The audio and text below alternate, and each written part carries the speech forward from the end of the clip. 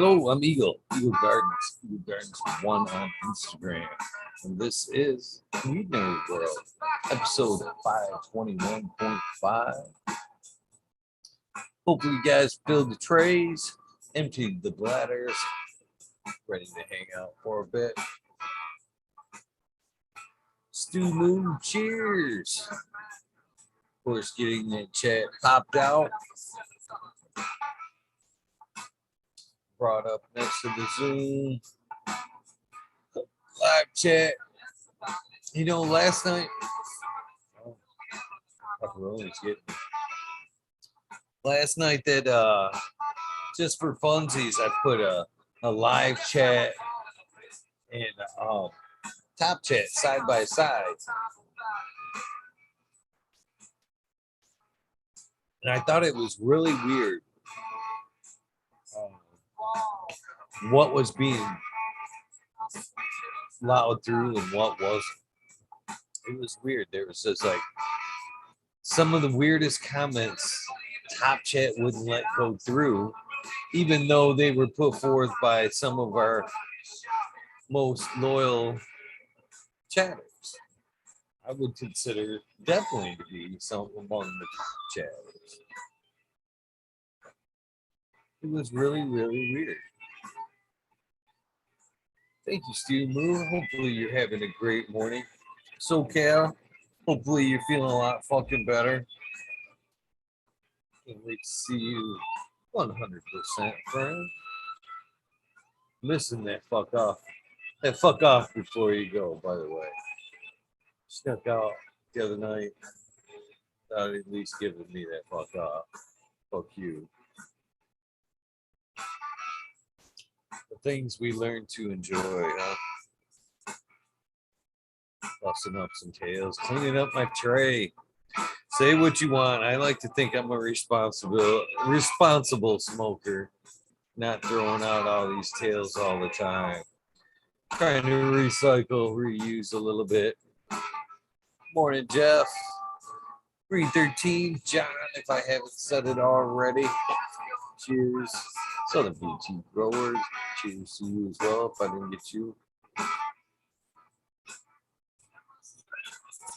Good tune right here. Little white stripes.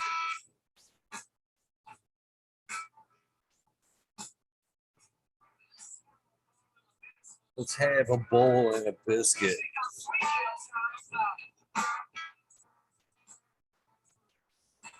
Man, feels good to be doing the spotlights again. I can't lie. Been a week dealing with some doctor bullshit. Got booted off IG again. Holy shit! How are you getting booted off IG, brother? You up to 420? How you doing, brother? Kind of excited about letting a couple of you guys do the 420 take over there. Letting some of the other folks in, the daytime folks, participate in some of the chats. Cheers, Green Gypsy. Nice to see you in chat. Great morning to you. I just love to see new names. It reminds me. Get the book. Need to get the book over here so I can start throwing some of these names in.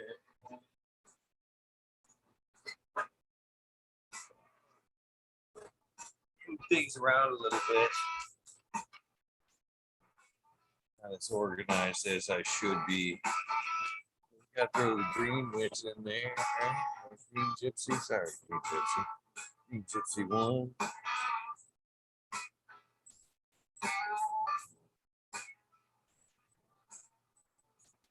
Cheers, young Liz. Where's everybody at tonight? A little late, a little too late for the start for the world, the WEedNerdWorld world. I believe Red Pill is the first taker, the first 420 co-host to take responsibility. So Red Pill will be taking over the show today at 420. keeping it rolling as long as he wants to keep it rolling. It's on him. So hopefully you guys will enjoy that Sunday morning with Red Pill.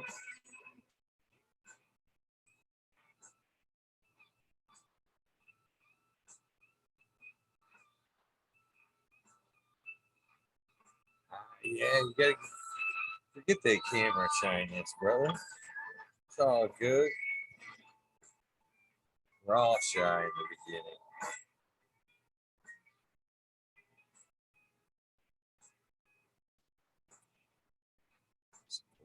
Fish. 13 popping in.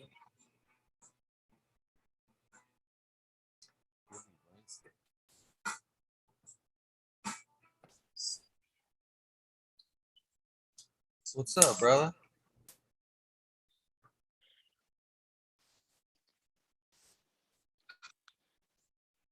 Cheers. Hey, there we go. What's up, brother? What's up, brother? How you doing this morning? Turning the YouTube off and shit. Doing good, man. I'm not long out of bed. You okay? It's been a really good day. I got one of these. Since I've been in. What's in it? Oh, I'm glad you asked. It's a mix. I went 50-50. Half gelato, half Gorilla Glue gelato. I got one of these. I'm not going to tip it on you, though. But I've got to be quiet because the family are like, you make so much fucking noise on Sunday mornings when you talk to Eagle.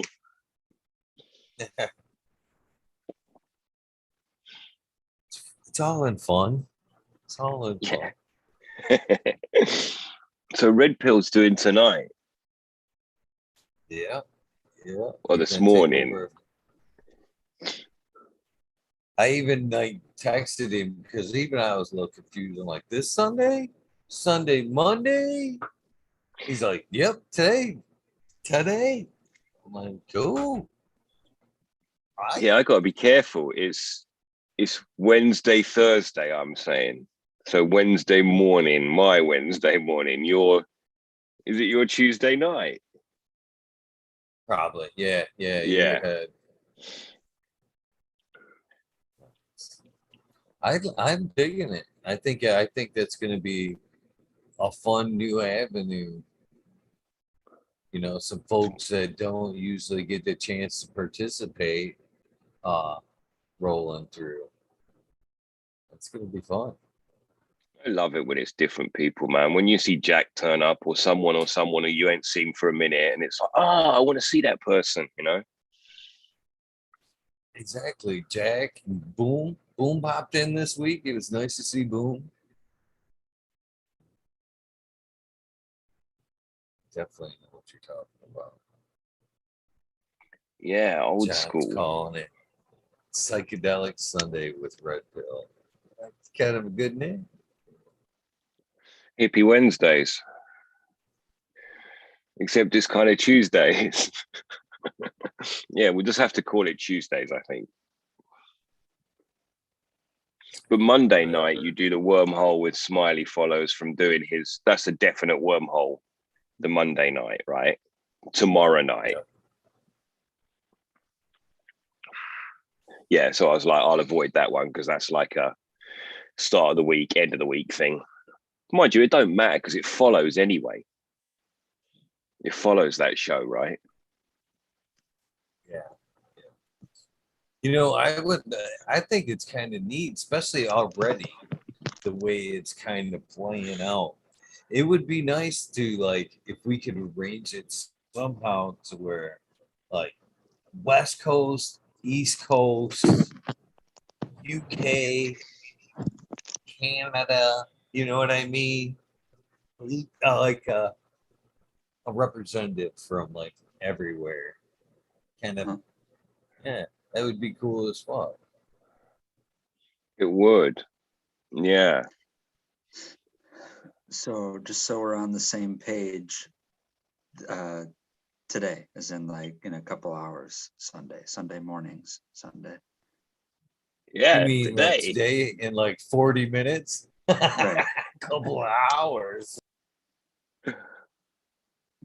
Yeah, today, in a couple minutes. Or Today at moment. 4:20. What's the time now? 10 or 3:39. 3:39. Get your bullshit warmed up, rude boy. Okay. Actually, that's why I jumped in. I was getting ready. I'm in makeup right now. I have to put more dabs in my container. Yeah.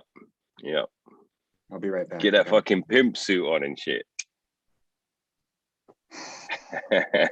Maybe I don't have super chat or anything like that. But Dress up Sundays? Did you say dress up Sundays?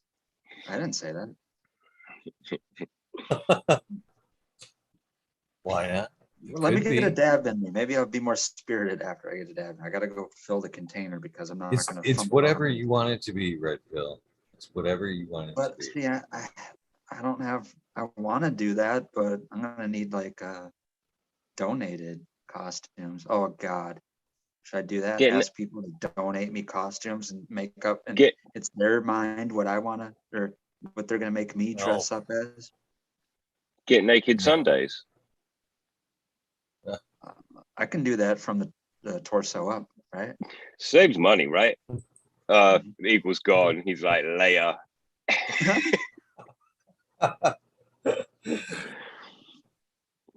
We got to keep it within YouTube guidelines now. Come on.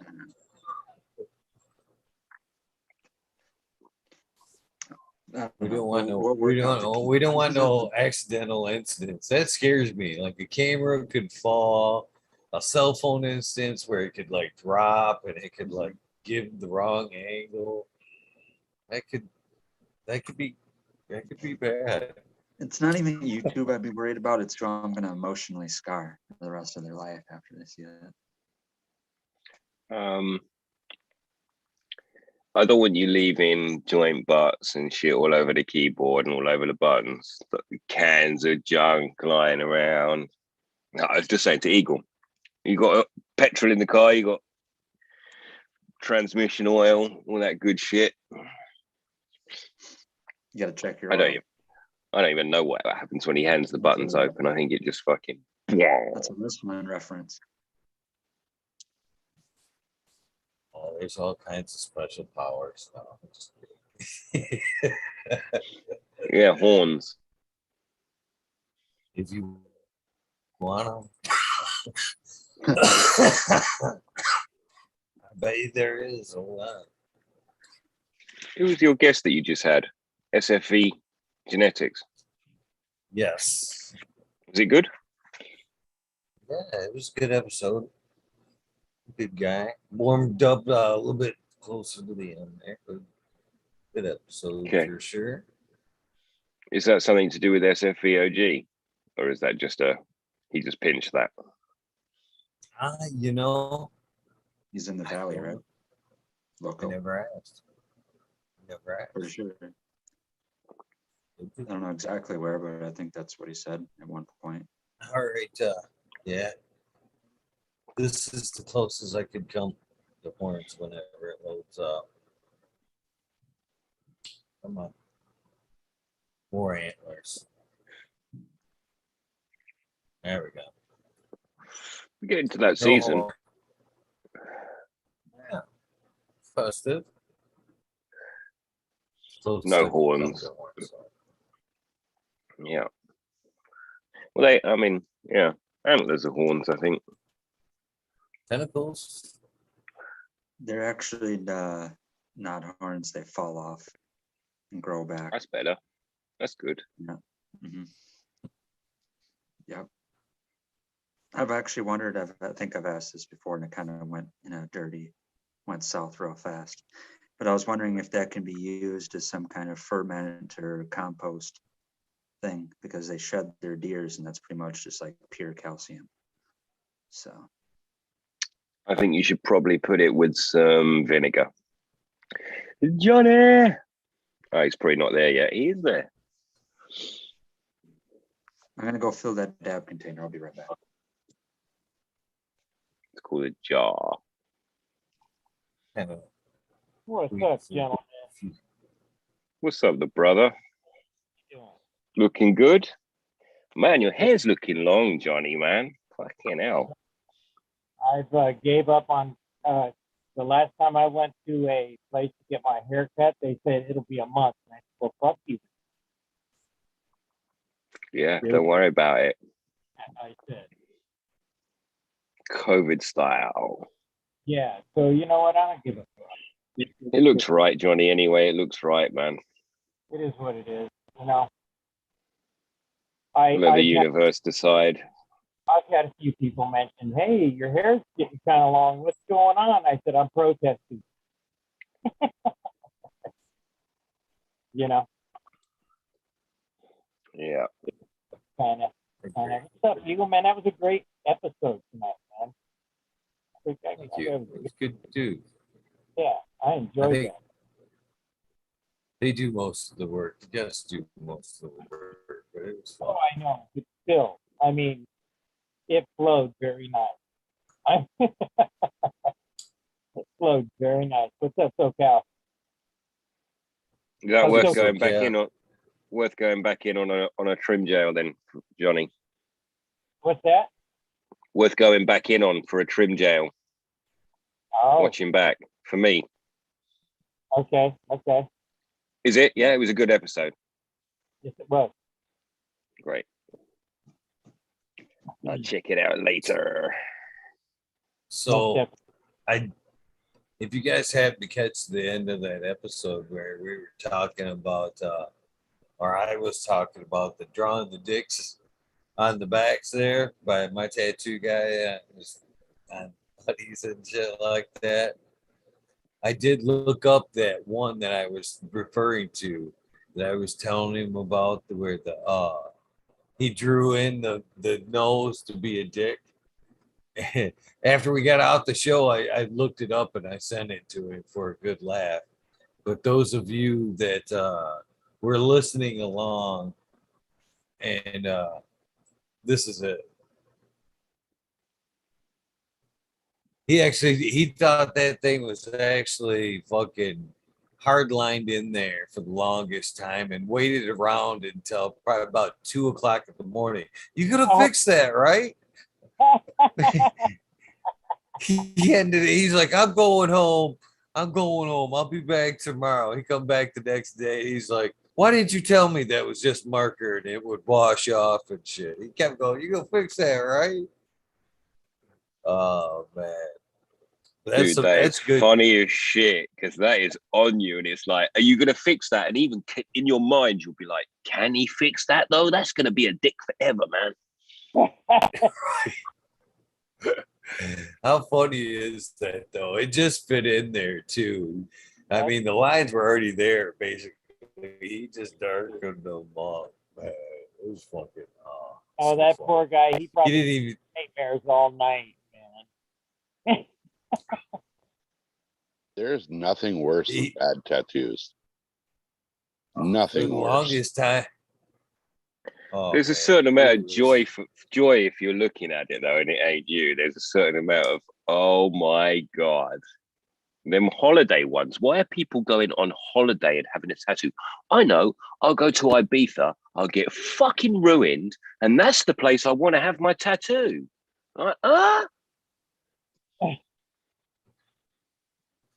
It's weird, but it is a thing here, man. Captain. I agree, man. Long time, brother. There he is. Yeah. I was getting overloaded today. So I'm recharged. Nice. Good to see you. Overloaded with positive energy, I hope. Positive energy and fish shit.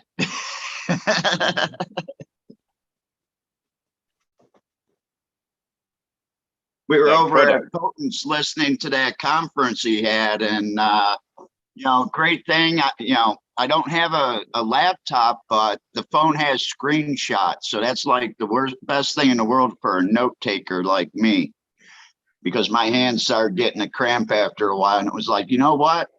Screenshot, screenshot. We got it. Yeah, then you wish you never wrote any of the notes in the first place. You should have just been screenshotting from the off. But you know, I did that on my way to Thailand. And when I came back for that little bit, when I was settling up with workers' comp, and my phone's about that thick now because I broke the glass and now the battery is expanded in it. And I can't get the phone fixed here because it's one of those Chinese phones that aren't allowed here in the United States. So I gotta wait till I go back to Thailand to get all the notes off of all the Kevin Geordie shows that I watched and everything. So all my take your phone, get your new phone, take the pictures, just take pictures of your new phone, move the picture on, take a picture. Now you got them on your new phone, and then you. Let me get my phone and I'll show you the reason why. You can't. The screen doesn't even work. Okay.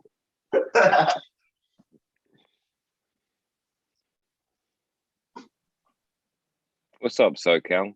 Pretty sure that battery expanding thing's a bad thing. Yeah, I think that ends it. This rubber band is holding the screen on, which is being pushed by the battery on the inside. You might want to put that outside or something. Now I know why Trump didn't want that shit coming over here. Yeah. Yeah, he wasn't getting paid anything for it. Oh, come on, dude. Don't shatter my dream. Sorry, bro. Oh, no. What did I say about a politician? Don't talk about politicians. They'll cancel you on that one. I know you guys don't see our news, but I think we're about to swap governments because of sleeves, because of fucking all that shit. Fucking crazy. About the swap governments? What are you talking about there? No. Most of your life, our government's been a conservative government, I think there's so much. We're finding out so much bullshit just now that their approval rating is so low that potentially we're even going to vote in a worse government just to get rid of this corrupt one. Oh, wow. That never goes good. That's a bad pendulum swing. I know you guys flip back and forth every 4 years. And it's not that we're not like that. We have a two-party system. It's just one of the parties doesn't get in very much. The left-wing one.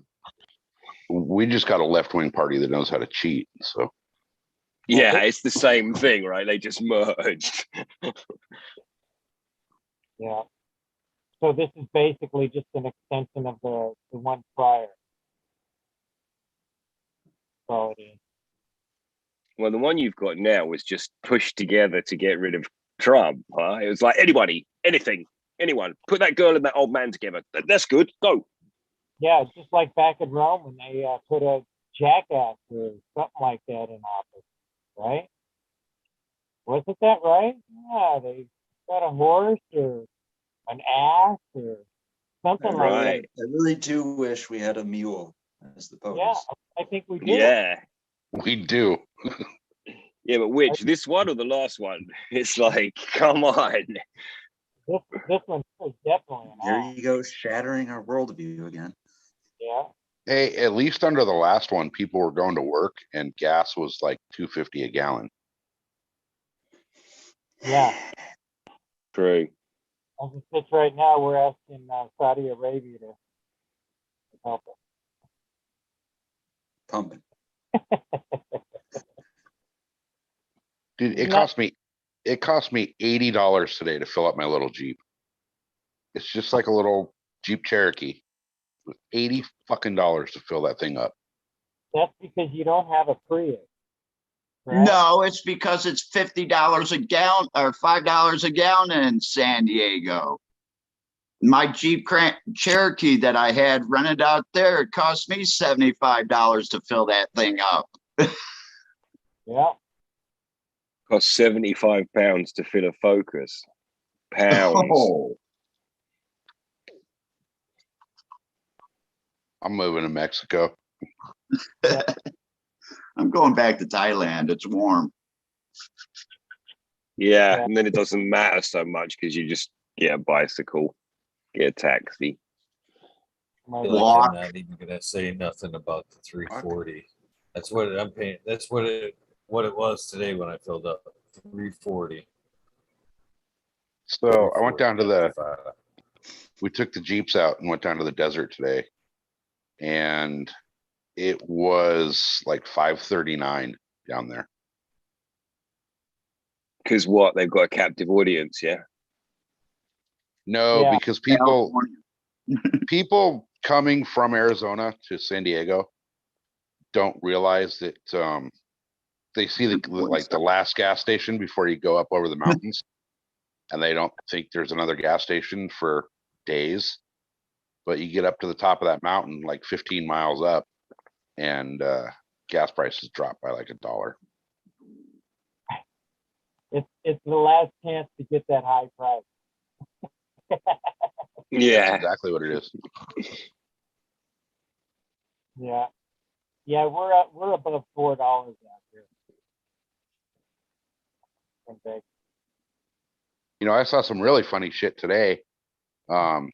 We went to the gas station down there, not to get gas, but to get ice. And a lady comes in driving a Tesla, wanting to know where the nearest charging station is. Did everybody Well, laugh? But your Tesla tells you. That's fucking weird. Yeah, she said she had 5 miles left and needed a charging station.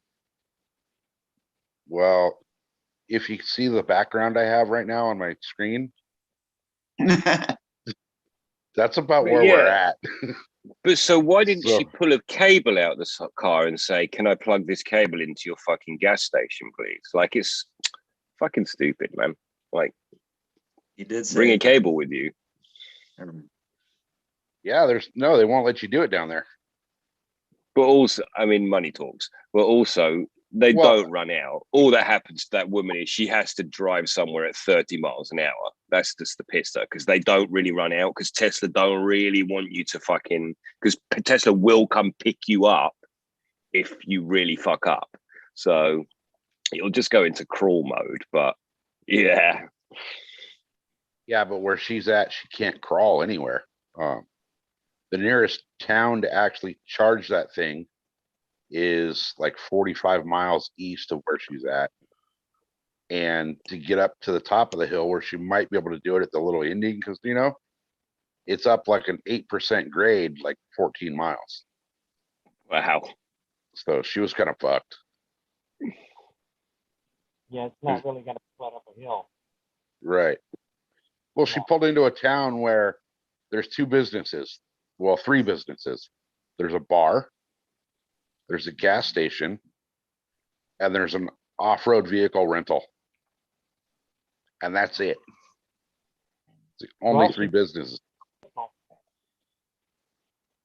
And the business won't let you use their power because power is like fucking $18 an hour out here.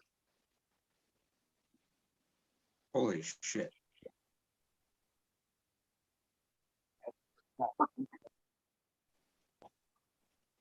That there is what you would call tourist type charge.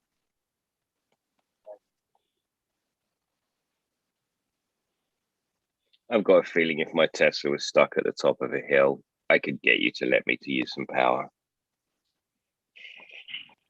Start with charm and money. Well, if you were at the top of the hill, you can use the regenerative braking, right? Just let it roll, brake, roll, brake, roll, brake. I did wonder about that. I wonder how it rolls. Like, it must turn into a motor if it rolls, huh? Well, I think even though it has 1 gear, it still has a neutral, right? Well, it must have, yeah. Otherwise, well, no, because I mean, it might not, I suppose, on an electric motor. It might not have a neutral. It might just be no power, as in you're inputting no power. You're inputting power. Jack Restock when you need him, the one Tesla owner. Come on. Who's Tell that, us how Jack? it works. Yep, Yeah. Jack. But they'll be different because some of the Teslas have 1 motor on each wheel and some of them don't. the older ones. Anyway, how a motor works is if you wind it back, it turns into electric, right? So I guess if you rolled it down the hill, you might gain some power, but you wouldn't even need that necessarily. You just want to roll down the hill. Yeah, you must have to be able to put it into neutral to be able to put it on a tow truck. Otherwise, you'd have to pull the motors. There'd be a law to make sure you can tow it, kind of thing. I would think Magic, so. the wonders of science.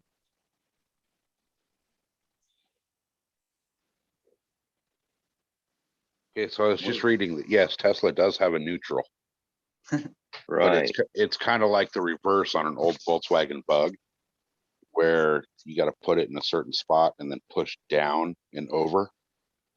Like if you're going to like second gear in a stick shift, you push down on the thing and then over to your gear.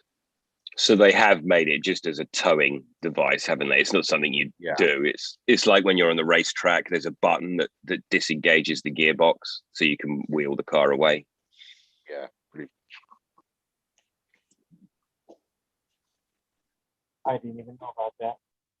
That's kind of cool.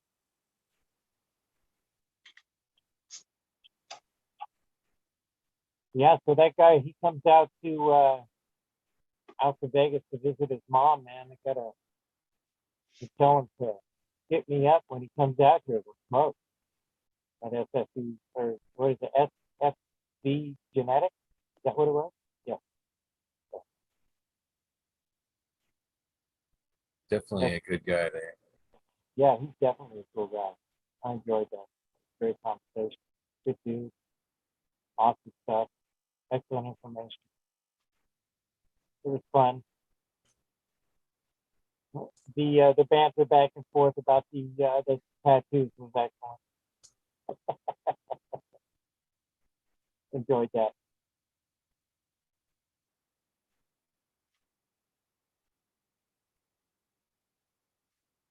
I was gonna say something so I kind of fucking squirreled that shit. Oh, you want me to tell you to fuck off? There, thank you. There it It is. was feel better. It's actually been missing. I've been missing it. I really have. Yeah, I haven't been around much lately. I've been dealing with some stupid bullshit. So What happened? I mean, earlier this week when you checked in, everything would seem to be somewhat all right. Doctor gave you the okay, to fart around on the dirt bike, and then yeah, sounds so like we kind of fell apart. long story short, the week before Halloween, I got food poisoning, and I was really sick for that whole week. And then Halloween morning, I woke up and felt like fucking nothing ever happened. Felt perfect. And then that Wednesday, I woke up and went and hopped in my truck to drive down to the store, and all of a sudden I couldn't see shit. So figured something was wrong. Then I noticed I was waking up like 5, 6, 7 times to piss every night, but I couldn't get enough fluids in me. Like I was constantly thirsty, constantly pissing. So the next Sunday, ended up using my wife's little blood sugar meter and checking my blood sugar, and it was damn near 600. So ended up going to the doctor and finding out that even after not eating anything and drinking nothing but water for like 18 hours, my blood sugar was still up at like 470. So apparently my doctor knew that last year when he did all the lab work and didn't say a thing. So now I come to find out that all the lab work they did last year was like a quarter to half of the levels they are now. So kind of been feeling like shit. Can't really focus, can't get shit done. It's kind of weird. So, but I'll be dealing with that. So trying to go with that like I did at the shoulder and just fucking kill it with the whatever I have to do to make myself good. I'm just gonna put every little piece of energy I have into it. So It's that time, isn't it, mate? It's that healing time. Make sure we're undoing the things we might have done up wrong before. well, I kind of Feel- think that since I crashed the bike and I've been basically sitting my ass on the couch getting fat, really had a lot to do with all of this diabetic shit coming on. You go from being really active and constantly, I'm in the trades. So every day at work, I'm busting my ass, I'm sweating, I'm moving, I'm, all over the place. By the time I get home from work, I just want to freaking fall over dead. And then all of a Yeah, sudden, diet as well, yeah. But then all of a sudden you go from being really active to being, completely inactive. You're not burning off all those sugars that you would have been normally. So it all just caught up with me, like literally overnight. For sure. But you have to put medicine in your body now as well, and not junk. Yeah, but that's the problem. I don't want to put. I know you medications don't, in my because you body. already were like, no. But Gonna go a different route. you got to be kind to yourself. If you've got, Yeah, I'm going on the water and rabbit food diet for a little bit. yeah. So, plus with the doctor giving me the clear to start getting on the bike and start retraining to race and all that. And, Has that happened? Yeah. Oh shit, that's amazing. That will make a huge difference. Yeah, Well, because that's psychological too, huh? Yeah. Well, that's what lit my fire under my ass to get everything else taken care of. Nice. Because our season starts in January, so It don't even matter if you're lame this year, though. Just fucking go enjoy it. Yeah, I set a goal. We got January, February, March, April, and maybe May. So I have maybe 5 races before summertime, and I want to finish in the podium on all 5 of those races. So I got a goal in mind, and there's some really good fucking fast riders out there that I race against. So to reach that goal, I really got to bust my ass and get serious about it. SoCal, Yeah. bust your ass and get serious about it, dude. I mean, there's always room at the top because you only got to beat one asshole. I'm just joking, but it's true. I got to be like No, 25 assholes out here. No. You have to be more than a contender. They're all contenders. When you're right up there at the top of the ladder, you just got to knock one guy off. I guarantee you. I'm already pretty close to the top of the ladder in my class, but you know how many bike races I used to win in a good year? 10 out of 20. That's my goal this half year. The time you half the time you were going to lose, half the time you were going to win. But you know what? Truthfully, it was just great to do something fun with friends. And it took me a long time to catch on, actually. I started off like, I didn't even know when the sprint was going to begin. So I'd go to the front and everybody get behind me. I'd go as hard as I could and then they'd all fly behind. I didn't understand grafting and all that stuff. So I'm just actually trying to encourage you. No, but I could be snide about it though, because it's like this. You'll win. You win all the time. I'm sure you said 50-50 almost. That's amazing. Considering technicals. I mean, what did they call it in motorcycle racing when you have a mechanical? Oh, they call it you're fucked. You're in the middle of the goddamn desert and you better hope somebody tells somebody else where you're at and they come pick you up. That's for sure, SoCal. My big respect to you. Seriously, that's a great sport, and I've kept track of the Dakar and the Baja and different things like that. The Mint, the big 3. And let me tell you something: respect to anybody who rides a motorcycle. Well, okay, so if you follow Baja, then you'll understand what I'm about to say here. About 30% of the guys that I race with are down right now pre-running for the Baja 1000. So Wow. that's my competition out here, my local shit. So Big league. yeah. I'm happy for you. It's really I know that you're having adversity and stuff like that, you know, but it's like this. I'm glad to see you focused on the goal, and you know, you're rehabbing your body no matter what, and your focus is still there. And here's the deal: age is not a factor in the sense that it translates to experience, but it does actually translate to pain in the body. So big respect for that. You remember last year the Formula One cat Fernando Alonso did Dakar. He paid for his lessons.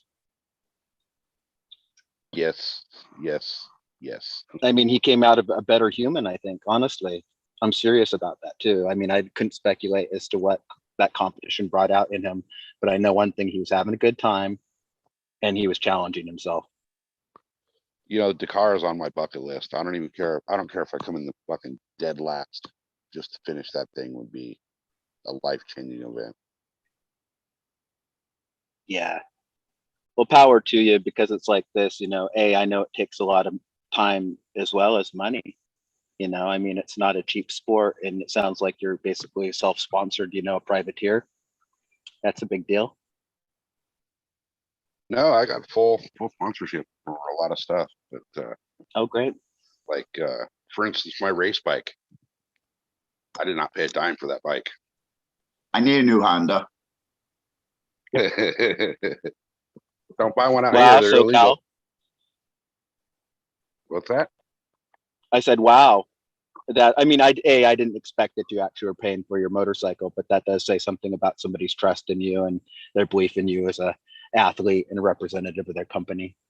But hats off to everybody, though. Life's a competition in some ways. In some ways, it's just kind of like floating down the river. So, you know, right now I feel like I'm floating down the river. I hate to say it. You know, if you don't do what you love in life and you don't enjoy every day, then there's no point in it. Surround yourself with good people, good friends. You know, I've always said relatives are those you're born to, family are those you choose. That's what I said. Yes. Most Yeah. definitely.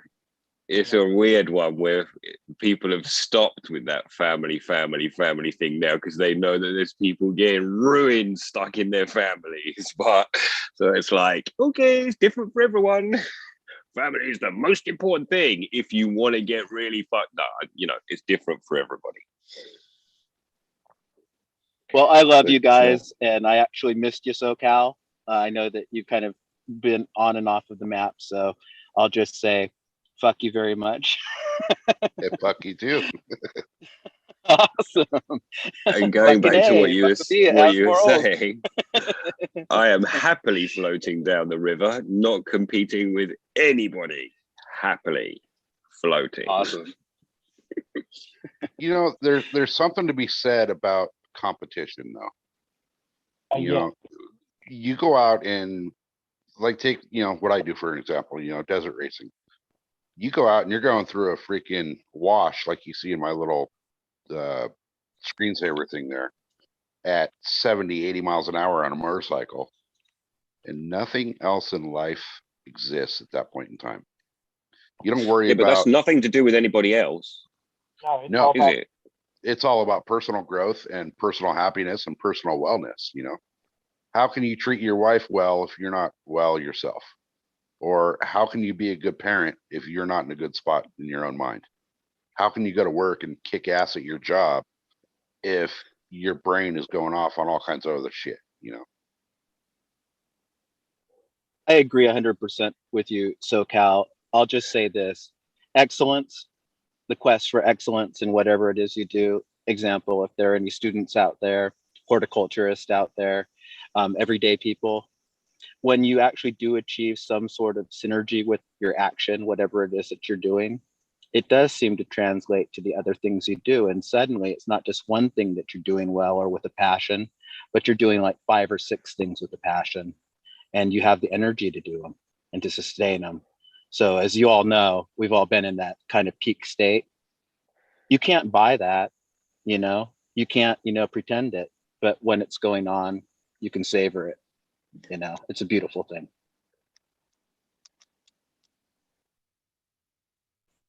But you know, something that my father told me as a kid that stuck with me, and still to this day, you know, I still hear him in the back of my head every day. He always says, it doesn't matter if you're on the motorcycle or you're sitting at, you know, home playing the piano. Give it everything you can give it, and you'll always accomplish what you're trying to accomplish. And that goes with, you know, anything in life. If you put in the effort, you put in the drive, you put in the motivation and the time, you will be successful.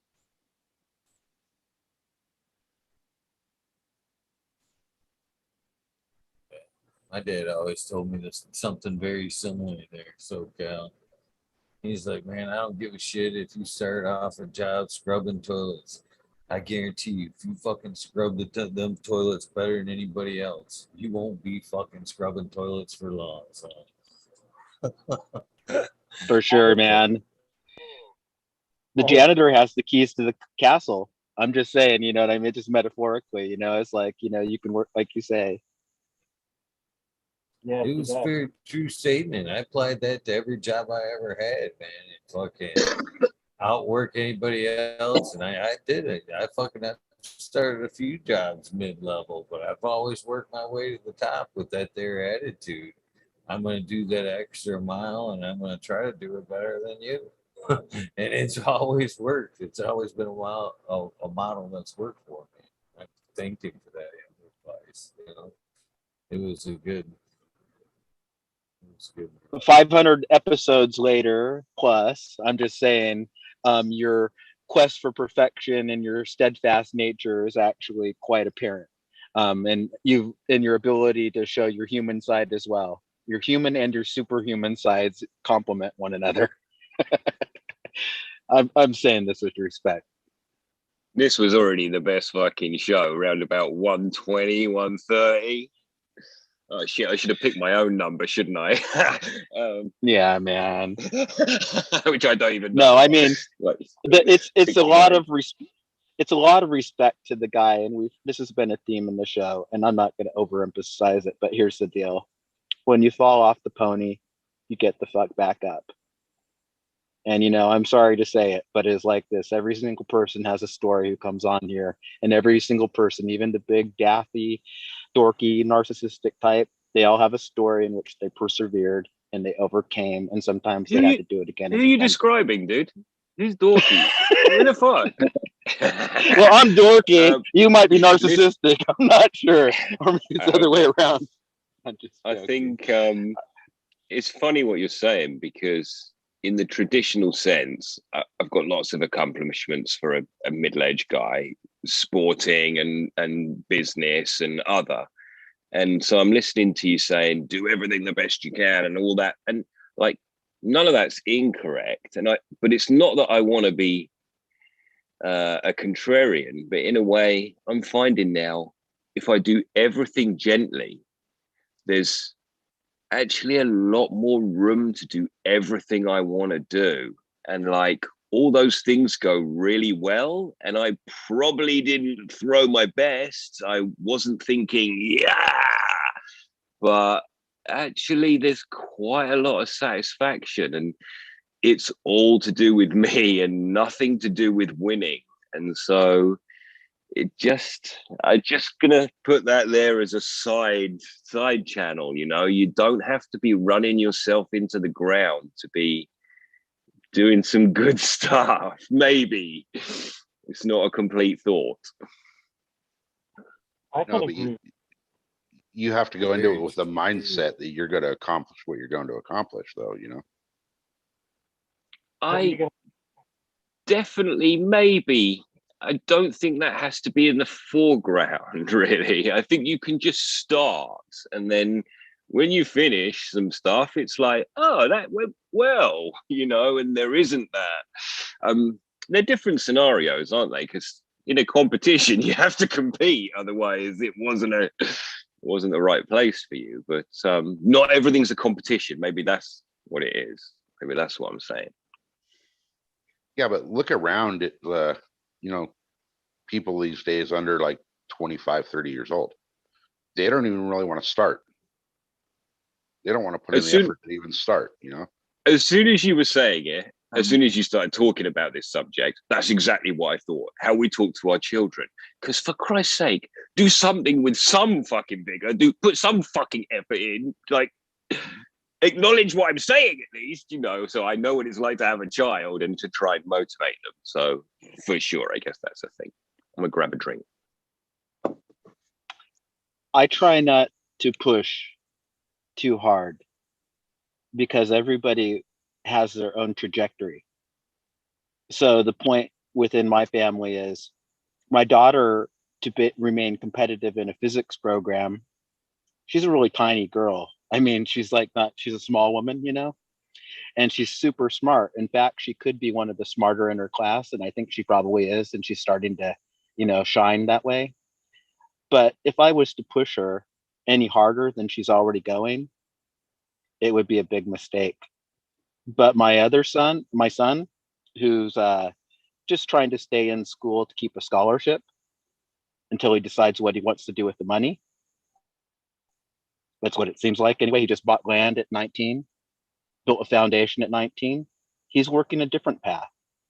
So if I push him too hard at the school thing, I might push him right off of that school thing. And if I give him too much of a pat on the back about the other thing, his house building and his investing of his money, he might get cocky and, he has a blessed existence. But what I'm saying is there's kind of a push and a pull sometimes. And I never try to instill my values onto my children as in like, if you're not the motherfucking best, then, go home. Because I was a good bike rider, but I wanted to be a great writer of poems and essays and stories. And those two didn't get along, so I had to kind of bury one to bring the other forth. And I think that something from that synergy of creativity and action, the gardening has come into effect in old talents like photography. I used to study that photography. You know what I'm saying, guys. So, go ahead. I just wanted to Wise words, interject my and friend. say, happy 420 and welcome now to the 420 takeover. It's out of my control. Red This is Pill the is now the inaugural host. takeover. There's Yep. only one Red first Pill is takeover. now. It's all Uh-oh. Red Pill now. The first controls one. have been transferred over to him. I'm not even this round. I'm not even hanging out. I'm just gonna entrust you guys. I'm gonna take a dab. I'm gonna say goodnight. Mhm. I'm gonna go to work and I'm gonna hang out and chat. And Oh my God. We're gonna have a sweetheart. You're a sweetheart, Eagle. Thank you. Well, let me be so the I first just one wanted to to say, say, you go first. oh, So, fuck you. Cal, John. you said you wanted to be first. You claimed it. You claimed it. Go ahead. Go for it, brother. Hey, Eagle, fuck you for having us. It's been a great displeasure. It saddens me deeply that things are going smoothly, but my wife did make you a piece of artwork today that you're gonna really love, and it's really kind of crappy looking. No, it looks great, guys. Hey, love you. Have a great night. All right. Thank you, Peace, guys. Eagle. Thank you, Eagle. You guys enjoy your night. Have an awesome conversation. Have an amazing day. And to you guys in chat, I love you guys as well. Have an amazing day. Do something nice for somebody and have some fun, guys. Take it as long as you want to take it, Red Pill. Okay. With that being said, guys, I am out of here. Have fun. Oh, I forgot to say goodbye. Hello, and to Meow Flower, Trip of the Morning to you, brother. I want to say that. Herbs in the morning Green to you, sir. Fingers, good morning to you as well. Hello, goodbye. Enjoy your day. Bye-bye. See you. Good morning, All bro. right, like Eagle said, guys, don't make me look like a fool. All right. Yeah. Too late. Right. Too late. Red. Well, first of all, Red Pill, I love you dearly, and I welcome you as a host, and I trust your discretion. but I don't trust mine. So I'm gonna have a Okay. bong hit, guys. All This is right. the 420 takeover, right? Yes. Do it. The first ever 420 takeover. Welcome. It's Rip. Cat Join. 420. Good to see you. Buddha boy, how you doing? I'm hanging tough. Hanging tough, buddy. Mew Flower. Hey brother, I seen you after your experience, and you look totally fucking happy. I am completely happy. I'm just coming to terms. It's a process. Just got to process it all, and yeah, I'm in a happy place. Yeah, I'm doing the work. That's what it's. I could have come back from that weekend and just slip back into the old way, But it's not why we do it. I'm doing it.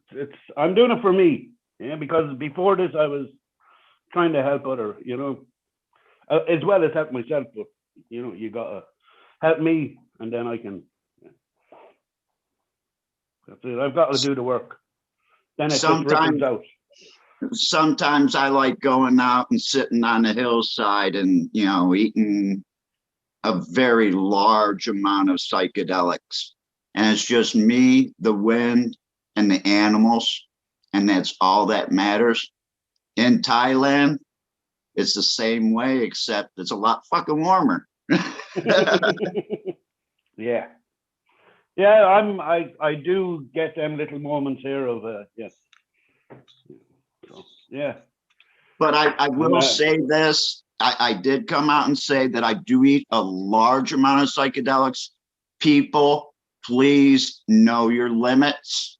Don't do more than what you can handle. And always remember, in a few hours, you will return to normal. It's just, it takes time. But please be careful. Yeah. Respect them. It's all about respect. If the medicine is going to, even if it's a bad so-called trip, it's just a learning lesson that you need to adjust to. That's all the mushroom is showing you. It's only showing you sometimes it's that Inner we have side. to mirror reflection and look at ourselves. It's not looking at anyone else's problems, it's looking at our own. So looking within, and that's all it is. It's just the mirrors, And we all are mirrors of one another. That's the other flip side of it. So yeah. I don't want Johnny's, and Johnny doesn't want mine, do you, Johnny? No. We all have fucking shit. So that's it. Yeah. We deal with it in our own way, and we all are here. And this is a platform to help one another as well. So that's funny, me off Flower. I kind of know how to deal with my shit. I don't think I would know how to deal with yours. yeah, that's it. Yeah. John Nicanseed, I want to shout you out for some big love and big respect. You and I would get along just fine. Oh yeah. I know that. If I lived on the other side of the court, we'd be walking over to each other's house quite regularly. You know what I mean? Definitely. Hanging out. Yeah, big. Gardens. You remind me of a lot of the dudes who I looked up to growing up, truthfully. Free-spirited cats who are quite deep. And I know that life isn't always an easy row. Sometimes you're like trying to pick the carrots and you got rocks. Can't eat rocks, got to keep digging for carrots. Well, here's the deal. You know what I mean? It's a good life, and I'm really glad to see you. And I really want you to know I respect and love you, and I hope that we can continue this relationship, into the years to come. This is lots of fun for me. I'm lying when I say it's lots of fun for me, but it's like this. It's terrifying, but I do love you. I appreciate that. A big respect to you. Big time. I love a lot. And the fact that you're out there doing what you're doing is, respectful to me. The last year,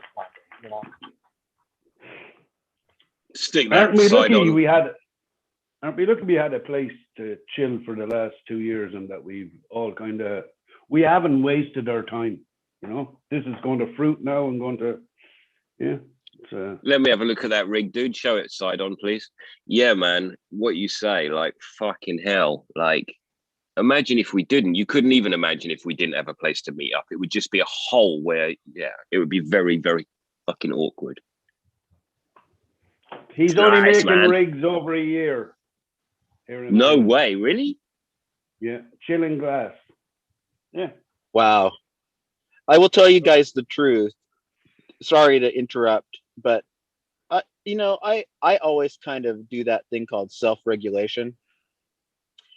And I was really checking my head because I thought I was slipping. And I did not want to come on tonight.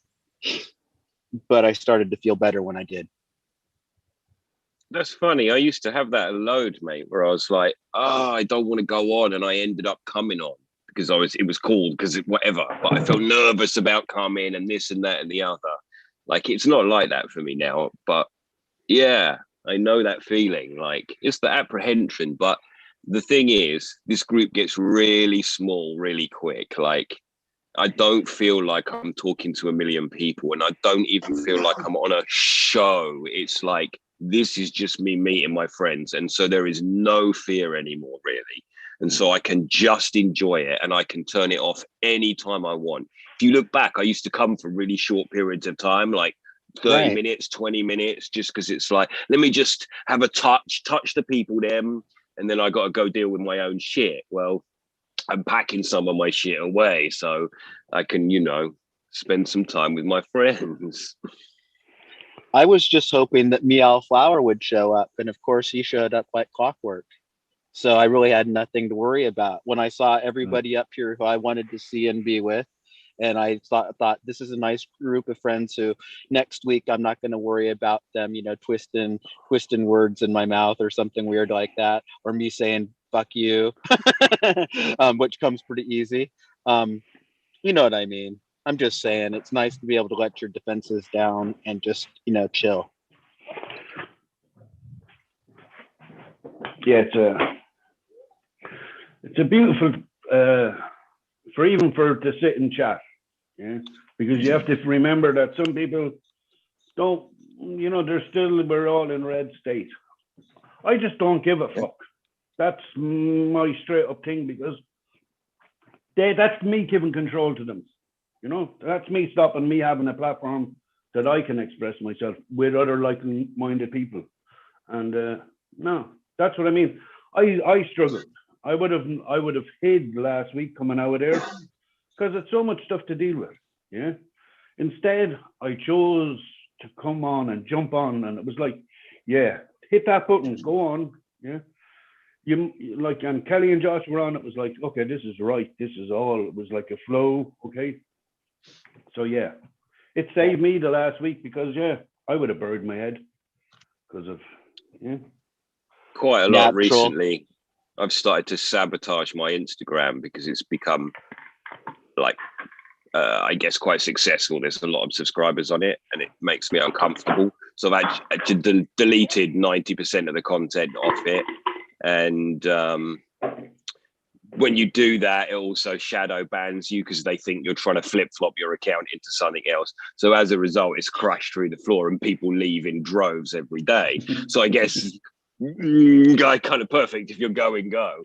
But actually the reason is because I actually don't care about that. It's big ego thing, and like I've recognized that as an ego situation. So even the content's changed to be more really about Earth and hippie and such, because I want it to be what I want it to be if it's going to be a thing, right? But actually, I wouldn't even care if it went away, provided I can sometimes come and do this, because this thing's actually real and that thing's completely plastic. I mean, it's just like it. I don't want to do it down because I wouldn't have found you lot without that, maybe. But now it's like, this is kind of important, and that is not. Is that at some point Instagram became a resume for what we do. Yeah, a calling card. Exactly. I just suspended my account for the second time this morning when I took it off the hook for the weekend. and I've got over 1,000 subscribers. Lord God fucking who gives a shit. Okay. I love you all, but I don't. And secondly, when I do go back on Monday, I intend on putting the lock on it, making it a private account, and purging it down to about 600 people. Nothing personal, but it's like this. I don't want to hear about your gun running. I don't want to hear about your cocaine. I don't want to hear about your bad self-image, and I don't want to hear about your aspirations. I just want to see some pictures of weed. So I'm getting- Yeah, that's what I I mean, and a pretty girl every once in a while who's voluntarily showing her healthy body off in a wholesome manner, not in some way that's like kind of compromising everybody. Hey, So so- no, thank you, Or man. provided she's got, you know. Yeah, I'm just saying, for me personally, I can't sift through that. so And you're if saying I that's should somebody's just- measure of success, here's the deal. I started actually, at first you want everybody to look at your pictures. Now I don't want anybody to look at them. They're my pictures. Un- They're art, uh, at the best, and they're kind of like a document at worst. So anyway, that's the hypersensitive nature of the real person. So it's like this. If you want in the door, just knock, I guess. Another thing is MySpace was the best. It wasn't broken, and now look where we are today. Yeah. But can't we just go back to MySpace? It was fine. was. Loved it. Hey, Loved MySpace. I got Time 20 anybody? bucks. I got 20 bucks that says Tom from MySpace would kick the living shit out of Mark Zuckerberg. Oh, I got that. Hell yeah.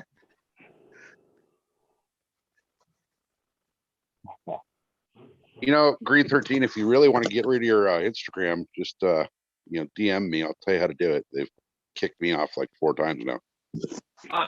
I'm sure it's no problem. And the thing is, I've even, I guess, been very careful to make sure that doesn't happen. But it also is a thing where it's like, I think it just reached its pinnacle for me. It's like, okay, that's a fucking lot of people. I suddenly I'm already like, oh look, it's exactly like you were saying. And so it just, I think, needs to be pegged back to a place where at least I can share the good vibes, because I so often get lovely DMs. And to tell you the truth, a huge amount of my followers are from South America, like a big portion of it for some reason. And man, people say some amazing, lovely, beautiful things. So it's not like I want to cut it down. It's just that it no longer has the same gravity with me. Like, it's not something I'm working on anymore, because it definitely isn't important. And especially when we're trying to teach our kids, for fuck's sake, it's not all about what you look like. And it isn't, man. It isn't. Like Captain says, he goes on the hillside and takes his psychedelic on his own, right? That's the thing where it's because it was for you to find something out. And I stress in these points because this week, my wife's challenged me during the week, when she's out of work, she's like, be inside. She's noticed when I go to the woods, I'm in complete peace. And because of the silence and the wonder. And she's like, you could do that all day. You're like, music, Instagram, fucking YouTube. Whenever I see you, you're ingesting some information, the newspaper, everything, all the time. She's like, sit in silence. Dudes, it's amazing. It's weird, but it's amazing. I spent a week sitting in silence, trimming, doing my thing. And you keep picking your phone up and then you're like, nah, not supposed to do that. It's fucked. And it's I don't want to keep saying it's an interesting thing. It's an interesting thing to be about you. Oh, it's what do you need, dude? You don't need input. You need some food. Well, you need a joint. one thing I just thought of is for me to see what progress is on something that I'm actually literally interested in trying to follow along with, which would be a lot of breeders. So back in the day, what I liked, even more because I already had a special connection with how I felt on Vortex. That's what made me desire to go find where seeds can be bought and started buying and growing actual real fire genetic. Well, anywho, I know the world's a lot different now, but 10, 11 years ago, Subcool was the only breeder that I could think of or that I knew of that was making, daily uploads, talking to the community, chatting. You couldn't get that kind of information from breeders back in the day. It was just a fucking brick wall. The second you tried to interact with them or figure out more about the genetics, it was Subcool back then. It was like an open book. Well, and He the was. only reason all of us are here right now talking to each other is because of Subcool. Mhm. No, That's because for of Sub. sure. Because Sub is the one, if Sub was still here, who's to say that Eagle would have actually picked up to carry on what Sub started with the shows? He wouldn't have. He wouldn't have, because he still Right. would have wanted to be part of that thing. This thing didn't need to start. It for sure. Exactly. But without Sub, none of it would have happened. Without green fingers, I wouldn't wonder what the hell to do with a big old greenhouse in the desert either. What's up with that? What are you gonna do with that baby? I don't know. What would Blow Turn it the into a fuck light up. dep. Light dep it. Come on, light dep What- it. Let me ask somebody who knew him. Okay, you're the host right now, so what would Subcool What's do? up? What would Subcool do with out here in the middle of the desert? Blow it the fuck up. Fucking yeah. Uh, He would I would- He'd overgrow probably the fill it to desert. the gills, right? All He'd these throw big desert pools. sativas. He'd Yep. get like 9-foot sativas, 5-foot indicas, and fucking, and there'd probably be some Neville's haze in there. There'd probably be some, 15-month fucking plan. swamp There'd daddies. be some Come on, year and a It would guys. be half the, We're time talking it would about be to Outlawville. be in it. It would be the Hunters of the Dank all over again. There'd be some Cinderella Yeah. 99, the real Cinderella got them. 99. I'm just Wait, joking. do you even have to ask what Sub would do with a greenhouse? Look what he did with a goddamn swimming pool. That's exactly my answer. Like, what would That's Subcool awesome, do? man. Here's what you need to exactly do. my answer. It was Here's what funny because it made so much sense to him, didn't it? It was like, this is the second coming. We're growing. And it's like, this ain't nothing, dude. It's just a hole in the ground. Nothing's changed. But it was funny. He was like, this is the plan. This is the way to do it now. Why did we always do it like that? Right. Because it's a swimming pool, dude. You don't need to do So it. enthusiastic over the same shit that he was doing already, and just a Yeah. bigger Put size in a room. hole. It had 4 more feet on the sides, and that was it. And he didn't even utilize the bottom like he was supposed to, and he still loved that shit. Love you, Johnny. I loved him because We're he good, had man. that enthusiasm. Like, he Have a loved great his day. shit. Cheers, Johnny. Have a good one. It was. Okay, it does. I was just kind of being hypothetical there, but here's the deal: the consensus is that he would fill it, and he would, with his cool genetics and experiments, and I think that's the challenge. And it's like this. I think that if it were me, I would turn it into a light depth situation, just because. I mean, or if I could, because it's like harder than hell to like just light depth it.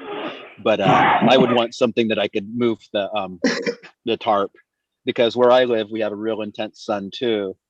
And interesting climate in the summer. I think it would be really incredible buds growing here because of just the aspect of the sun, the humidity, the being in the subarctic.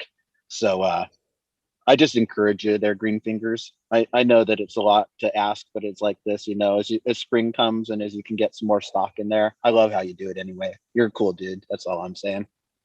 Hey, why don't And you actually, all you need to grow year round down there is some solar LED lights to keep that little bit of extra 6 to 8 hours of veg time going. And, it basically just costs your time after a couple $100. There you go. I would literally, I would hack those solar powered LED landscape lights and just hack them, hang them in the greenhouse, because it's not. No, you want power. I used to use shop lights, the Not at 1,000 night. watt, It's 1,000 not watt gonna shop help lights you at night. like this. Every all my old grows 10 years before, I had shop lights like this above, like 6 of them in the garden. I don't know how many overcast, cloudy The days you have 1,000 there. 1,000 Probably not watts a lot. over each one. But that's the only time I would run like high powered lights instead of the That's actual really my solar lights. secret of growing a big plant out here. 24-hour light, or it'd be 20 hours light. I took it off for 2 hours, like let it rest. So once the sun would come up though, timer's off, and then it would kick back on right when the sun would go down, click, and they would grow fucking giant. It'd be 15 feet easy. And Wow. if you look at my old Instagram, it's got over 2,000 pictures of all my shit, everything I've ever done. And then this one, I've got up to 1,000 pictures already, like everything I've done since then. So it's just like, it is exactly what you said. It's a resume. It's my resume of what I've been doing. Until I went on Eagle Show, I had nothing to say for myself, like in real life. Nobody's heard of me or seen me. They didn't. I had like 30 people on my Instagram, bro, with 2,000 pictures of hard work and shit. Like, nah, it was fucking like trying so hard for somebody to not look at your shit. And I was trying so hard to have people look at my shit for that whole time, 10 years ago. Just trying to look, please look at my shit. Please let me be a tester. Let me test your shit. Let me run your shit. Let me run your gear. No, nobody wanted to because I didn't have enough experience. But after 10 years of showing my shit, I don't want to test your gear no more. I got my own gear and I fucking made better shit than everybody out there. And I don't smoke nobody else's shit except for when my mom brings me a bag from somewhere. And it's like, and if I think that shit sucks and my shit's better than that, that says a lot because that's California 30%. And my shit's my shit. It's like I can't even name it. It's my shit. No name for it. And that's all it is. Genetic Mike and some other people had some really good gear I ran, had an accident, and then those males were really fucking good. Left a lot of good flavors on some good females like Mean Jeans, Black Lamb Reserve, and fucking a lot of other people's work that I just was lucky enough to have at that time, and it just all worked out. And that's how I got here. Just trying to have people look though, buying their gear, saying, "Look at what I'm popping. Look at I got your shit." Like weed nerd every day, fucking yeah. I was right there with Love that you, Green every day. Fingers. It was like the I hardest think thing you're a to pretty do. cool dude. I think you're a Oh, little Zen master. You know what a Zen master is? I think you yeah. probably do. Yeah, man. Yeah, because Zen masters tend to tend their garden 24/7. Who else is going to do it for them? I didn't leave my garden for 10 years. You know what they Literally. say? They say this. Listen to me, Green Fingers.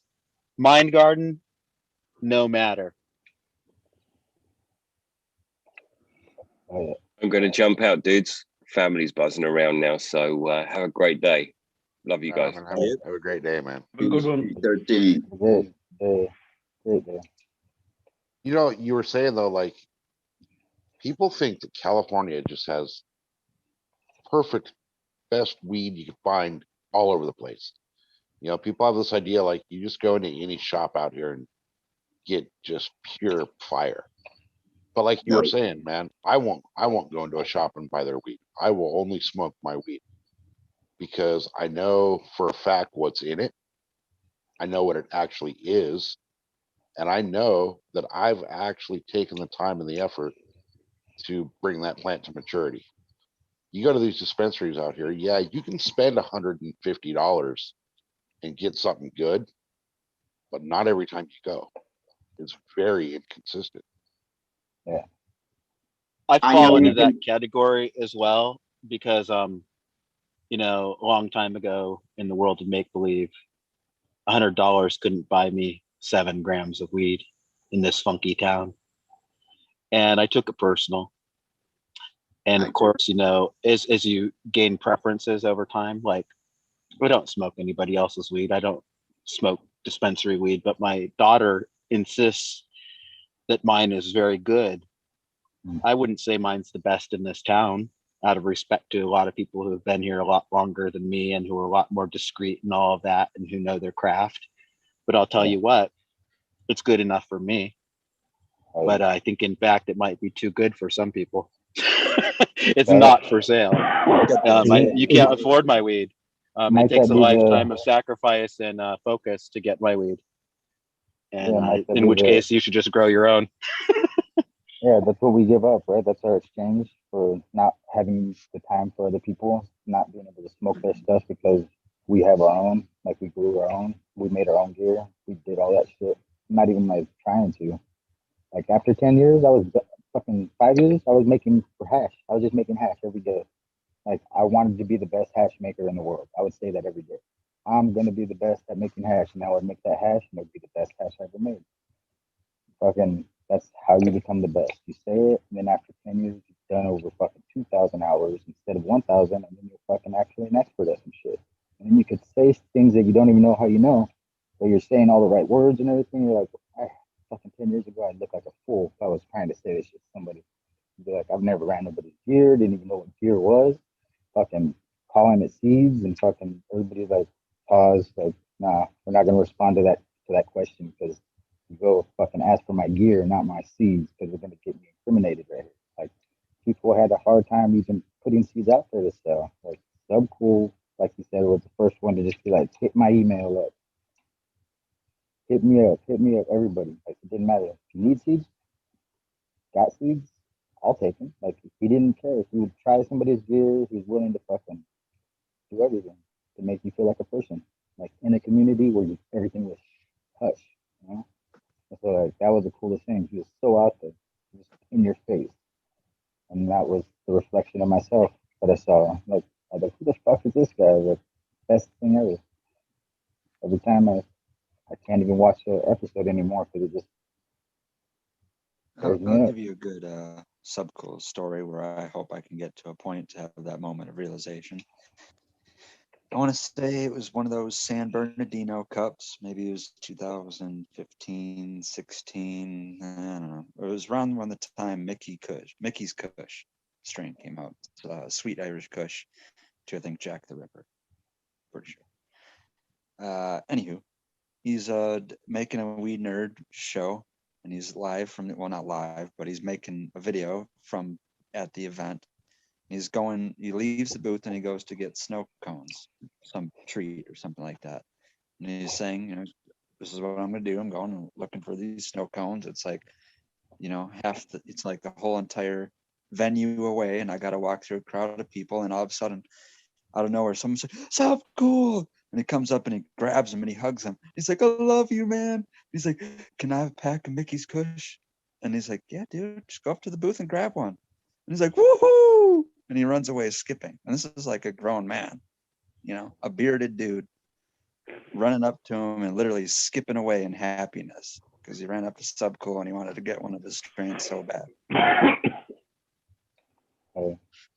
You know, one thing I'll never forget is watching when he got the Lifetime Achievement Award and he threw that big giant bag of seeds off the stage. That was fucking awesome to be there. You were there? Yeah. Oh, shit. That's the event where we drove like 3.5 hours the wrong way to go home. Were you guys all on the stage with them, or you were out in the crowd? No, we were out in the crowd. That was the day. Who was your navigator? Unfortunately, I'm just joking, brother. No, I've the funny left thing a was, dead show and done that before. yeah, we drove from San Bernardino to Palm Springs before we realized we were going east and not south. That was the one. Now I remember when you told that story. Shit. Man, yeah, that's some crazy shit. So here's a question. Since everybody's being hardcore, and I'll be the first to say, I've never grown a Subcool strain. I tried to buy Jack the Ripper back in the day and they didn't have it in stock. I wanted to grow that. I wanted to try Jack's Cleaner too, because I was kind of in the idea of the fast sativas, you know, and I just never got there with it. But one thing I'll tell you, I knew who he was and I had a lot of respect for him and his well-roundedness as a human, as in like him being a photographer and a student of the plant and somebody who could actually catalog and preserve different strains and get along with people enough in the underground world to actually end up with enough tapestry of flavors and stuff to bring to the market that I'm going to say market, to the people that nobody had experienced. The only thing fruity I ever experienced was Cinderella 99. You know, that was back in the day. But it's like this, the taste that I was getting from the Subcool type of chunk nugs, when I would get a nug every now and then, a friend would give me one, I'd be like, this is pretty extraordinary, you know? So Okay. what's the first strain or your first encounter with a Subcool strain? I'd love to hear Eagle say this as well, but it's like this another time. So people have heard this story, so I'll tell the fast version.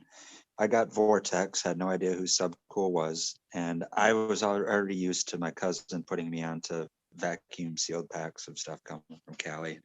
I had a situation where I worked for him, and it was actually at he's also done motocross and supercross and stuff like that. So he had a minor repair shop and kind of minor mechanics, and then sold like helmets and chest pads and other kind of gear like that.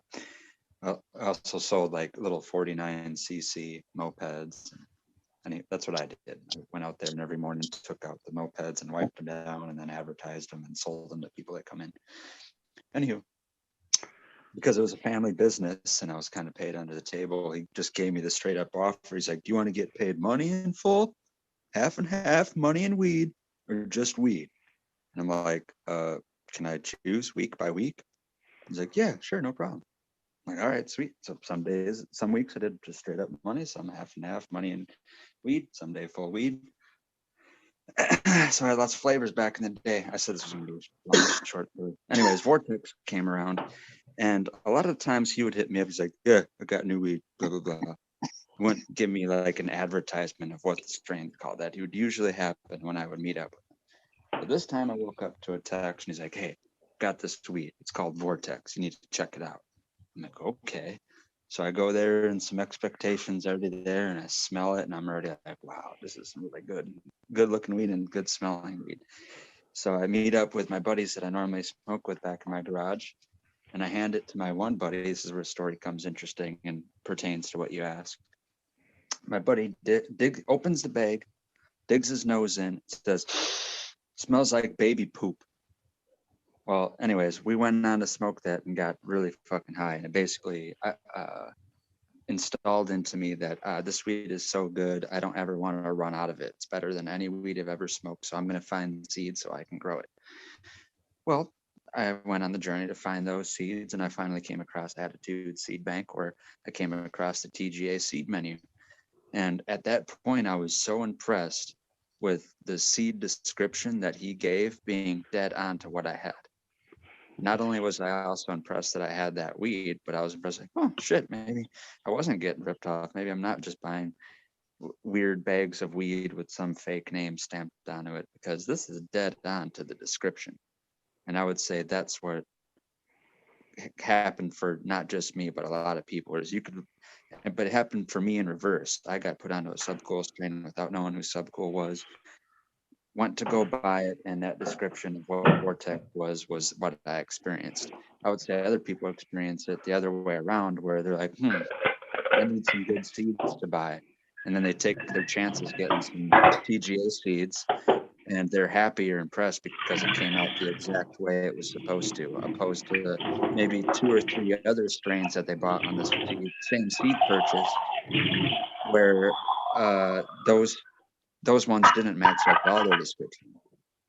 But with Subcool, the picture matched what the buds look like when you grew them yourself, and the description was more or less the exact same, and 1 or 2 of the phenotypes that you would find. That's another interesting thing, is primarily he was offering F1s, and somehow he got it to be where they always came out with basically just 2 different phenotypes. It was very stable right off the bat. So that was like a breeding thing where you kind of found like 2 phenos and a kind of stability in the strain.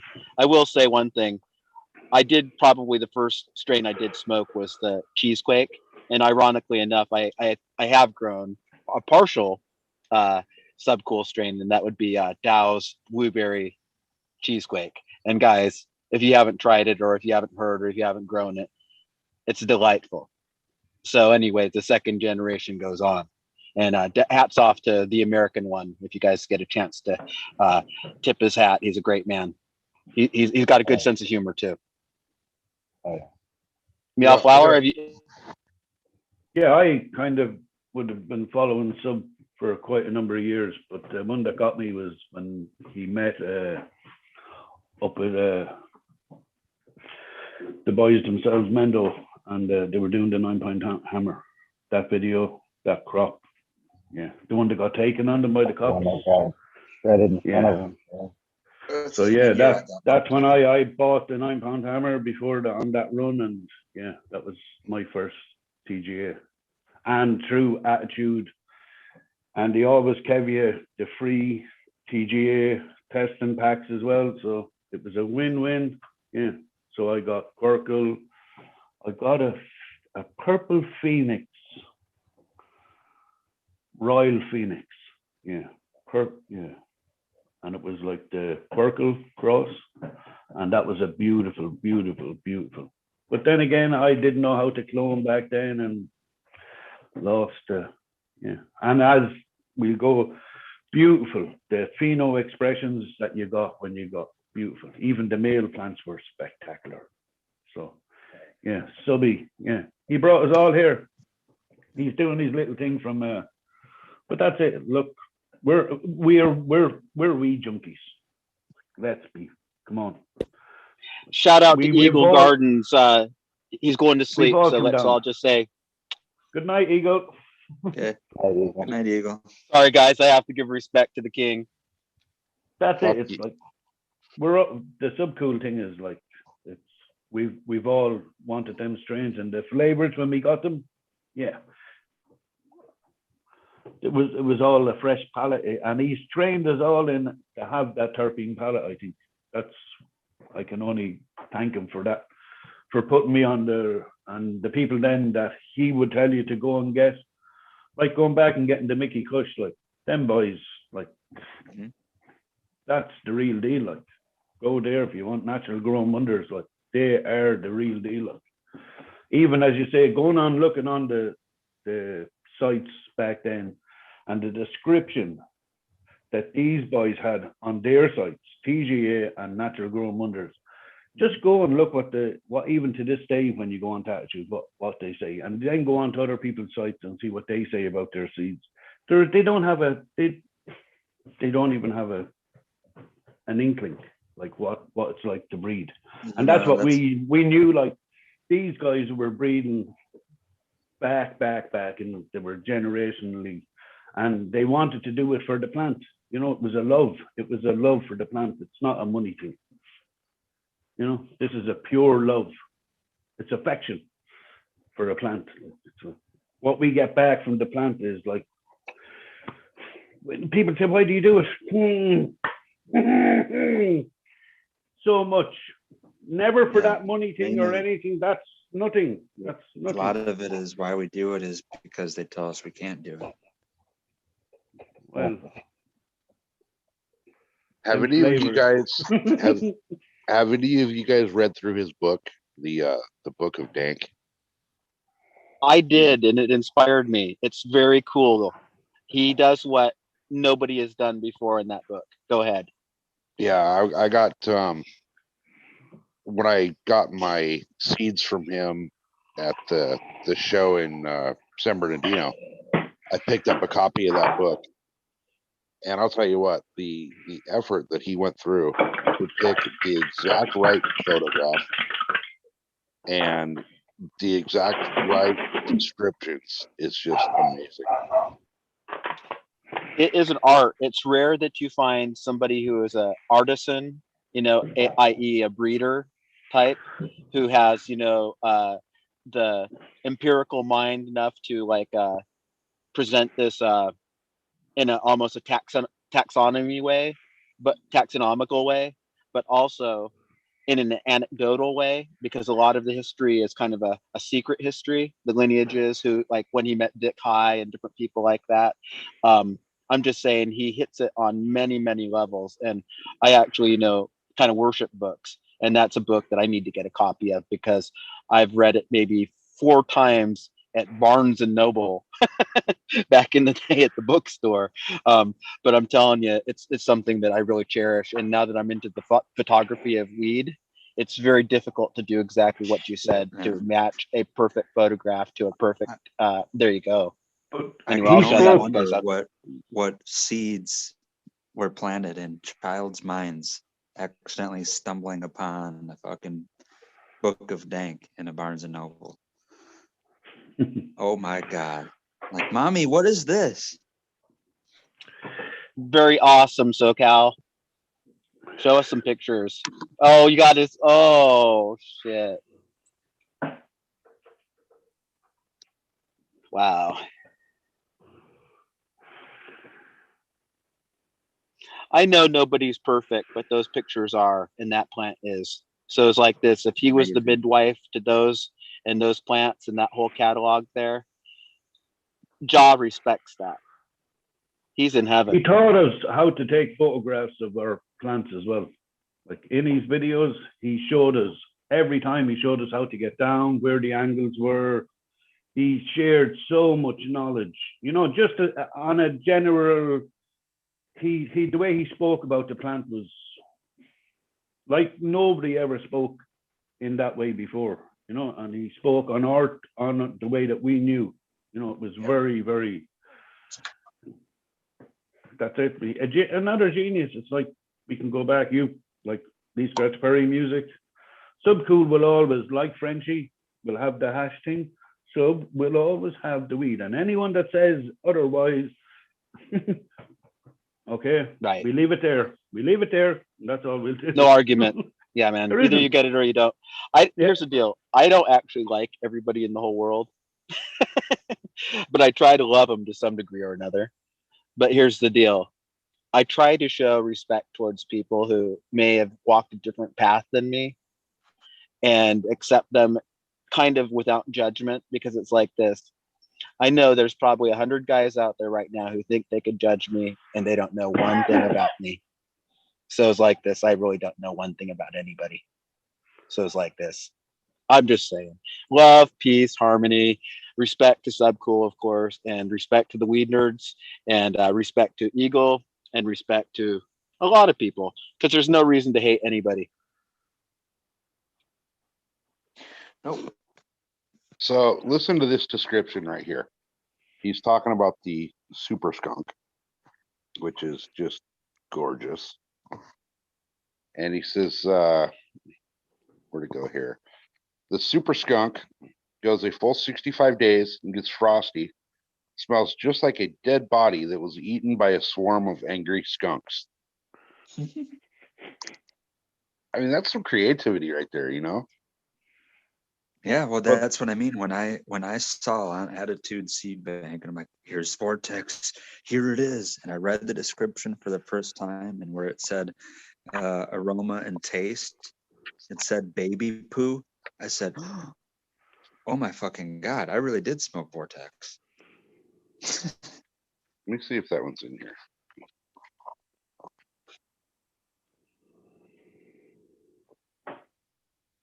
It's not. And here's hats off to the many breeders Oh, out there, future breeders, people who are trying to do their first seed increase, their first cross, they're, you know, trying to compile a seed cattle or a vault of their own, a collection of their own, do their own selections. I say, if you have any inkling to make that cross, do it today or as soon as you can, and make an intelligent one. But let me tell you something. If somebody like Sub can do it, if somebody like many of the people, there's Magma Seeds out there. He's a great man. It looks like Mila Jansen is in the house right now, saying good morning, the Hash Queen of Amsterdam. Love you lots. Good morning. And Good morning, Mila. yeah, big respect. Big respect. I'm gonna shut up. Pleasure to have you here Boom. on the very Boom. first inaugural Ali boom. 420 takeover. Oh yeah. Cool to have legend watching. That's worth a dab. So, Red Pills, this look familiar then? Oh, hold on, let me switch to your screen. Yeah, I think that was the one of the 3 pictures that were the advertisements on Attitude. Yeah, that's the Vortex. Mhm. He's got a full, let's see, it's like a full 2-3 page thing about it. But even in his book, he goes down to the same kind of breakdowns you get on the from the seed banks. I'm torching up, guys. 80-20, it's 50 to 55 days, varying phenotypes, short to medium, perfect for scrog. You don't get that information from the other breeders out there. What other breeder has a book of dank? And Those tells pictures are each like gallery quality. That's the thing also, is they'll blow up. Those pictures will actually blow up to be as big as, a poster on a wall without losing any definition. Yeah. So that's an art in itself. You know what I'm saying? Is genuine 35 millimeter photography, right. or 30, SLR type of photography. Here's something. I think it was Meow Flower. You were talking about Corkle earlier. Yeah. There's his, his layout on the Corkle. It's just beautiful. I mean, absolutely beautiful plant. The purples, that was my first time getting like a real purple. Now we've had purple haze in Amsterdam, but this was the flavor, everything was like, yeah, and the geno expression between the two that I got was like spectacular. And those were all grown under HPS at the time, no doubt. all So we're HPS, talking about full expression, underground conditions, illicit or all underground. 600s Yeah. at the time. Yeah. Interesting. So, Buddha Boy, you say you've never had one of his in your garden? I had a cross. That was all I've had, was the one from Dow recently. So yeah, I really am an infant to him, but it's like this. I've always been receptive to it. It's kind of, I just ran in a different circle. There was one lady who was growing, who used to live on my hill. She lost her property and had to move into more uptown type of distinction. And I never got on her list. So it's just the way it happened. Well, I'll tell you I what. didn't experience it. I have a pack of the Jazz Queen seeds, which are the ones that he threw off of the stage at that event. If you want them, they're yours. Oh gosh, SoCal. That would be really an honor, and that would be awesome. And I would try to do a seed increase from it, even though I'm a novice, kind of it would be my second project or third project. But I would try to further those seeds if that were the case. Maybe we'll contact one another sometime. Yeah, if you want them, just DM me the info to get them to you, and they're yours. That would be really cool. I'm humbled by the prospect. Really, I anytime anybody offers me seeds, honestly, I take it as it's a way you're in my heart, because it's like this. I don't have much of a collection, honestly, but I do a lot with what I don't have. Well, this is that's a beautiful. Yeah. Sharon is caring. I'd rather give them to you than let them continue to sit in the drawer. No, I would put them right on my roll out on the solstice list. I would put them on December 21st. I'd start the soak, and I would have them going again. So we'll be in contact. I do appreciate the thought and the sentiment as much as anything, though. SoCal, that means something.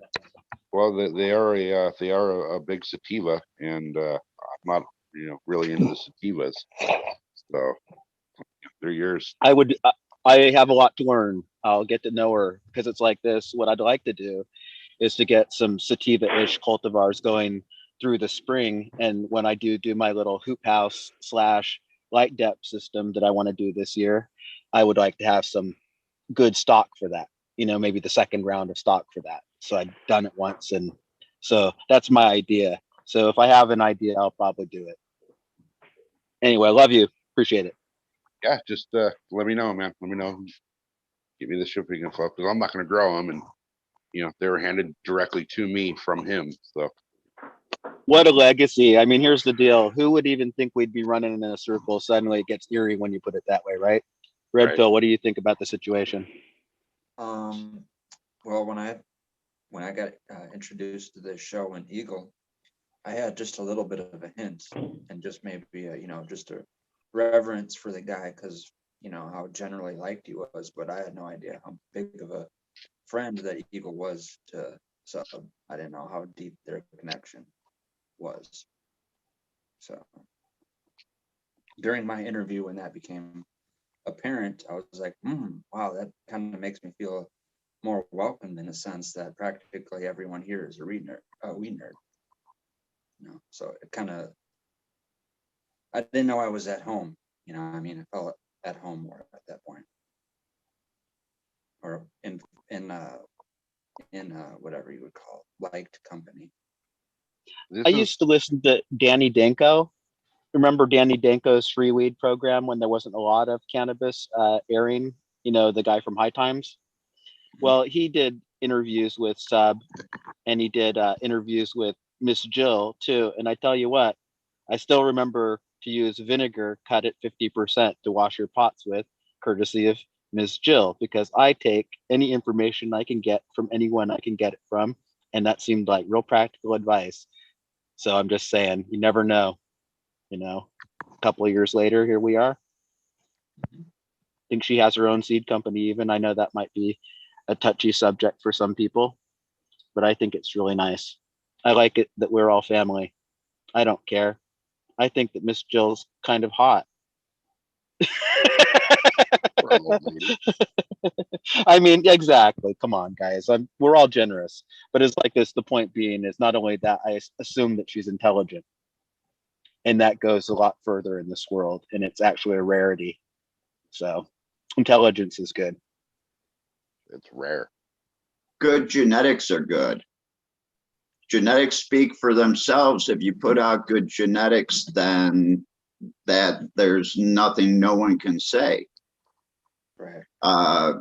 You know, I don't speak much about Subcool because we'll just say Michigan and Ohio, and we both ran different types of strains. So I did have a few packs of his older stuff in my collection before the state of Illinois ended up with it.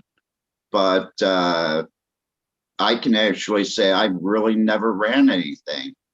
And 9-pound hammer, it doesn't hit me like a 9-pound hammer. My Afghani mango hits me a lot harder. But, you know, mad respect for him and what he did and what he started in the community. You know, it's pioneers. It's the people that built medical cannabis for us all to have these shows. Because without the medical states and the medical cannabis movement, we wouldn't be able to talk, you know, 20, 25 years later openly about cannabis. I wouldn't be able to.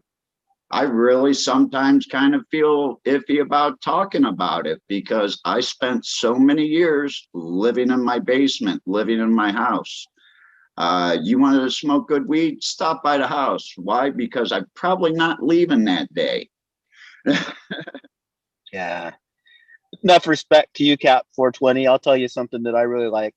I like the sativas that give you the energy. And I tell you what, I actually grew out some Sure Biker, which is from Karma Genetics. And the Sherbet was a Gelato 33 crossed with like a 40 something. Anyway, the point being by the Biker Kush. And that shit has racy sativa-ness in it. And it kind of surprised me because I was like, what the fuck? I expected it to be this like, you know, 70-30 indica type of thing. When in fact, it's probably a 70-30 sativa type of thing. And you know what? I sure do appreciate that. And here's the deal. I like to let my genetics go long. I'm sure you're no stranger to that, having been in Thailand recently. It just fits my natural rhythm. And I'll tell you the thing about that plant the most that I like. It took everything that I threw at it, didn't curl a leaf, barely burned a tip, when other ones kind of faded and faded out and this and that. So it's like this. Am I going to adjust things for the super plant, or are I going to adjust things for the non-super plant? I'm not going to adjust a thing. I'm just going to try to seek out more super plants. And I don't really have any plan at all. So it's like this. That's the best plans I've ever had. But I'll tell you one there's thing. There's nothing wrong with doing that. And like, say, if you got enough, whatever, let's say if you kept, you know, whatever, you go through 10 or 20 batches of seeds, and that's how you're mainly picking the ones that you want to keep. That's what you do. You pop a pack of seeds, grow them out, and then you actually keep a clone of your favorite one out of the batch. You're doing that. You're doing it the ones that are easily grown in your environment, that are sturdy, strong, blah, blah, blah, that kind of stuff. At some point, say, like, if you want to, like, say, you know, got enough space for 10 of the moms that you're keeping, you got to cut it down. Then you can pick from preferences that you have for, like, the effect or taste or smell that you have out of the first one. So now you have For sure. you have- Selections are important, correct? I have something to say though. You know, when I started off, and there's people out there today, like if I was in Thailand and I was only able to get one really good pack of seeds that I knew that were stable, you know, we took those and it was like, okay, I know 2 other growers, they're growing this. It's like, okay, give me a clone of what you're growing and I'm going to seed it, because these are the seeds of life for us, because this is the only pack I have. We know what it is and we can work with it, because without this, we don't have any more seeds. So in the beginning, when I was buying packs of seeds, like you were talking, when, you know, subcool strains, you got 2 phenotypes, you got 4 phenotypes, and that was it. These are the genetics I like working with, because you don't end up in the F2s with just a big array. You have selected ones, and then you have the elites. And then you have ones that you just call out because they're just shit.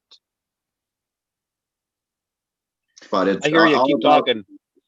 It's all about working with stable genetics, and Subcool worked with stable genetics in the beginning, and you could watch the progression as it goes and as the industry went with cannabis. And you could see the difference in the strains he started to breed with, and the flavors and stuff like that, and a little bit higher THC. He was following the market strain. As it was changing, his strains were changing. It's just a perfect good breeder. Yeah, he was definitely riding a wave. You know, not a lot of guys were riding that same wave.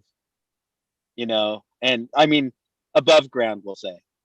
Obviously, there were people in the infrastructure. We wouldn't have the chem dogs, the OGs, the sour Ds, the, you know, bulletproof hazes, whatever. You know what I mean? It's like people have been working these lines for a long time.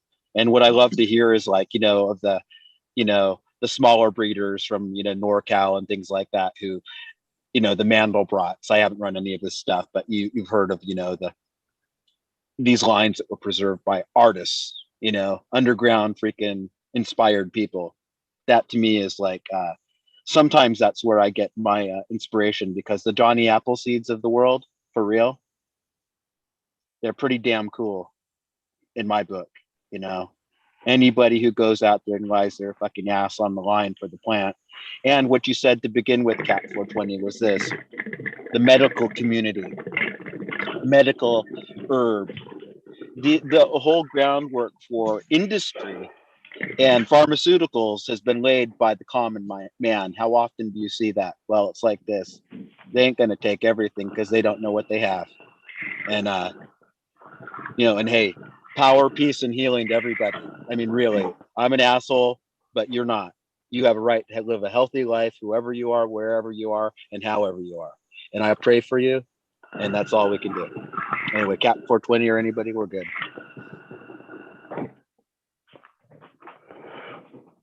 So what's everybody smoking on tonight?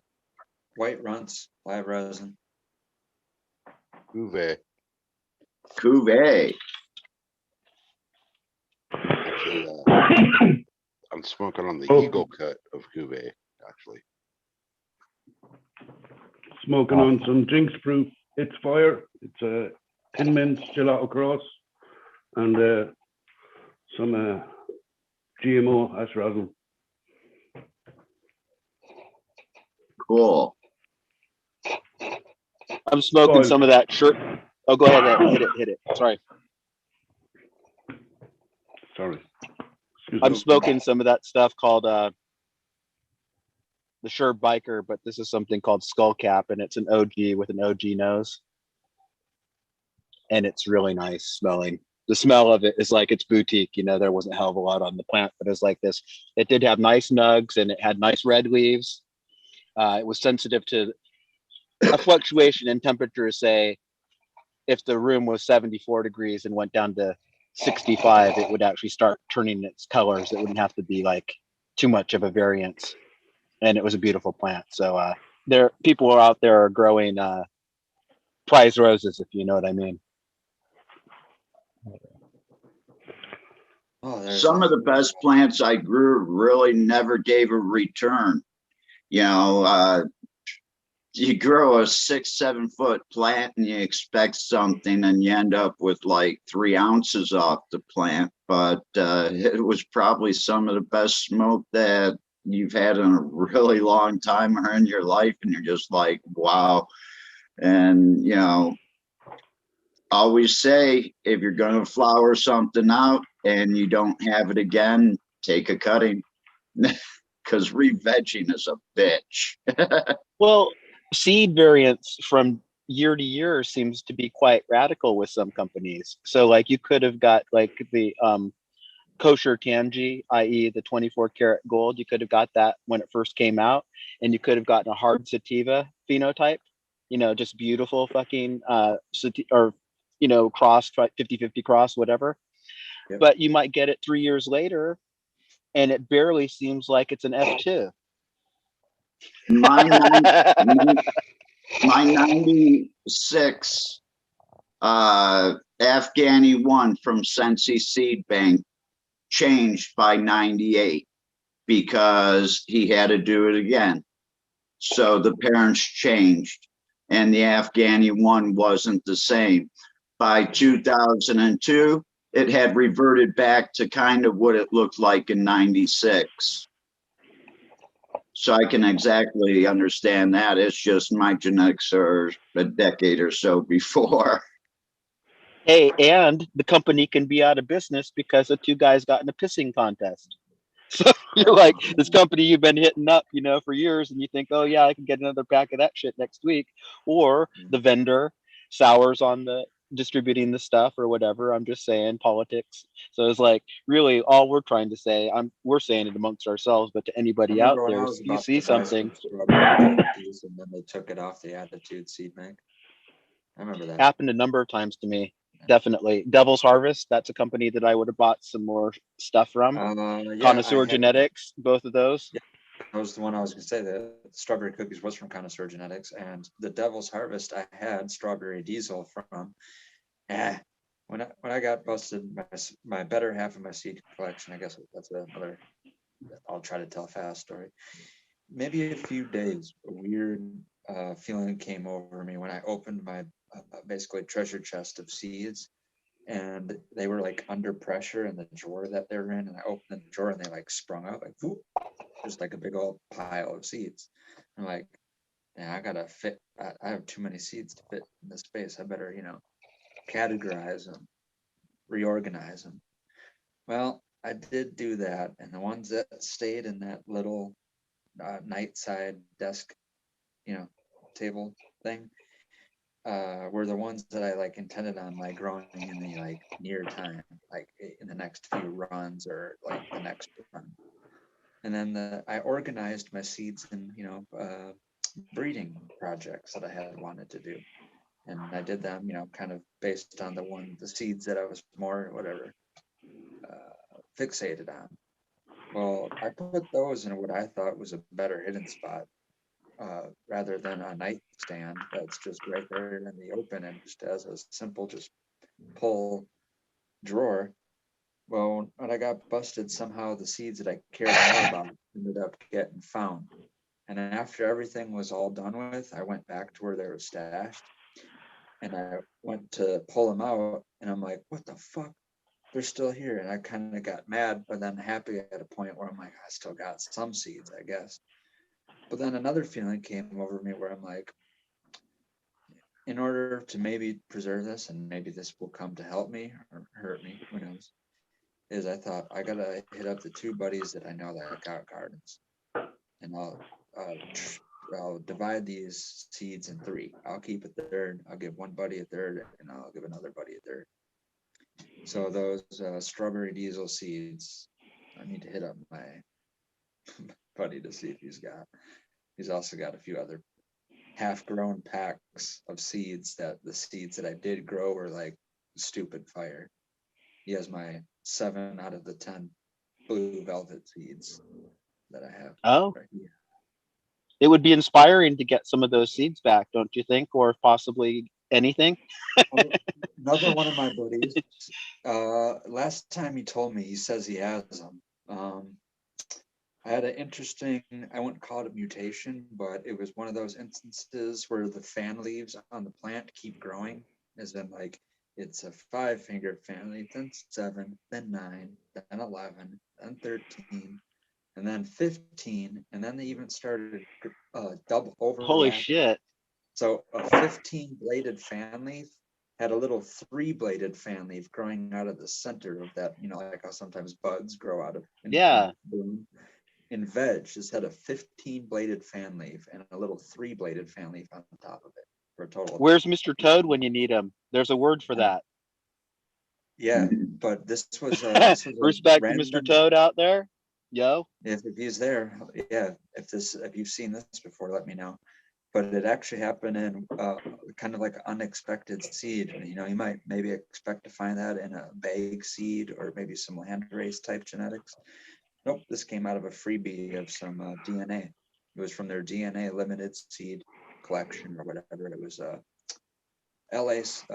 LA Confidential cross with Snowcap.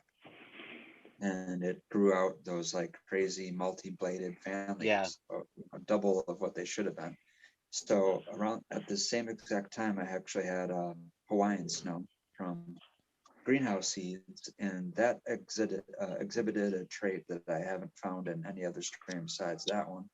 Notice that 2 of these plants that I find unique traits in both have the word snow in it. So the Hawaiian snow, that had a great terpene profile. I came about that clone because this LA snowcap thing that I had, one of my buddies seen it and he said it was the craziest plant that he ever seen. And another, I guess, Sorry for that. No, it's cool. A third person that we knew. That's a whole nother story. But he had a garden too. And the thing was, for my one clone of this plant, he was going to give me a clone of everything he had in the garden, including my buddy that introduced me to him, seedlings that he didn't have space for at his place that he gave to him, which were like Northern Lights, Cheezel, the Hawaiian snow. I can't maybe think of all of them, but the only one that he basically didn't give me from his garden, I told this story too, was Chem Dog. I think it was Chem Dog 91 because he didn't specify it indeed. But that he was like his beloved thing. He didn't share it, what he said. I gave him the best cut of something that, was unique enough that I think, anyways, it was fair. Well, anywho, Red Pill. What's up? I'm just going to say one thing. I'm just kind of sampling the weed out of the bag as it dries. So this is actually just perfect right now, ready to go in the thing. But I'll tell you something. You know how it is when you let something go to the right length of moisture to dryness, and then another flavor comes out. It gets terpier. Somehow it mellows out already, and this kind of fruit can come out of an OG. That's what just happened to me. Was like this amazing taste just hit me, and I actually say it's too good for me. But anyway, you go ahead, son. I'll continue on, but my one thing that happened with me, I grew a strain like that. It came out straight oranges on the plant, like a tangy or something like that. And in the cure, the orange went away and strawberry came out underneath it. I'm like, oh yeah, it's orange. I'll trade orange for strawberry. Cool. But it was just interesting that one terpene left and the one that came out, they were both fruit terpenes that, to me, oranges and strawberries are pretty almost on the opposite ends of the spectrum as far as fruit flavors go. But the Hawaiian snow that I had, the whole plant was covered in like a velvet like fur. The middle stalk of the plant felt like a pipe cleaner. The leaves were so smooth and velvety, like perfect for toilet paper out in the wild. Well, that's a natural plant thing that other plants have coatings of. It's actually a trichome. They have a word for it, pelosa, not to be confused with Nancy Pelosi, but similar spelling. Anyways, it's a headless trichome. It's basically like a follicle-shaped hair-like trichome. But anyway, this entire Hawaiian snow plant was covered. The whole thing was fuzzy. So my plans was at that time I had made one or two purposeful seed crosses, and then I had made a couple accidental ones too, of course. Well, that Hawaiian snow and that LA snowcat were supposed to be my first feminized cross, because I wanted to see if I can make both of those traits come out on one plant. Find a plant that had 18 fucking bladed fan leaves and the whole plant being fuzzy as a teddy bear. Never got to happen. I forgot to get that off. Yeah, never got to happen because that's when I got busted. There was the 2 strains and all those other clones that I lost. I was just gonna say, how did that go? No, But you can just not even preface that with shitty, kind of. We love you though. That's a good story. A few months or a year into having a cloner. Like the whole reason I told that story is because you left off with the cloning a plant. If that's the one thing that the only resource you have, trying to keep it. And I learned that lesson with a lot of fucking shit that went past. I'm like, well, there it goes. And then I finally got a cloner because of that, because I was like, when I mentioned those seeds being confiscated and the seeds that I had that I kept and seeds that I gave to share, a lot of those that got set aside, and especially the ones that I intended on breeding, were the ones that I spent money on. And a lot of the ones that I grew were because I was buying through Attitude were freebies. And like I said, I got a little carried away with the fucking seeds at one point. From point of probably 2009 to 2013, I would say I probably spent like $6,000 or $7,000 on seeds. Woo! But anyways, along with spending that amount of money, $400 to like $700 per purchase, 4 to 5 times a year, you get every free seed that they'll give you. You get like 20 free seeds or more. So every pretty much seed that I grew, because I set the ones aside that I spent money on, were all the free shit. And believe it or not, a lot of that free shit was fire enough to have kept a clone, missed out on that, and then I'm like, well, fuck it, I'm continuing to pop these free seeds. I'm buying a fucking cloner. So I maybe had about, I think, 6 to 8, maybe 10 different strains cloned at that time, plus popping new ones to find. That's when it all came crashing down.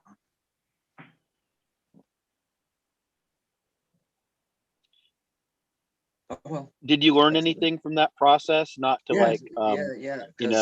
go through any great semantics about it, but go ahead.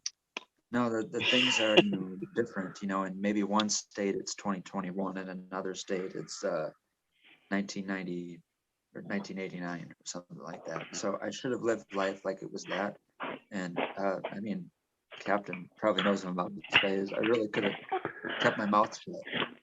Let's live like it's 1999, guys. Let's party like it's 1991. I've got a quarter, 1989. I've got a quarter bottle of water here, and I think that if I drink this, I'm gonna get incredibly drunken. I'm gonna chug it. I'm gonna just chug this water and get high on fucking water. Yeah, so I should have kept my mouth shut. I showed off too much. Okay. I should have let. Hold on. La vida loca. I should have let the crazy water. Because it came down to the point where people were like, "Oh, dude, hey, this is pretty good weed. Did you get this from so and so?" And they mentioned maybe a person I referenced in an earlier story before. Person I was getting vacuum sealed packs from. Blah blah blah. Anyways, they're like, "Is this weed from so and so?" I'm like, "No," because I got so cocky. I'm like, Come on, man. Give me a little bit more credit than that. I fucking agree with that. Right there is when I fucked up. I should have been like, yeah, dude, it's from so and so. I just keep my weed in a glass jar because it's more fresh that way. The worst thing that happened to me, you know, if something can happen to you, I allowed happen to me by opening the door and letting somebody through who didn't belong there, is they relieved me of a whole harvest. And the legend is they went down to the local bar at about 20 below zero at bar break. And it was actually kind of a Native American bar, so to speak, predominantly. And they handed out like several bags of, you know, my weed to anybody who would take it. And that there was actually a bag of weed left in the parking lot there for the last person to get. So I was just thinking, it really could have gone down a lot worse for both me and my weed. It went to good people. And it was just ironic the way it became a big potluck because somebody like screwed up and left the weed in a cab or something like that. But can I say I appreciated it? No.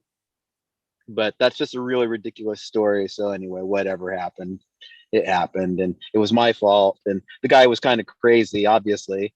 I didn't want retribution, really. I just like the guitar back that he took and the violin. But you don't get those things back either.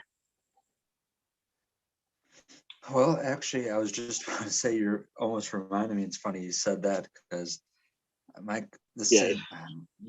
cousin, the same person I just referenced, and other person who I worked for, the first plant I ever grew, similar setting to letting people onto something that I shouldn't have. I thought I was doing myself a favor of, but this is in high school days. I don't know how many of us were growing in high school, but you have plants, or a plant in this case, and you have a party in your garage and you have neighbors that complain about the noise. So everyone's plan is to just ditch and run and shut the fucking door behind them, leave the plant inside there. So the first plant I ever grew with the intention of harvesting at the end, there's a little Quentin Tarantino wrench thrown into it. We literally partied around. Fuck that light schedule. I don't know what that fucking shit is yet. We got black lights. We got Christmas lights. We're partying. We're high school kids. We're downing bottles of Bacardi and Grey Goose. We're drinking multiple 30 packs of Milwaukee's Best. Going crazy, right? So anytime we get spooked like the police are coming, we shut everything down, put the plant in the fucking garage, and just run, scram, right? Well, I think it's cool. These are all my buddies. Well, you know, and we're so young. People that ended up taking this plant don't even know the whole harvest time. They took a plant that's like 3 or 4 weeks in a flower. Somehow we didn't throw that light schedule off. I don't know how the fuck that didn't happen. Well, anywho, I figure out down the line where this plant made its way to, and because it's so small of a circle, and I have family friends, and my buddy that took it from me ended up taking it to someone that's like a multiple generation family friend of ours, and he's got a cousin my same age, and he's kind of I don't know. Anyway, we don't have the same relationship I do with my older cousin, his generation's friend in that family. I have better connection with him because my dad's best friends with his dad, family friend, like I said.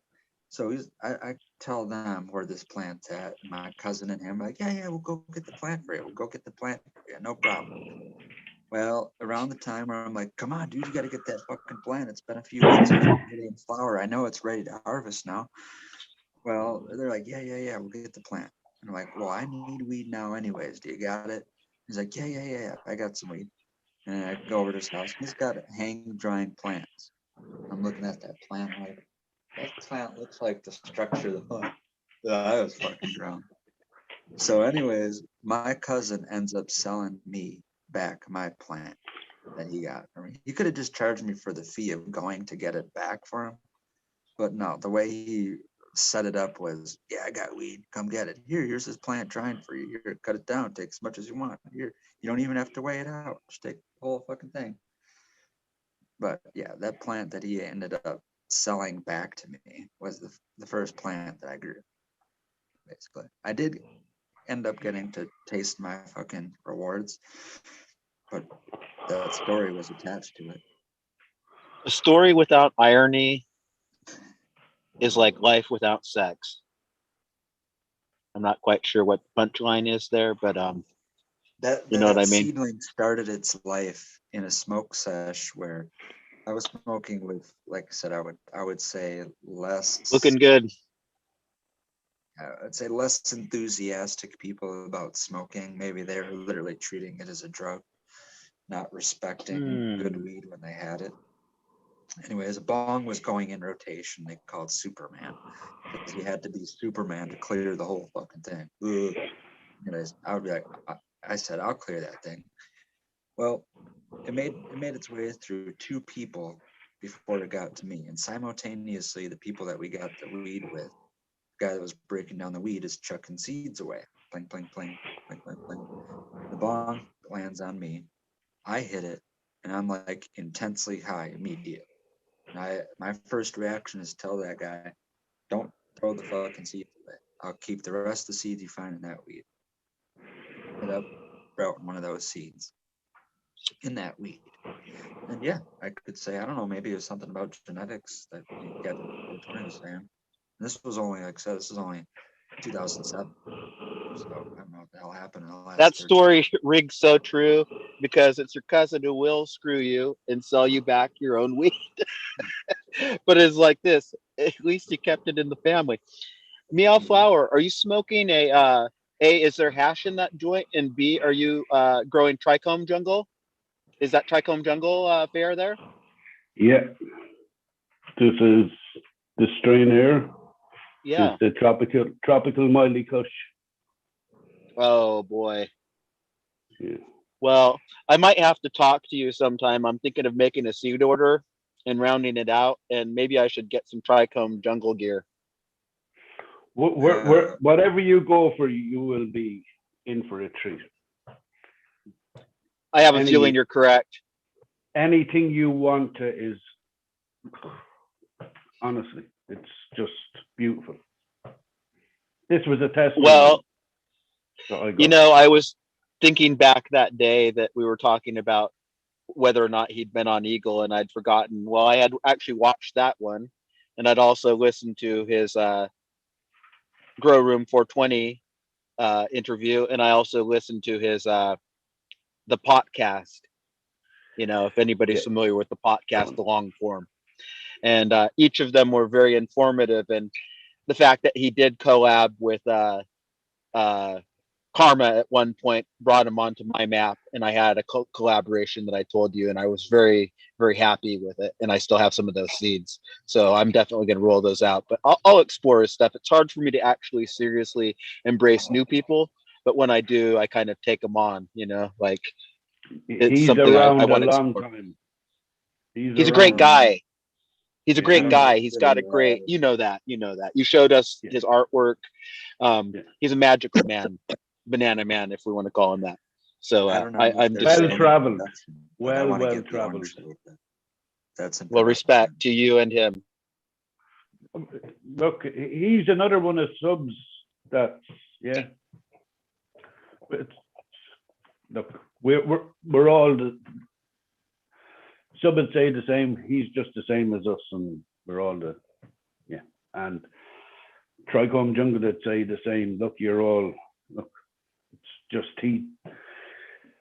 you just had to have big balls back in the day, and like let's go back to Miss Jill and that, like a girl in this industry. We had Mila in chat. Them girls, ladies, the mothers, like, you know, like Miss Rose, all these ladies that have pioneers of, you know what I mean, as much as the men, and we should, you know, we're just human beings. we were blessed this evening to have the presence of an angel amongst us, and I would say that would be Mila Jensen. So here we are, and of course, she knows Eagle's address, and where to tune in. But that was a real honor, because I remember seeing the photographs in magazine of her back there in India when she was about 19 or 20 years old, with her red checkered shirt on and her farmer pants and her big backpack full of flowers from, like, not the Khyber Pass, but somewhere exotic. It could have been the Khyber Pass, but it was like this. She was so beautiful. She is so beautiful. What a human being. That's a lifelong dedication to the herb, also to what we call entrepreneurship and creativity. Her story included fashion and having a few shops in the day. And I'm just saying, as somebody who actually can conceive of what that means, she was really in many ways ahead of her time, and a modern woman, and remains so. And her habit of the tobacco and the hash, I know she's kind of put that away, but she still does smoke the hash. So I love that lady, and a lot of respect to have her come through here, because she's a piece of history, but she's actually living history, which is like hard to say without. Yeah. Go ahead. Without going royalty about in the hash scene of, like, she's, that's it. And you gotta praise them, like, because look, listen, all our male egos and all that stuff that we have, that we all have, the crops that we, the planters, and they've all shown us the way how to collect our trichomes, Yes. Miss Indra comes through here too. You remember Indra? He comes through the chat on occasion and says hi, just randomly. And that guy is a genius, we wouldn't know about John. Yeah, that guy is a terpenes. genius. He's very threatening to people in a lot of ways, because his knowledge, I think, is probably going to fade down the road. But it's like this. He had the balls. Go ahead, guys. I'm sorry. So the education that we've got. I'm just saying, I'll pass the torch when it comes to that, because not like I don't even know how to phrase it, but I think there's a lot of propaganda when it comes to that, and how bad hydrocarbons are, and a lot of people said things that aren't true, and to make it seem like it's the devil, but it's actually not. It's really an efficient way to make really high cannabinoid, high terpene medicine. You do it right. Yeah. But like Subcool got the words from Indra, he's educated us, put the words in our, to educate us. It's like this is a knowledge, like we'd know nothing like about the terpene profiles of cannabis, really. Only for Sub had somebody else educate him in that, like, and it's all from going to the cannabis cups. You go and you meet people, and they are handing knowledge. Like, we laughed at Mila. I can say I laughed at the lady going to wash that plant that you were after spending all that time growing, and you're going to put it into water and ice. Are you fucking mad? It didn't make sense. Couldn't comprehend it at all. Till then, go to Morocco, and they'll only beat the finest hash at 4 o'clock in the morning when it's freezing. You know it, buddy. Okay, so I had a moment of clarity and a big kick in the balls. Yeah, there you go. You laugh now. Go back and where did you get them bags? Okay. Yeah. Unbelievable. That's so fucking cool, Meowflower. I wish I was there in Morocco in the 3 o'clock hour of the morning, because it's like this with the stars up there and the beating and the sift, and it's right there on the ground, or on the whatever they gather it. I mean, what a poetic fucking moment! What a timeless moment in hash history. So if I ever get to achieve my off-grid, well, I guess, I don't know, off-grid in the 21st century definition, but part of that, yes, I want to get to a point where I want to have permaculture outdoor cannabis that's acclimatized to wherever I'm growing, that I also use and breed for hash production. Old school. That's the thing, is that when I think of the efficacy of BHO, or in whatever way you want to call it, making an extract with a solvent, that's modern day stuff. That's what that's what we can do when society is rolling as it is now. But if all the lights go out, you got to revert to what life was 100, 200 years ago. Well, then you have to have, if you depend on extracts, then I hope to God you know how to make good hash when the lights go out. And that's the way I think about it, because I would like to live a little bit more self-sufficient, subsistence, my own, taking care of myself in that regard, obviously, along with more things, just with my own medicine.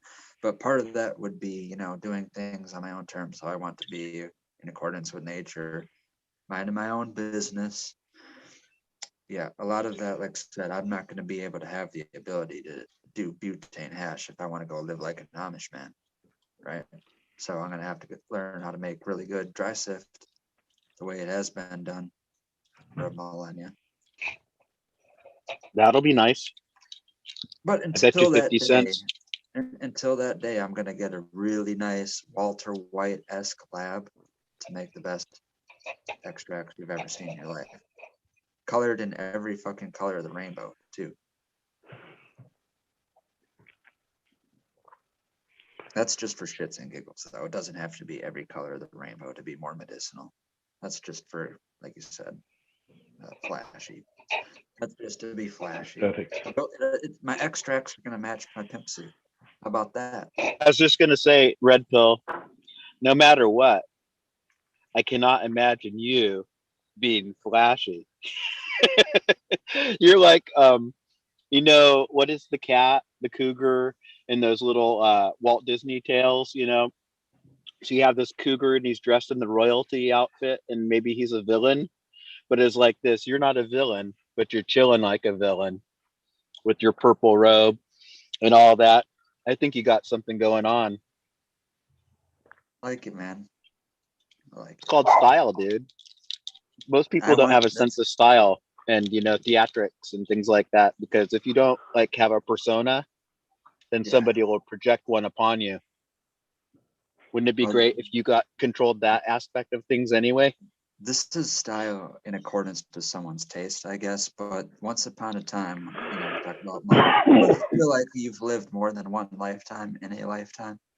I've already referenced this once for my beloved love for MySpace. Oh, the MySpace days. I once had you can fucking dig this.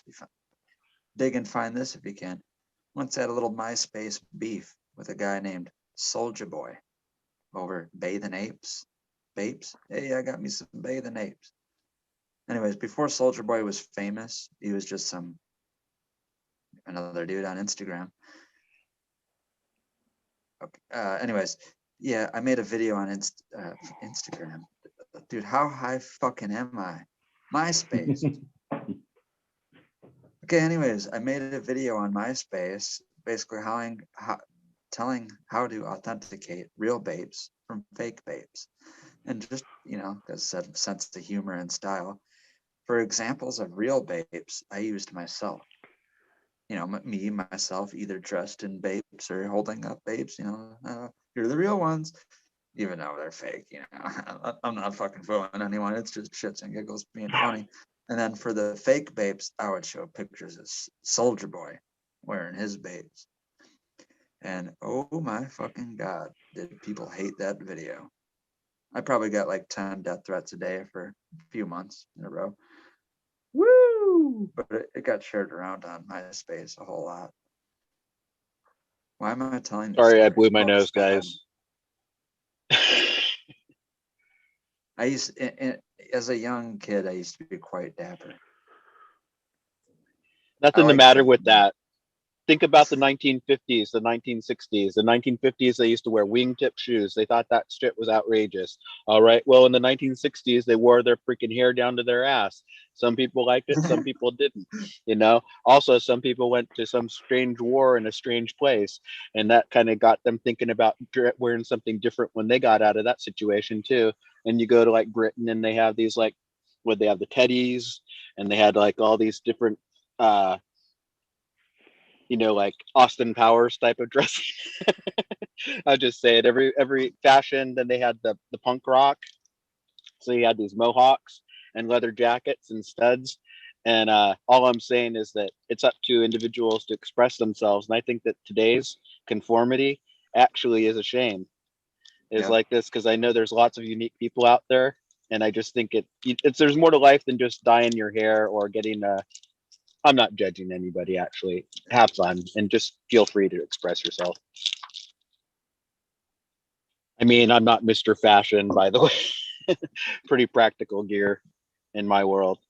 It's below zero out right now. It's gonna get down to maybe not 15 below tonight, zero. But at any rate, guys. That's chilly. So you got to be prepared. So what I have is this is like a nylon layer. It's a wicking layer, but it's not cotton. And this is a polar fleece top. And I'll pull on an outer layer that's pretty thin, but I'll be fine. But I'm just saying, you got to think about what if you got stuck out there for a couple hours. You'd have to keep moving. Yeah. Yep. Even Well, at even at 20 below or something, you can still freeze. These guys crashed their boat. They tried to repair that shit. Look how thick they were. They didn't even get to make them right size. Didn't even get to make the tops right. They just wanted to get the fuck out. Then they caught on fire.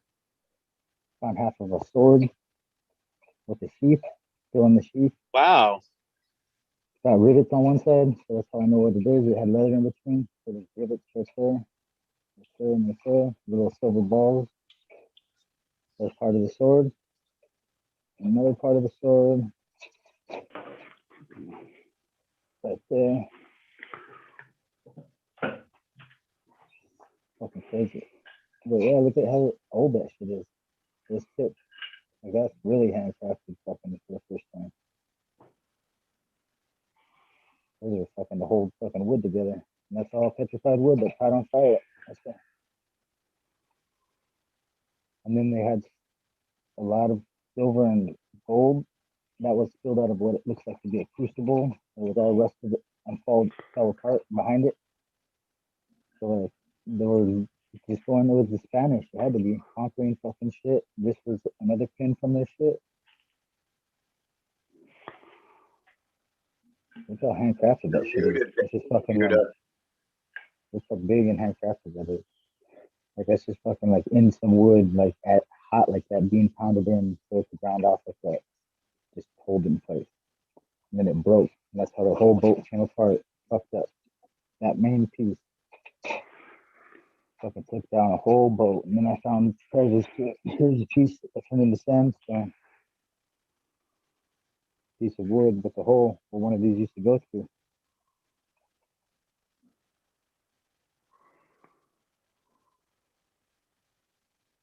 It turned to fucking sandstone because the wood fell apart with the water. It was crazy.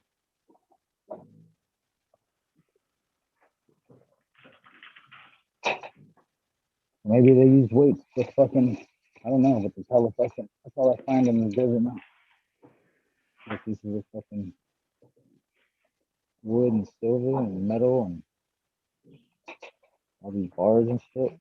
I don't know who found the rest of it, but I need a metal detector and then the weed nerds got a fund. Well, we get fucking money. Now then we get money. Grow weed. Discovered shit. Oh yeah, here I discovered coins too. What the fuck am I not showing you guys those? It looks to be 3 different coins right there.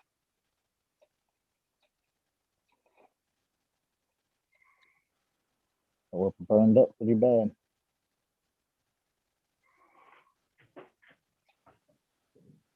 We're way far apart from the rest of shit.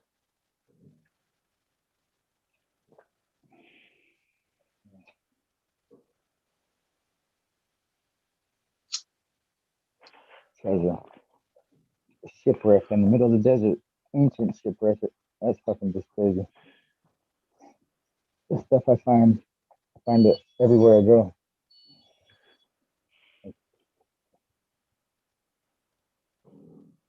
Those coins may be able to clean up if you put them in a glass of Coca-Cola.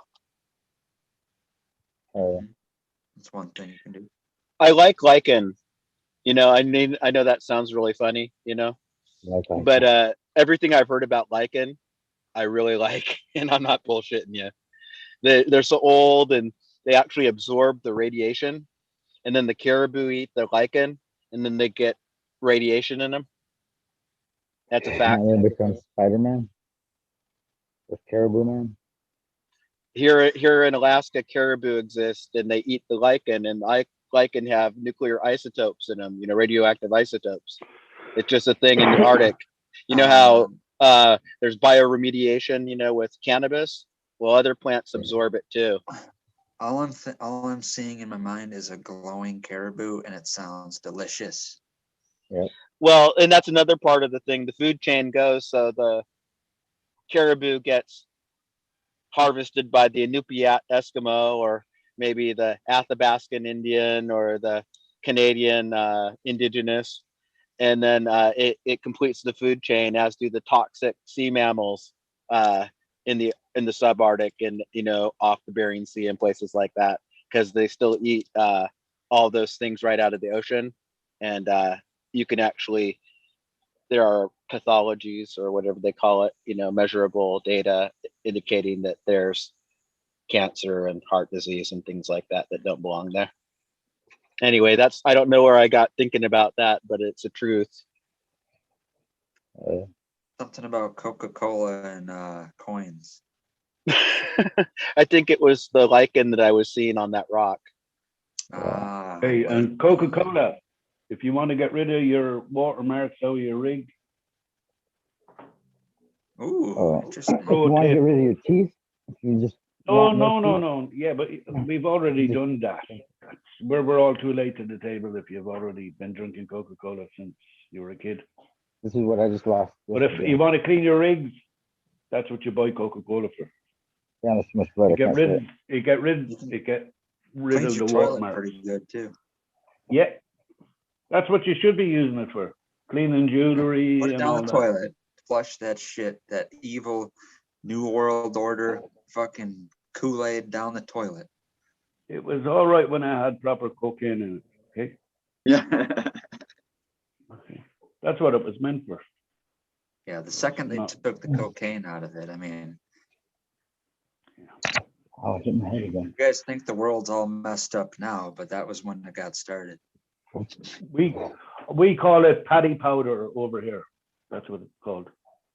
Paddy well, powder. It's I'm not even innocent. like, I drink this Red Bull, and here's the deal. Not all the time, but, you know, regular enough to know that I have preferences and flavors, and I can tell the feelings that I get when I have it. And if I start drinking one of these, I can sip it over an evening. And, you know, maybe I started it at, you know, 12 or, you know, 10 in the evening, and then maybe it'll go to 4 in the morning, but I'll keep going till about 5 or 6. And if I just keep sipping it and I leave it over there, it doesn't lose its fizz overnight. So it's got to be evil. So anyway, all I'm saying is everybody picks their own poison. I'm a coffee head. Coffee and cannabis is really my thing. I like the African varietals and all of that. But ever since this, with it? no, listen to me. There's actually, ever since this, I used to be a coffee shop hound. Like, that's what I'd do, sitting there and do my computer and write my poetry and fucking drink coffee and get stoned outside every once in a while. But now I can't stand people, and I can't even entertain the idea of going to the coffee shop that I've gone to for the last 20 years. And everybody's died who I ever liked in this town, other than my family. So with this isolation, it's more like I'm just boycotting town. They can just all fuck off. And so I don't get my good coffee anymore, is all I'm saying. Love you guys. What I'm gonna So tell I can you, get Red Bull though. I'm gonna tell you that about something about your Red Bull though. Every can you buy allows the grandson of that company to keep on the run from Thailand because he ended up hitting a cop in Thailand with his Lamborghini and dragging him like 300 meters. But he was What only an going asshole. 50 kilometers an hour, but he took him 300 Because he meters. was all hopped up on that Red Bull. Well, you know what? I can't make excuse for industrialists, but it's like this. They also sponsor 2 Formula One teams, which should be like the ultimate in decadence. But I kind of like to watch those cars go around in circles. So I'm sponsoring a lot of evil when I get a can of this, that's for sure. But it does actually. Don't Somehow it got. I've been drinking it for like 20 years, not all the time, but they've been around that long in America. And it's like this. I can think of a lot worse things to drink.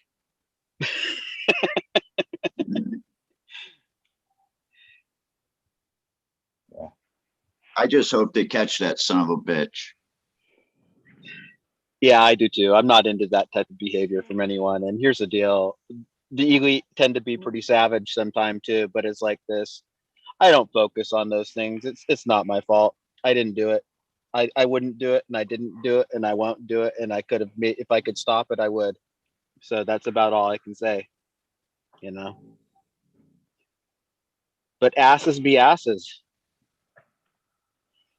We're talking about So 15. upon that, I'm gonna have a nice little puff here. One more, maybe winding things down for me, I think. Yeah, I got a Whoa. question. This goes to anyone. It actually sparked it with the African coffees. All right. Anyone in all the land race talk about strains that they hear floating around? Mhm. Where I first heard about this and where it's peculiar to me and where it interested me is in Rob Clark's Marijuana Botany. He gives like, I think there's 6 different varieties that he gives general descriptions on and illustrations on. One of them is Kenyan. And other than that reference in Marijuana Botany, I don't think I've ever seen anyone claiming they have land races from Kenya. Anyone here?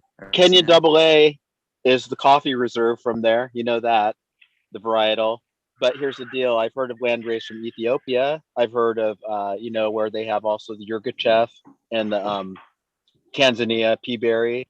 And, I'm just saying all over Africa, they have the things. So there's no reason why they wouldn't have it in Kenya. They have soil. Well, if I ever get to talk to Rob Clark, my number one question, even at the time if I ever do get to ask him, if I remember, I hope I do, because that's besides him, that's the only reference I've heard. And that's one of the places that's like the most intriguing that I've had heard of, but I've never seen anyone have obtained. I have a friend who may or may not have been dodging the draft in fucking Africa because he was an elite prick. But here's the deal, not that reason. He was that despite the fact. Anyway, I respect the guy, truthfully. He was in Africa during the early 70s and late 60s, and he got to smoke with the pygmies. He was in this pygmy village. He took a BMW all the way around, Africa, and he had a great time. But here's the deal. He smoked weed with the pygmies, and he said that they would stay up late into the night, and they would jump up and down, and they would dance and sing. And this weed that he had tried, and he tried a bit of it himself, was electrifying to him. And he could say that this was a part of the people's ritual, their routine, their daily life, and their sustenance. So all I can say is there must be some pretty awesome. I know I sound kind of funny when I presented this, but it's like this. First of all, my friend went to Africa and he experienced this back in the early 70s. And it really seems like it was a magical moment. And I want to have moments like that. So, right? Respect, So I had a buddy that I think it was from White Buffalo. If anyone's familiar with there. He was testing some seeds and they asked him, they gave him like a list. It was one of their males that they crossed all these West African, South African varieties. One of them was, I think it's Lesotho, or the little landlocked country. Yeah. One of them was there like, dude, get that one. So he asked for that one, but ended up being sent the Namibian variety that they had. I got to try it. It was very floral in a sense, like it reminded me of a flower because I'm not familiar with it. Didn't pinpoint it exactly, and it was like, what the fuck is this? You know, I couldn't name what flower it is, even though I know I've smelled it before. And the closest thing I was getting to was like cattails, like a very cattail-y or some like wild flower that I've smelled before. But yeah, pretty fucking good, I have to say. Red Pill, I have a weeds that is good, but no one here would have been like, oh, look at that bag appeal on that weed. No, it didn't look good. But it's right. I have Ghost Train Haze crossed with Somali Taxi Ride, which actually has Malawi in it. No Somali plant. Yeah. And I'll tell you something. It has that kind of eggy type of smell. You know what I mean? Kind of like I've had that too. You know, it's a little noxious a little bit, but it's like this. The high on it is really wonderful. Mm-hmm. And the other pheno was much more beautiful, but less remarkable. So it's funny how the one that has the hybrid vigor may not be the one you select, even the one that's kind of gangly and has a lot of bud sites, and you know. So we're still on that theme. I'm just saying that for me, it's intriguing, but after having had it in my room for let's just say about a year and a half, I kind of let that pheno go. I got one more bag to smoke of it, but it's like this. I'm going to make room for something else or throw out some new seeds of that and do a different selection. One of the best batches of weed that I've got that didn't have a name attached to it was actually getting to meet up with one of my cousin's old buddies. My cousin's 9 years older than me. He has buddies a couple of years younger and older. And part of the reason why he's such a big weed head is because of these friends of his. Well, one of them I got to see after probably not seeing for, I think, maybe at this point, 8 to 10 years in that time range, from maybe when I was like a 10-year-old to being 18. Well, anywho, I got to meet up with him again, seeing him at my cousin's, and he had 2 bags of weed. One was all purple nugs, straight up solid purple nugs. One of them was solid lime green nugs. Lime green nugs had that egg smell, right? Yeah. Little, I don't even know. Burnt rubber a little bit, you know, pencil eraser, whatever you want to call it. I've smelled on the OGs more too. On the burnt rubber, more on like literally like egg yolk frying in a fucking pan, like that kind of smell. Yeah, man. And the purple one smelled and tastes exactly like grape Laffy Taffy. Fucking delicious. And we hoarded that purple stuff, obviously. We kept that more for ourselves, and other people got the more eggy green stuff, except one of our buddies got a little bit of the purple. He loved it so much. I could say this name because it's not giving too much of an identity away, but even in high school, he was referred to as Hippie Jake. And Hippie Jake was lucky enough to get one of these purple nugs, and he literally knew at that moment. He's like, oh, dude, I'm saving this for a festival I'm going to with my dad this summer. I'm like, right on, man. And then it turns out he actually had the willpower to do that. He saved that. Hippie Jake. Well, you know that Hippie Jake is holding. So it's like this, you know, he's the friend to meet up with after school for the 420, so to speak. But I want to ask Captain 420 something, but he's actually kind of under duress at the moment. Sorry to bring attention to you, brother. I was going to ask Captain 420 well, I haven't seen him since he's been back. I just wanted to hear a little bit about his journeys, if he can summarize what he's saw a few shows lately, some things like that. Met Matt from SoCal, I think, is part of the deal there. That's really cool, man. I'm glad you're getting out and about. Yeah, it was nice to get back out to someplace warm, actually. Met up with Matthew SoCal out there, and because of basically Buddy Kilowatt invited me out to go see the Dead in San Diego. And, you know, I made the trip because basically every time I went to go to see the shows around here, I got screwed because I checked right before my birthday, actually my birthday weekend, for the show that was coming up close to me the following week. And all of a sudden from Thursday night to the day of the show, you had to have a COVID test. And the COVID tests here in Northeast Ohio were contaminated. So good luck finding one. And it took me quite a long time, but I found one in time to go to Michigan. As I got on the Ohio Turnpike, the van I was driving broke down. So I didn't make that show. So when Bud offered me to come out and join him in San Diego, it was like, yeah, warm weather. It's not cold. The ocean, I'm going. So I went out there and hung out with him on the off day. Got to see some flowers. Oh yeah. And, you know, In the San Diego area. In the San Diego area. Yeah, they have a reputation. They're their own. A lot of good things happening down there, I think. Yeah. You know, we smoked a lot of pot, and as you all know, I passed out on his couch. And then we went out and headed up to LA and went over to Masonic Seeds there in Hollywood. Yeah, man. And picked him up. He was gracious enough to kick down quite a few packs of seeds. I mean, quite a few. That's awesome, man. I'll tell you one thing just to do with that, and you can continue. I have a Clubhouse account, and he started following me. It's like this suddenly. Masonic is a cool dude to me.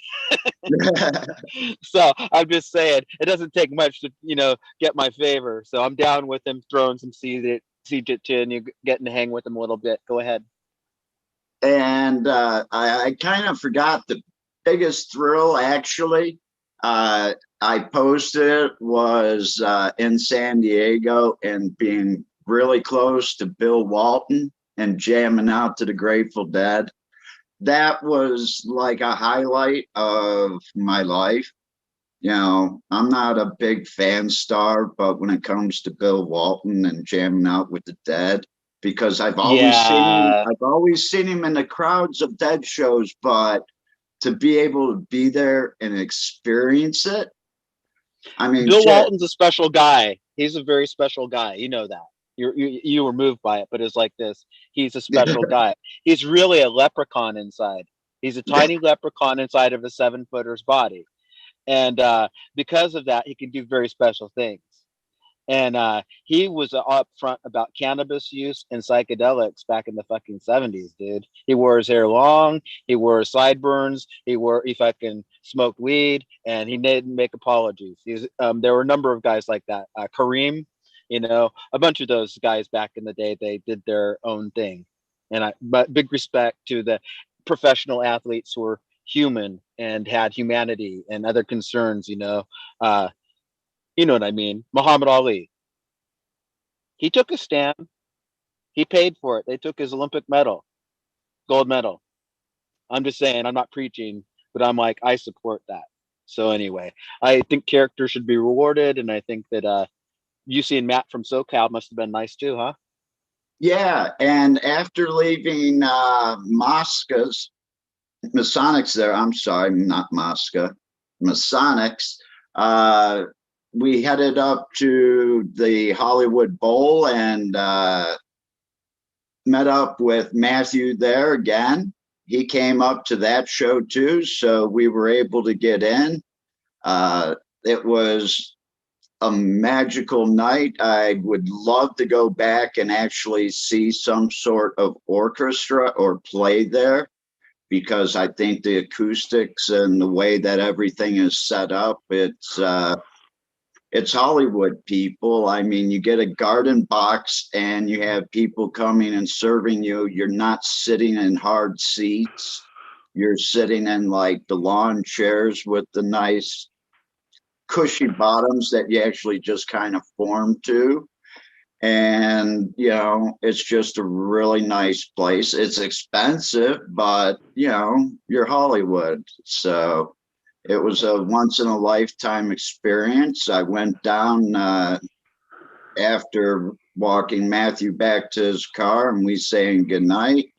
I finished out my night with basically a 1:30 walk of Hollywood and the Walk of Stars, because when my parents' house got robbed, I lost those pictures. So I wanted them back. So I did it again and drove back to San Diego and flew back here to miserable Cleveland. Well, here's the deal. The Hollywood Bowl itself has, I think have a recording, or I had a recording of the Doors live at the Hollywood Bowl, and I might have even seen the performance there. There's some iconic pictures of Jim Morrison looking pretty, godly, So I'm just saying, and you getting to walk around Hollywood and you being near Bill Walton, it really sounds like you had a special experience, to understand it a little bit. The special experience was being near Bill Walton. Yeah, man. Yeah. But no, the really special experience was actually going out to the West Coast, hanging out with really good people, dead family that don't have the West Coast groove. They don't look at you, smile, shake your hand, treat you nice face to face. And the minute you walk away, they turn around to their friends and say, that guy's an asshole. But a lot of times that guy's an asshole, but I can't make money without him. I was going to say, they're usually assholes from the beginning. So like, we weren't talking about assholes. We were talking about journeys, because you're going to find an asshole in every one of your journeys, I guarantee you. But it's like this, the best revenge is just to ignore them. And if they're at your side, you just got to give them a little space. But hanging out with Bud, all the people I met were really fucking cool. All the people I met in the parking lot were really fucking cool. And that made that trip special. Oh yeah. That doesn't always happen. So Sounds like no, it don't happen. You found it, you got it, you did it, you conquered the West Coast. I think it's cool to have that sense of adventure and those kind of bonding experiences with your brethren, because I think that's kind of something that we kind of lack nowadays, is even the trust to do so. I'm just saying, I've seen you come from Thailand, to Michigan, I think, to Ohio. You have a certain sense of mobility about you that I think that is actually kind of admirable, because it's called freedom. And if you have that freedom of mobility, you have that freedom of choice and a lot of things that but hey, you obviously prioritize that, so I can respect that. It's all about happiness in life. If you don't have happiness, you don't have anything. If you can't be happy, you're a miserable son of a bitch. You gotta love yourself. All starts within.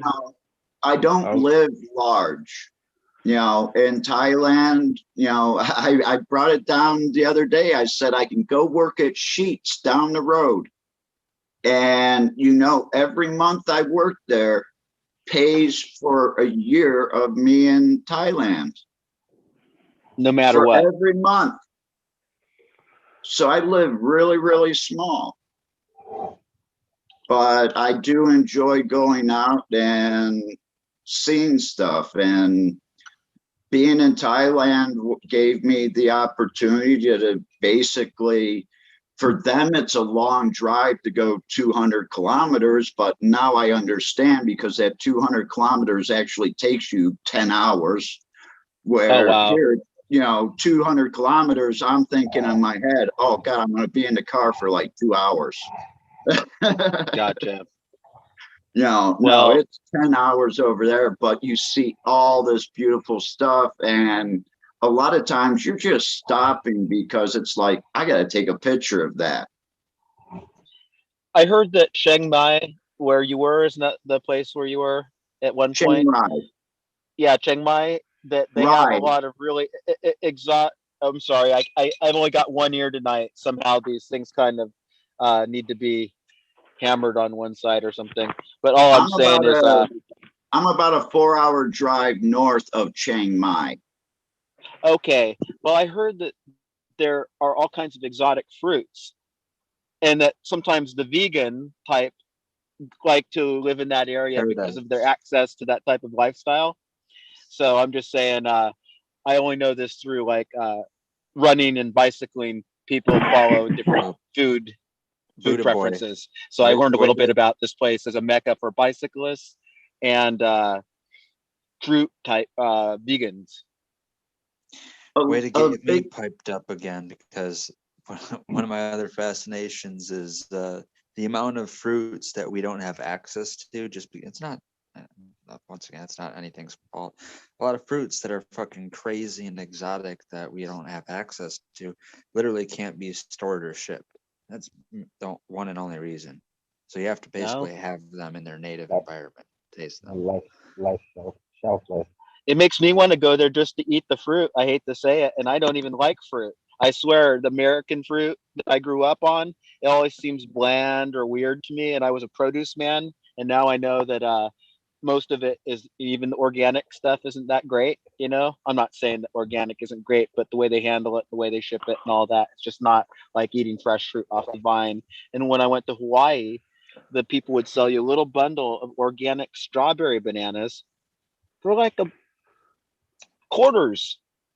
And I would like actually go running down the road in my jogging shoes. I felt so good about myself eating these tiny little bananas, and then come back to the coffee shop and eat my last little banana, and have spent like more on the coffee than I did on the banana.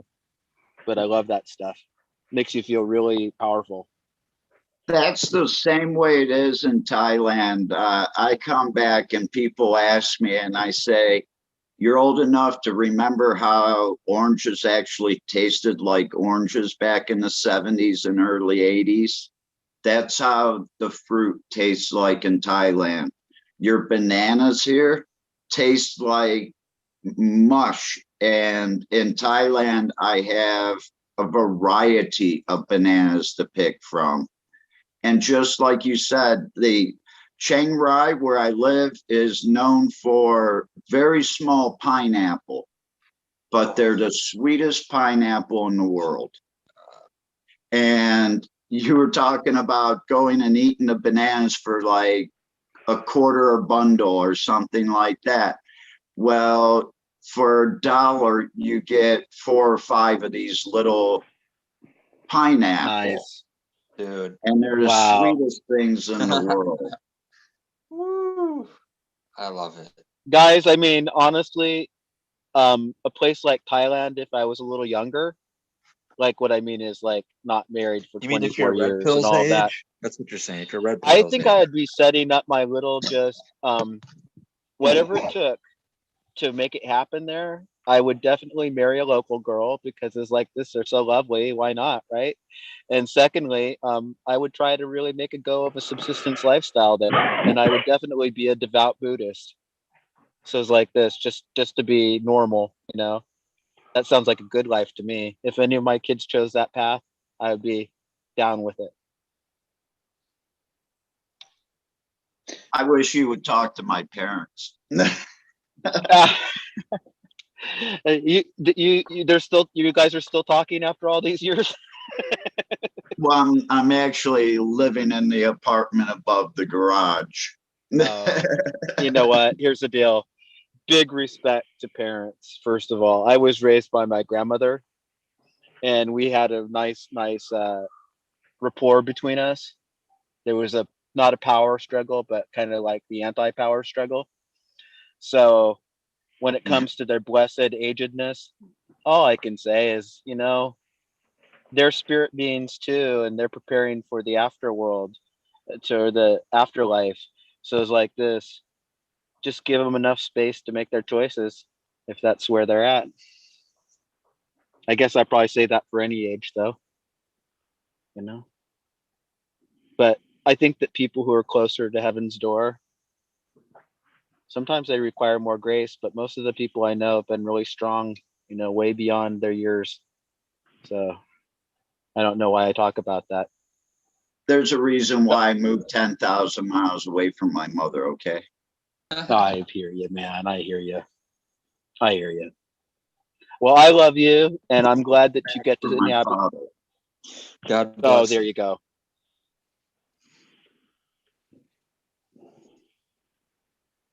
I'm glad you can be in a familiar space. I'm just saying.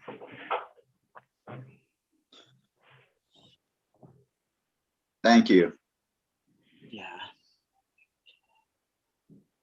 Yeah, it's a hard thing. I was doing the math because Meow Flower and I have been speaking of Lee Scratch Perry. He was a great reggae producer and musician and really prophetic voice who passed recently.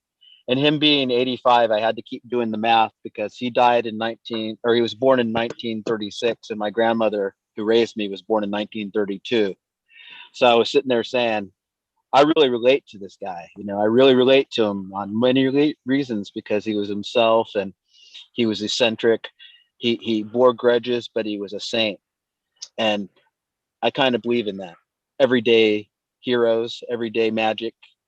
So when it comes to the old people in my life, I'd like to think they have that magic because it seems like they do. And when I was a kid, they certainly did have it. So I don't think they make them like they used to, though. That's why I like the old ones. And I also like the old cars, you know, manual transmission, you know. I'm just saying, not too many computers. I feel comfortable in a car I can drive.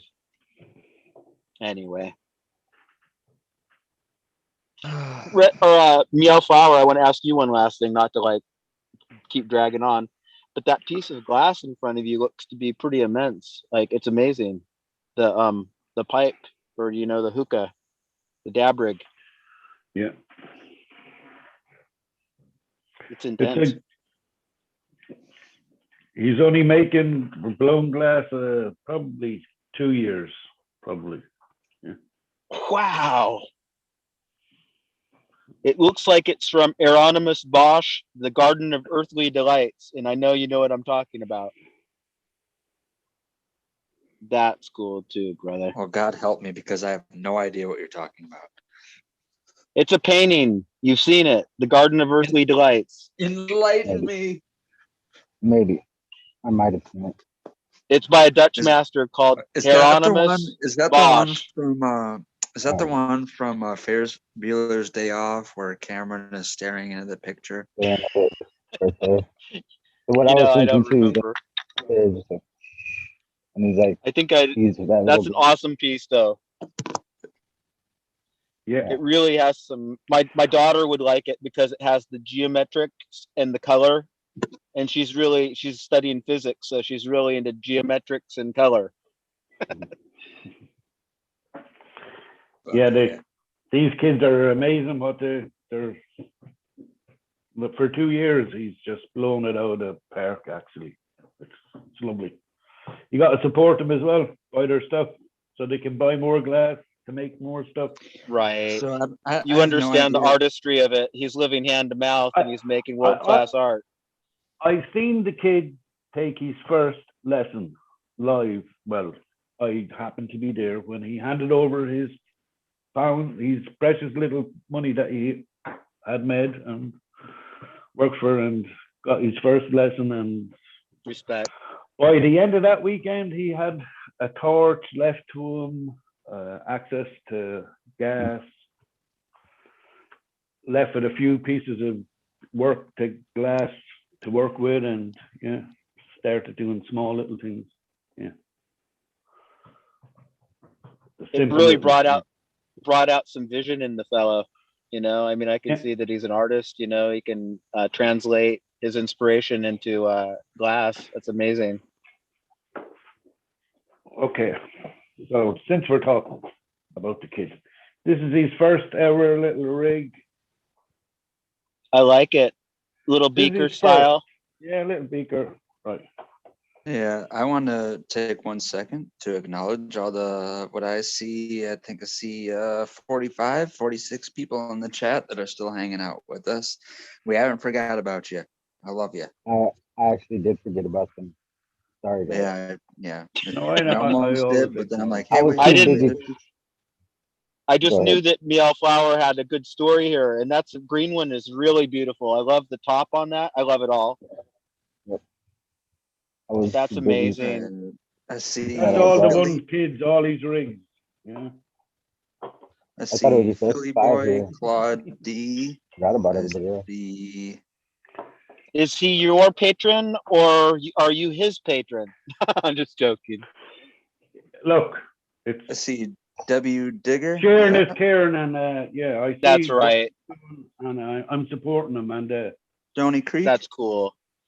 this is what Way you cool, do. man. Look, And it's so then you end beautiful. up. It's spiritual. Yeah, look. I'm just I mean, saying. Look, it's. And I know Buddha the Boy kids. So. is in the chat, so he didn't forget about anyone in the chat because Buddha Boy is in the chat. Oh yeah. Unless that's an imposter. No, that's the me. kid's But I'm little just logo there. trying to focus on this because I support this idea. He's a kid in Awesome. Belfast. Oh wow. Killing glass. So yeah, if anybody Yeah, wants to ceiling glass. go and support. Well, them. you Now said remember, that they were I before E except after C. CEILING. Ceiling glass. Chilling glass. Whoops. Yeah. Oh, I'm fucking up. Damn it. you know, Yeah, my daughter buys me glass, but I don't allow her to buy It's me not very great. expensive glass. But oftentimes it's crafted. But I don't think that people receive as much money as they should, honestly. And this one was made in the U.S. It just seems like she probably didn't pay, more than a certain amount for it, and it's probably worth more than that. Hate to say that. That sucks. People don't get paid with this. Oh, that's nice. Oh, that's really cool. I wish I could show my glass Dead off. lot, $35. Awesome. Oh wait, I do got one thing. You said dead lot, and I just literally said I wish I could show my glass. This is Oh, my that's first. a nice one.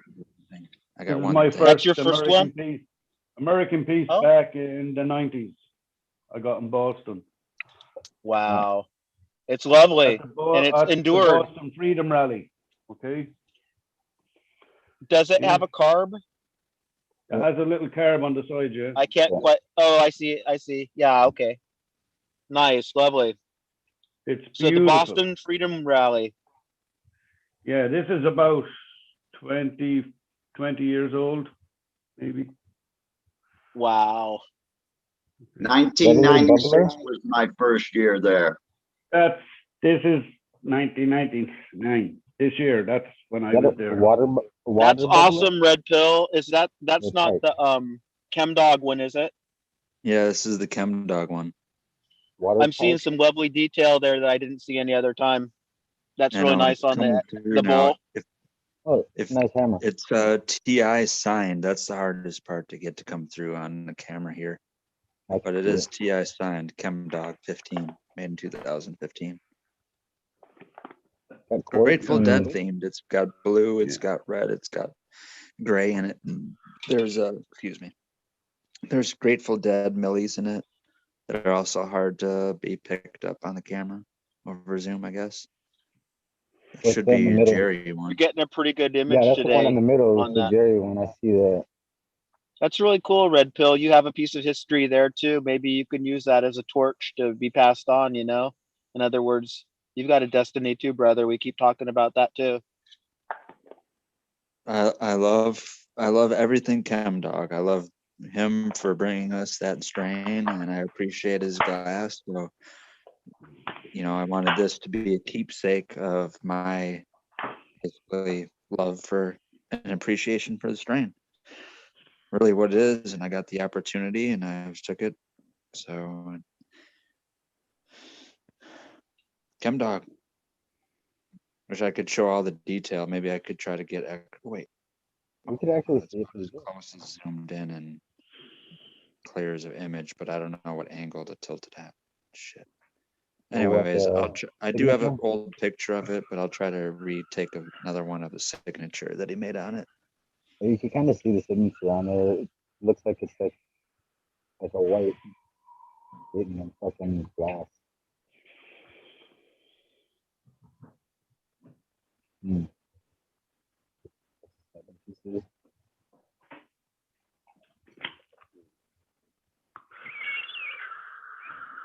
Yeah, my buddy that I met out in Colorado when I moved out to Colorado Springs, actually part of the reason why I picked Colorado Springs more than any other city in Colorado was because through my cousin, friend that I met, his cousin happens to be the proprietary creator of Silver Surfer vaporizers. And he's kind I of remember the noted in brand. That was like the Yeah. second biggest for a while, right? Or from Yep, Colorado, yep, maybe? No? exactly. For a long Yeah. time, he was in competition with Volcano. It was literally like Volcano and Super Silver Vaporizer. They were both like Coke and Pepsi in the vaporizer game in the mid 2000s, 2005, 2006, something like that time. Anyways, because it's a family hookup, I've been very early turned on to those Silver Surfers. So when I moved out to Colorado Springs, that's kind of the headquarters of where that company is located. And it's because it's a family friend of mine. I went out there and, that's like the one connect that I knew. Where did this fucking story come from? Oh yeah, the glass. So outside of that, I met someone. I used to go to a place, people or Colorado people that were around there around that same time, 2014, 2015. I used to go to a place called the Speakeasy. It's one of those cannabis lounges that they're not technically supposed to have, but they did anyways. It was jumping. I went there every single night from when I moved there in May of 2014 up until probably like October of that same year, but every day for months and months. Anywho, I met a glass blower. I don't know how active he is now because I haven't been keeping up with him, but SLO or slow_glass on Instagram. And he turns out to be one of the first apprentices for salt glass. You guys know that. So he has very same style and that kind of art. And I have a few rigs from him. If you know my Instagram, the little Instagram picture, that's a pendant that I have that matches a rig that he made custom for me on my birthday. And it unfortunately it's broken, but it made a clean break. It's a if you know like Voorhees and salt style art, he does like the beakers with the like mutant or monster heads on it. So that's what this was. It was like a little banger hanger beaker with a head on it with slime eyeballs and like a tongue hanging out, pink slime tongue, just like draping out like it had its bottom jaw removed. So the tongue's just hanging out, right? Hey guys, Well, I'm gonna interrupt. There's a song and it went from the 70s. It goes, I'm gonna dedicate this one to Captain 420. It goes, hold your head up, hold your head high, hold your head high, hold your head up, hold your head up. You got you got absolutely nothing to hang your head about, brother. I know you're just relaxing, but I heard your thoughts there and I love you. Buddha Boy, the dogs have spoken and you are disqualified from American Idol. That's just fine. You can fuck off, Mr. Fat Guy, or whatever. I don't even know your name. Simon, I don't give a fuck. Yeah. I'm sorry, guys. I'm just joking. Oh, boy. What were we talking about? I was really, and I apologize to anybody whose feelings that might have hurt, especially anybody had headphones on. If I could sing, I wouldn't try to sing under these conditions. Just trust me, it's not a good idea. Thank you, Buddha Boy, but I do have to get going because tomorrow is a big day for me on Potent Phonics because Breeder Steve's going to be on and a couple other people, and yeah, I wouldn't mind really sitting down and talking with Breeder Steve and you know, that's one of the people that if an opportunity came up, I wouldn't Yeah. mind working with in Northern Thailand. That's for sure. Yeah, go But, make some connections.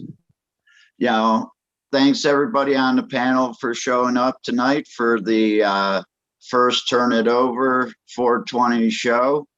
And hope everybody can tune in to Potent Ponics here in about 5 hours. Everybody in chat, love you. Wish I could be out there too, but soon I'll get a laptop fixed maybe. Peace and love. Get that power Right nap. on. Have a Good good to one, see you Captain. tonight. I know I had to sing and I just made him go away. I mean, that was really the opposite effect of what I was hoping for.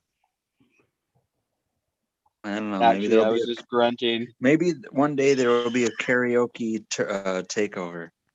We'll all join in. You know what? Anything that's good for a laugh, I support, honestly. Yep. Me too. As long It as it's doesn't not matter. too You gotta demeaning. take I that don't need to fucking make any chance. big jokes that bad, but it's like this. I think that a little levity is good. Livity too. Are we thinking of winding down, guys? Or are we gonna sit tight? It looks like there's almost 50 people out there. I'm at least going to a good 6 o'clock, maybe 6:20, my time. What's your time right now? So I think I think we ought to rotate a few people in if they're into it. Like Cheddar Bob's out there. Oh, well, Cheddar Bob, yeah, I mean, you're welcome to come. I haven't seen any alerts to try to let people into the room. But if you want to come in here, and if you got the invite, I should have maybe said that for the Hash Queen. Anybody, but yeah, it's the funny. Hash Queen is when it's besides Mila, it's her daughter. We've talked on the other show, bigger show. Okay. Usually it's her daughter when it says her name, and she's just like, yeah, but it's still the same shit. It's still the legend's daughter. Well, anyways, if you guys have been a former guest of this show, then you know you already have the invite. You guys can come here whenever you want. If you don't know what the fuck is going on, this isn't one of those times where I hijacked the show. Eagle actually did pass the reins on to me. This is what's called the 420 takeover. And it's going to be happening. You're going to see more people do the 420 takeover. What's going on is, you know, you guys like the show so much, the morning people sort of miss out. The AM crowd, the daylight crowd, they miss out. So the 420 takeover is to kind of compensate for that and give people a place to hang out in the WEedNerdWorld. So you guys are welcome. And this is the very first one. If you haven't heard that, I'm kind of making a big deal out of that because I like to do that for myself. But this is the very first 420 takeover of the WEedNerdWorld. Big pimpin'. And big on cheese. That, I need to come back on cam and do another dab for you guys because I like to, I don't know why, but when I'm sitting there tweaking and playing with my beard, I don't want to be stared at. And it gives me more free flow of thought. But when I do my dabs, I'll come on cam like right now. Sounds like Big Day 420 might be coming up here in a minute. Big Dave, hop up in here. That would be great. In here. Well, yeah. not anyone. We're just trying to keep the seats filled here and, you know, keep things fresh and not say things that are too stupid this early in the morning. That may come later. I was going for the really stupid stuff before people woke up again. I was trying to keep it like I was trying to get the dummy stuff out now so we can like, oh yeah, nice and bright and early and act normal later. But, we're just keeping this channel hot, guys. We're just keeping this channel hot. Yeah. This is like pirate radio right now. As long as we don't like insult, you know, certain demographics, we should be good at this moment. And really, I'm just going to tell you, my preference is flour over concentrates. But it's like this: I certainly don't mind a little bit of hashish every day. But I don't have it that often. I don't know what the hell happened to me, but I'm a concentrate guy. Strictly dabs in the dabbing form. Using this thing, you know, like, oh God, I'm doing something else. It's an entirely different drug that you need a torch for. No. Anyways, that's what I'm into. That's what works the best for me. Am I upside down? No, I'm reversed, dude. I got the fucking wrong camera. Wait. Am I? What's going on here? Yeah. Okay, I'm and when growing it here. says The only thing when it missing says from my equation There is you not go. the Here I Red am. Bull, but it's the coffee. Good to see you, Red Pill. there you are. What the hell? So in other words, what I'm saying is if I'm going to be doing this shift from now on, I'm going to have a thermos of coffee next to me, and then I can have a proper wake and bake. But the Red Bull isn't coffee. Never make no mistake about that. So every time I hear wake and bake now, I get catatonic stuck in my head. No, the only one. What? Kind of sound like the band? Yeah, wake and bake. Almost. Yeah, almost. The only time I've ever heard it right now when you guys said the word wake and bake.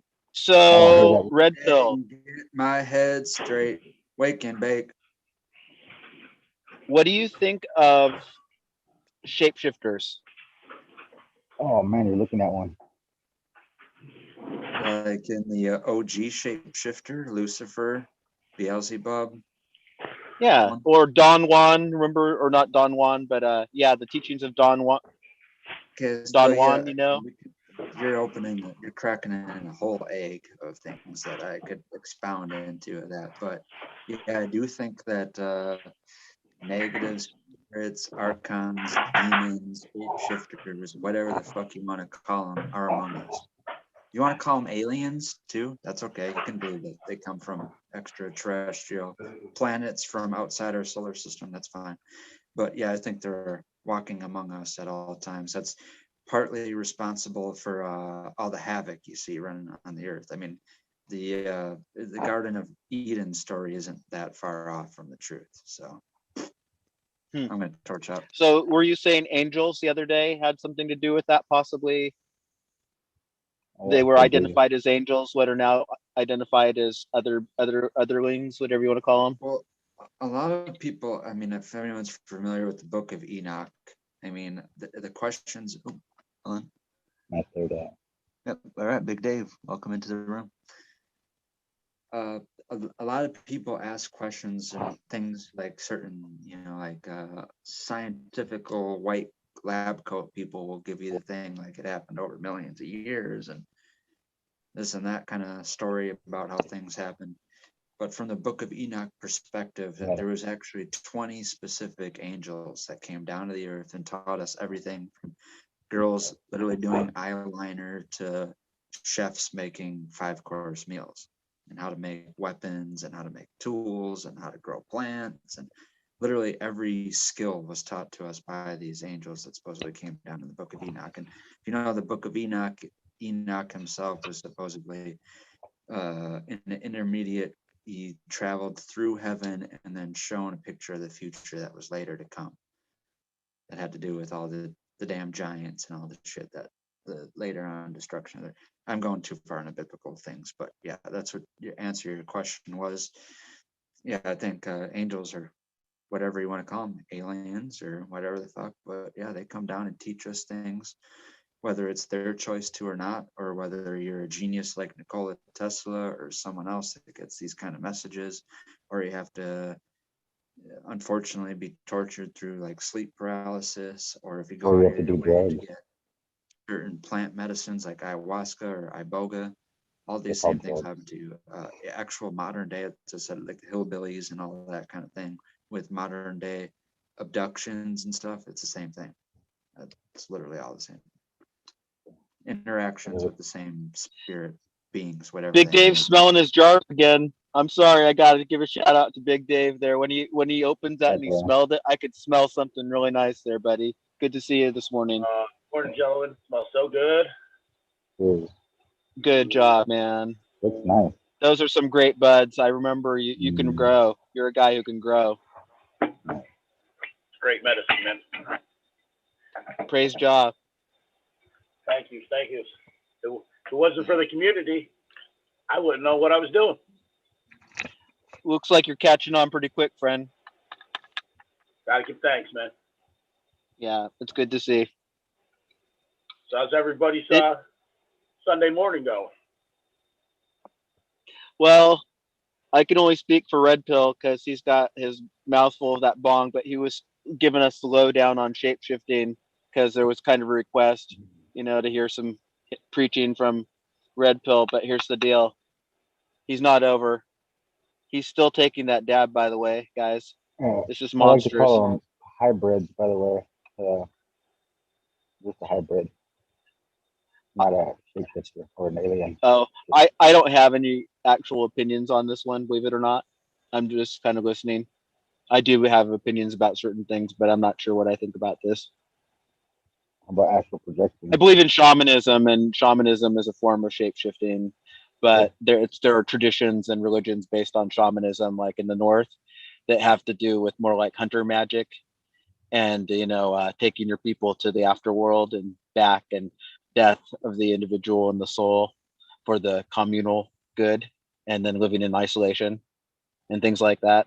So there are commonalities between shaman of the North around the circumpolar North that you'll see a shaman in Point Barrow or Point Hope, Alaska, having something familiar with like a Siberian shaman that has something in common with like a Mongolian or Tuvan shaman that has something in common with a Finnish shaman.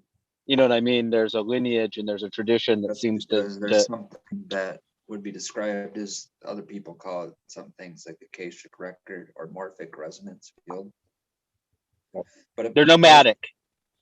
Too. Go ahead. I'm beyond sorry. Geographic location and time period. But no matter where you are on the earth and when you're born, you're basically encapsulated in a field where all that knowledge is basically airborne, like Wi-Fi signal, and our brains are a transceiver or basically a rabbit antenna to pick those Or a shits up. receiver. Yeah. We're just receiving our messages, the ideas that other people don't get. About some people go through them and resonate back bigger. Yeah. I believe that John the Baptist was a mystic too. You know what I mean? Well, I prefer the archetype of the wild man who lives in the woods and eats the honey and the locusts, and is a man of the wild. To me, is the one who I would probably follow his path before I followed the other guy. Truthfully. So they make the Jolly Roger after him. Near-death experience. Oh shit! That's what true baptism is. Near-death experience or baptism. Baptism simulated a near-death experience, and people would trip the fuck out. That's literally what baptism is. It's drowning you on purpose, and it simulates a near-death experience, and you communicate with God or the external, whatever's outside of where we are here. What about the ayahuasca? That is a shamanic experience. Am I wrong about that? Ayahuasca literally it's a serious like 3 shit. of the same things. It's a sacrament, the death, right? And it's a rebirth. I mean, there's a cycle. There has to be. So you open yourself up to a lot of pain. I'm not going to speak for anybody. I haven't experienced it, but I've experienced, deep things. I'm sorry, guys. That was a story. True, everything's different. So it's, and each person is subjective. It's all subjective to each person. Different. It's like all to your own experience will be different. Nobody's. Yeah. Everything's in the eye of the beholder. Yeah, she definitely takes you on a journey of rebirth, in a sense of, it's all that cleansing as well. What you do in that purging of getting sick is like your lymph glands all getting cleansed out, your liver getting flushed out. So it's all the toxicities of all your, up to that date since you were born, what you took in and what you need to, you know what I mean? You know what I mean? Yeah, we hold on to lots of stuff we need to get rid of. And that's what she does to you. She kind of brings you in, and you know what I mean? It's like that you're reborn again in a cleansing way, It's a way to move on and to, harness that. And I saw artwork by a Amazonian artist, a visionary, who did, I believe it was probably ayahuasca, but he was showing the spirits of the trees and all of the plants and their spirits, and kind of did it in almost an Aboriginal way, where they do the dots, but he had his own style. And I just thought of that connectivity, and maybe the medicine as a technology, for them to maybe do tripping, like actually going on to whatever planes there are of existence and changing time, and communicating with the animals and the balance of time and things like that. Yeah. That's pretty heavy duty magic. We can't even do that with our own society. Our computer can't take us there. Our this or that can't take us there, and these guys have lived in that reality for some time now. So it's fascinating to me from a fundamental point of view, not as a I don't know if they call it an intigen or something that creates the Yeah, but we all had you medicine ingest. men, in a sense. That's Like if it. you go back to That's the it. shaman, and in a sense, like we all had that in our society. Yeah. And it's only like through what's happened in like say the burning of the witches, or the the medicine. It's like the shooting, the messenger gets shot. Like the man that comes with the message, that shoot the messenger, isn't it? In a sense. So we've all we've lost vast sums of knowledge that's lost out there, and then it takes us generations to catch back up. So we're playing a catch-up game here. We had it. Lost knowledge. We've lost it. Now it's come back around. It's like, and now it's But it's not really lost. We just had different forms. Ayahuasca was in the Amazonian jungle. We had psilocybin. So we all just look back to Celtic network. Where's the visuals from that? Yeah. Go and watch. Where's all the into the Middle East? Where's their art come from?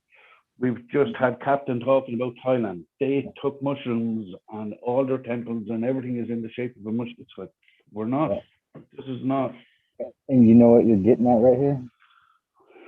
It's the beginning of all creation, is what you just got at right there. Like how you just took everything back to the beginning of time. Just one experience. Yeah. We're just all one. This word communion is like what we're doing here all around the world. We're just communing. This was naturally done. We used to, like that time when you take psilocybin and you actually feel a presence of other people are enjoying that, and your big smile comes on you, knowing that other people are experiencing these beautiful colors, and what a warm feeling, so. And that when they in the caves and they use their hands to blow, different to make pattern what they were actually doing, and you can see where it all comes from, So the one thing I'm gonna emphasize is that these are practical techniques for healing. Yeah. They're not supernatural, they are supernatural. So if you were in a natural state and somebody had illness, and even if you'd never read a textbook or heard anything about it, you might think of just putting your hands together and praying and energizing your hands and putting those hands on your friend or family member to pray away whatever might be out there. So what I'm saying is that even though they sound esoteric and really pie in the sky, these wouldn't exist if they weren't essential to our survival. I'm just saying this. I'm not like discovering these thoughts, but it makes sense to me and you, and to the people here. We're all about healing and empowerment. And if we can take the keys from somebody who might be prescribing us or diagnosing us at any given moment in time, we can break ourselves free of an economic bondage, and also a mental bondage, and sometimes a physical bondage. I'm just saying we can go through all the implications of these things. So before you, and I'm not saying that pathogens and things within our body don't break down and we have genetic, get as good a medical help. but never be afraid to like just. I'm gonna say this: never be afraid to pray, no matter what you lose. Yeah. And I gotta say that to myself because I have great prejudice against certain, ways of being. It becomes to yourself whatever you want to pray, and it's you. Remember, like as we've got God in every one of us. That's the thing. The one thing. I mean, The one thing. we're all one, and it doesn't matter what color, where you come from in this planet. We're all one. That's what it'll all bring us back to. I mean, and we're all entitled to have our opinions in that sense, and we all have one thing in common: we all have an asshole and an opinion. Even better, people can feel a certain way. People can feel a certain way about you, and you don't have to feel a certain way about them. Yeah, but I look, you show love and compassion, and be nice to one another, and that's kill people with kindness.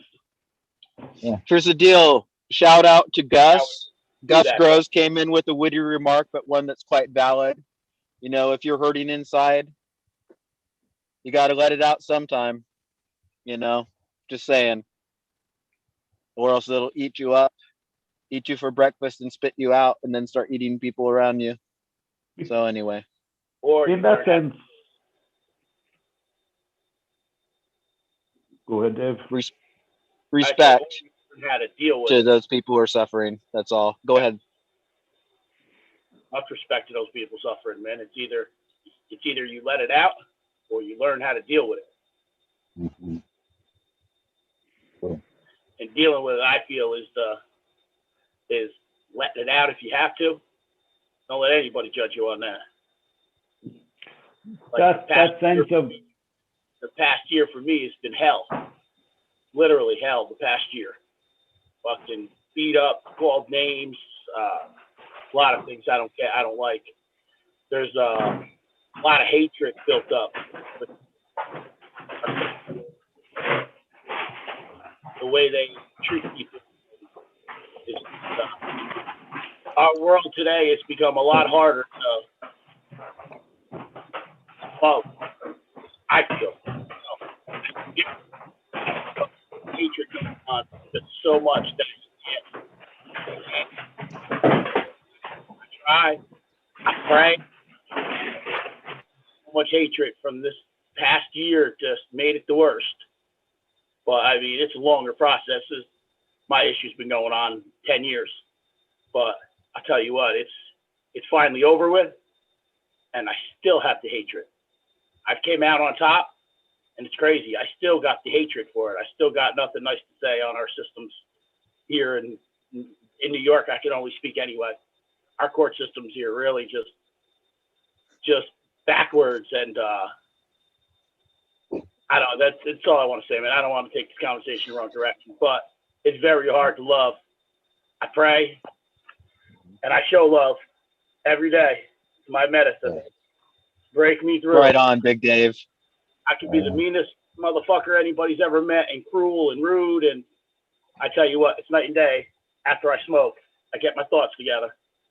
But like I said, it's just harder and harder for myself on a daily basis to love like I used to. Big respect to Big Dave. Oh, I yeah. know that you just told us an awful lot and you didn't tell us very much at all, but I can hear you, brother. And it's like this. I don't think the anger ever goes away. But like you say, we learn to harness it, kind of like that fire in the belly, I can only say it gets in my chest and I get this righteous feeling. If I don't do anything with it, it'll spit out my skull and I'll be weird. So it's like this. I gotta be real. And like he's got that dog there, that spirit animal, that loving, compassionate animal. Sometimes it's good to just have a dog around you to kind of, Yeah, or but a cat. we can't let it's our rights are being also taken from us at the same time. We have to find a way to use and hold our rights close to us and hold them like a dog would, like fucking unforgivable and fucking ruthlessly. Like hold them near you and close. It might be discouraging, but at least we acknowledge it. And once they take our rights, we don't have shit left. So like we have to keep that with love because like our rights are God given. And once they take that shit from us, we ain't got no freedom left. That's what we need in this country is more forgivable people in the system, not just forgivable people. But the system's got to be forgivable if they're gonna want people to change. Like I don't want to change. I want to be a fucking piece of shit like I used to be and go sell some crack right now because it's easy. But I can't because it's ruining somebody's life. And I know what's right and wrong. And I can sell them some weed instead and get them somewhere else. And it's a whole lot easier. But it's everybody else don't think like that. So there's a struggle in the world where people want to make easy money and it's dirty and it's gonna hurt people and make them bad. And then they're gonna be bad. More bad people just make the world fucked up. So the pharmaceuticals and all that shit are bad. Everything. Go ahead, dude. I agree with that.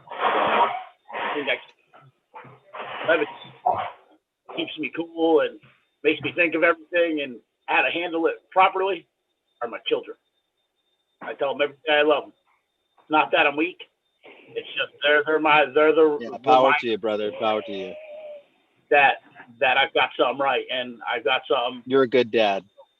And that's all you need. My two That's all boys, you need. everything. If they tell you, ring you up and say they love you and do all them things, you are doing all the right things. And we all have them same. I'm the same as you. Even when they aggravate that system out there is. You just have to put it in its place, though. Put it in its place. It's not for us to own in that sense. Yeah. Let them. That hatred for them, you have to kind of It's terrible that we're there where we feel like this. Sorry, Dave. It's a horrible thing. Yeah. I try not to show hatred at all. I mean, but I mean to pick up, and like I say, I try my hardest nowadays with the two little ones looking up at me, as I call them little ones, but my two boys looking up at me. I'm trying to lead by example. I ain't perfect, but trust me, they see it and they know that I try my damn best and I do what is right and I make the decisions whether I want to or not, which is best for them. Respect. And if you're good to your kids, it reflects back. It really reflects back in the way that you've treated them. It's like, they want to ring you up and they want to tell you that they love you and they thank you for, that's a precious thing and say good night and the whole lot. That's what you need. And then it goes out from there. If you, in your family, then it goes out.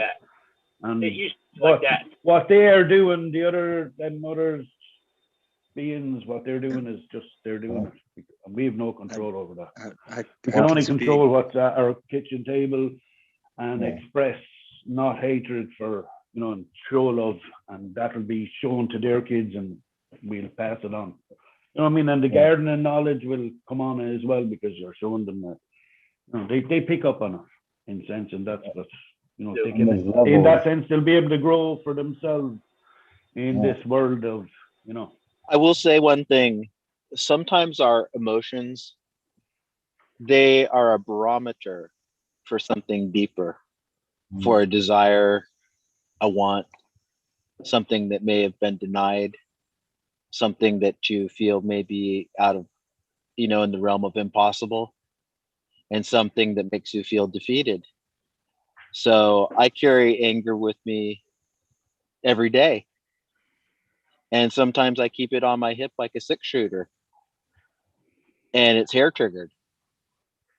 And I can admit that and I can identify that. But a lot of times I leave my arms at home, I leave my guns at home. I don't bring them into town. I don't bring them to the family table. I'm just saying at certain times I can let myself down, and I'm just saying sometimes we're in grief. Sometimes we're in need. Sometimes we don't actually address the things that we ourselves desire and really would like to manifest. And it comes out in different ways. And I'm not saying that, dude, if anybody hurts my feelings or, rattles my cage, I'm like any other human being. It can be just a perceived grievance, but to me, it's like a mortal, shock to the system. And I can dwell on it for a long time. So if somebody really fucks me over, you can imagine I never forget it. So I hate to say that. I just want to be clear that nobody here has unrealistic expectations or judgment, excessive judgment, because we're all there at any given moment. And you know what? Our heart is a muscle too. And it's a strong muscle. It's a fucking flexing muscle. So, love them. Hit them with love, if anything. You're going to outlive them and you're going to outlove them. You hear me? You're going to outlive them and you're going to outlove them. Have a good one. Okay. I've got to go walk the doggies and yeah. Right on. Thank you, Sorry That's what I heard. Thank you for chilling with us today. Dave, Robert. Awesome. Yeah. Good boy. Yep. Everyone in chat. All right. Good to see you. Have a dank day. Yeah. Have a dank day. Have a dank day.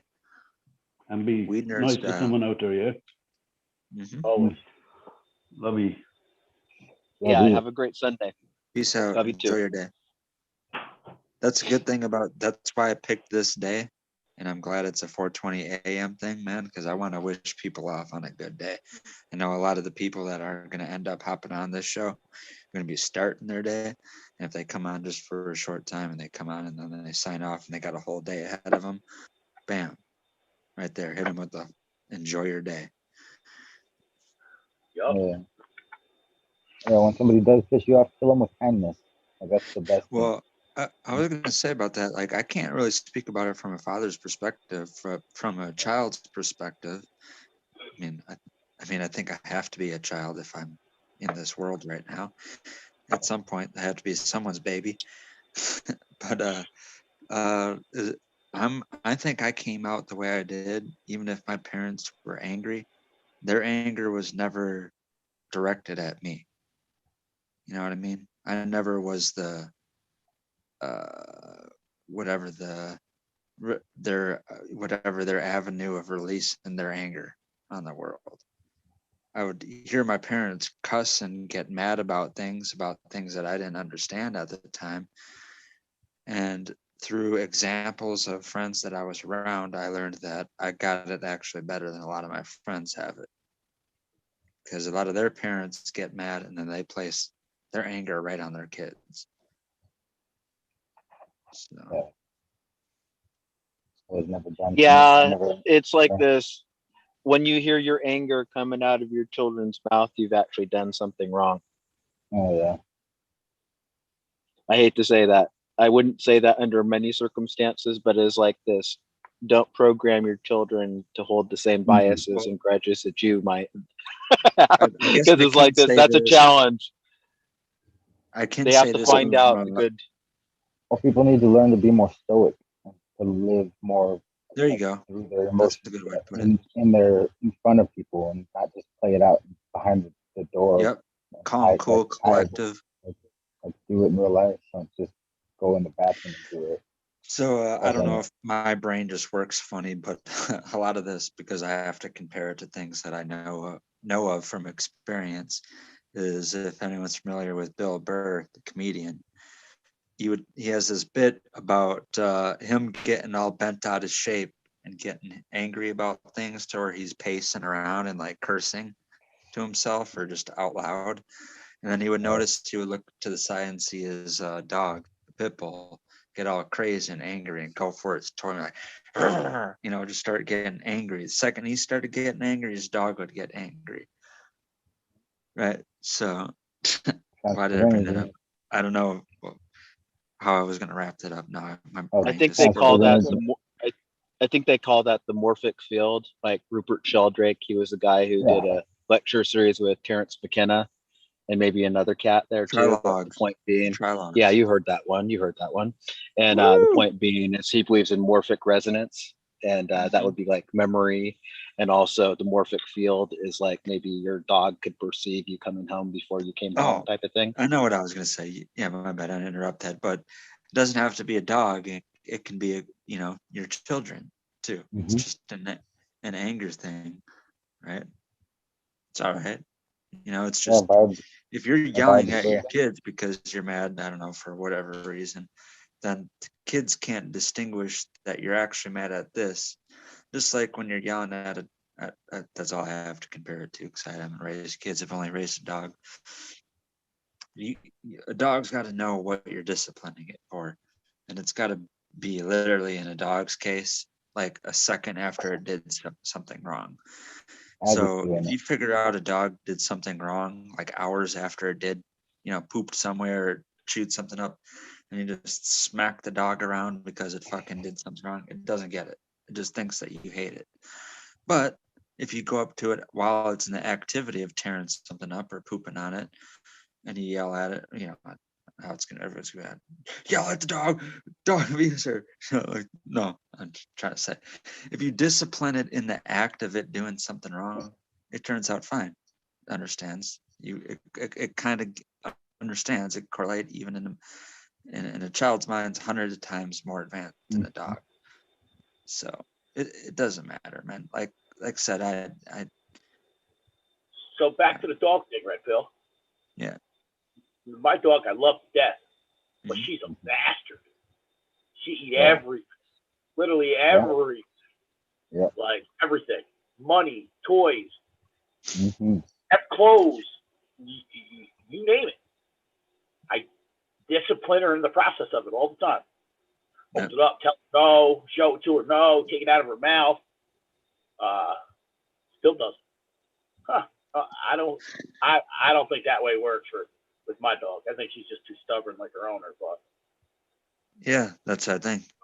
I still love her. My same thing with my dog.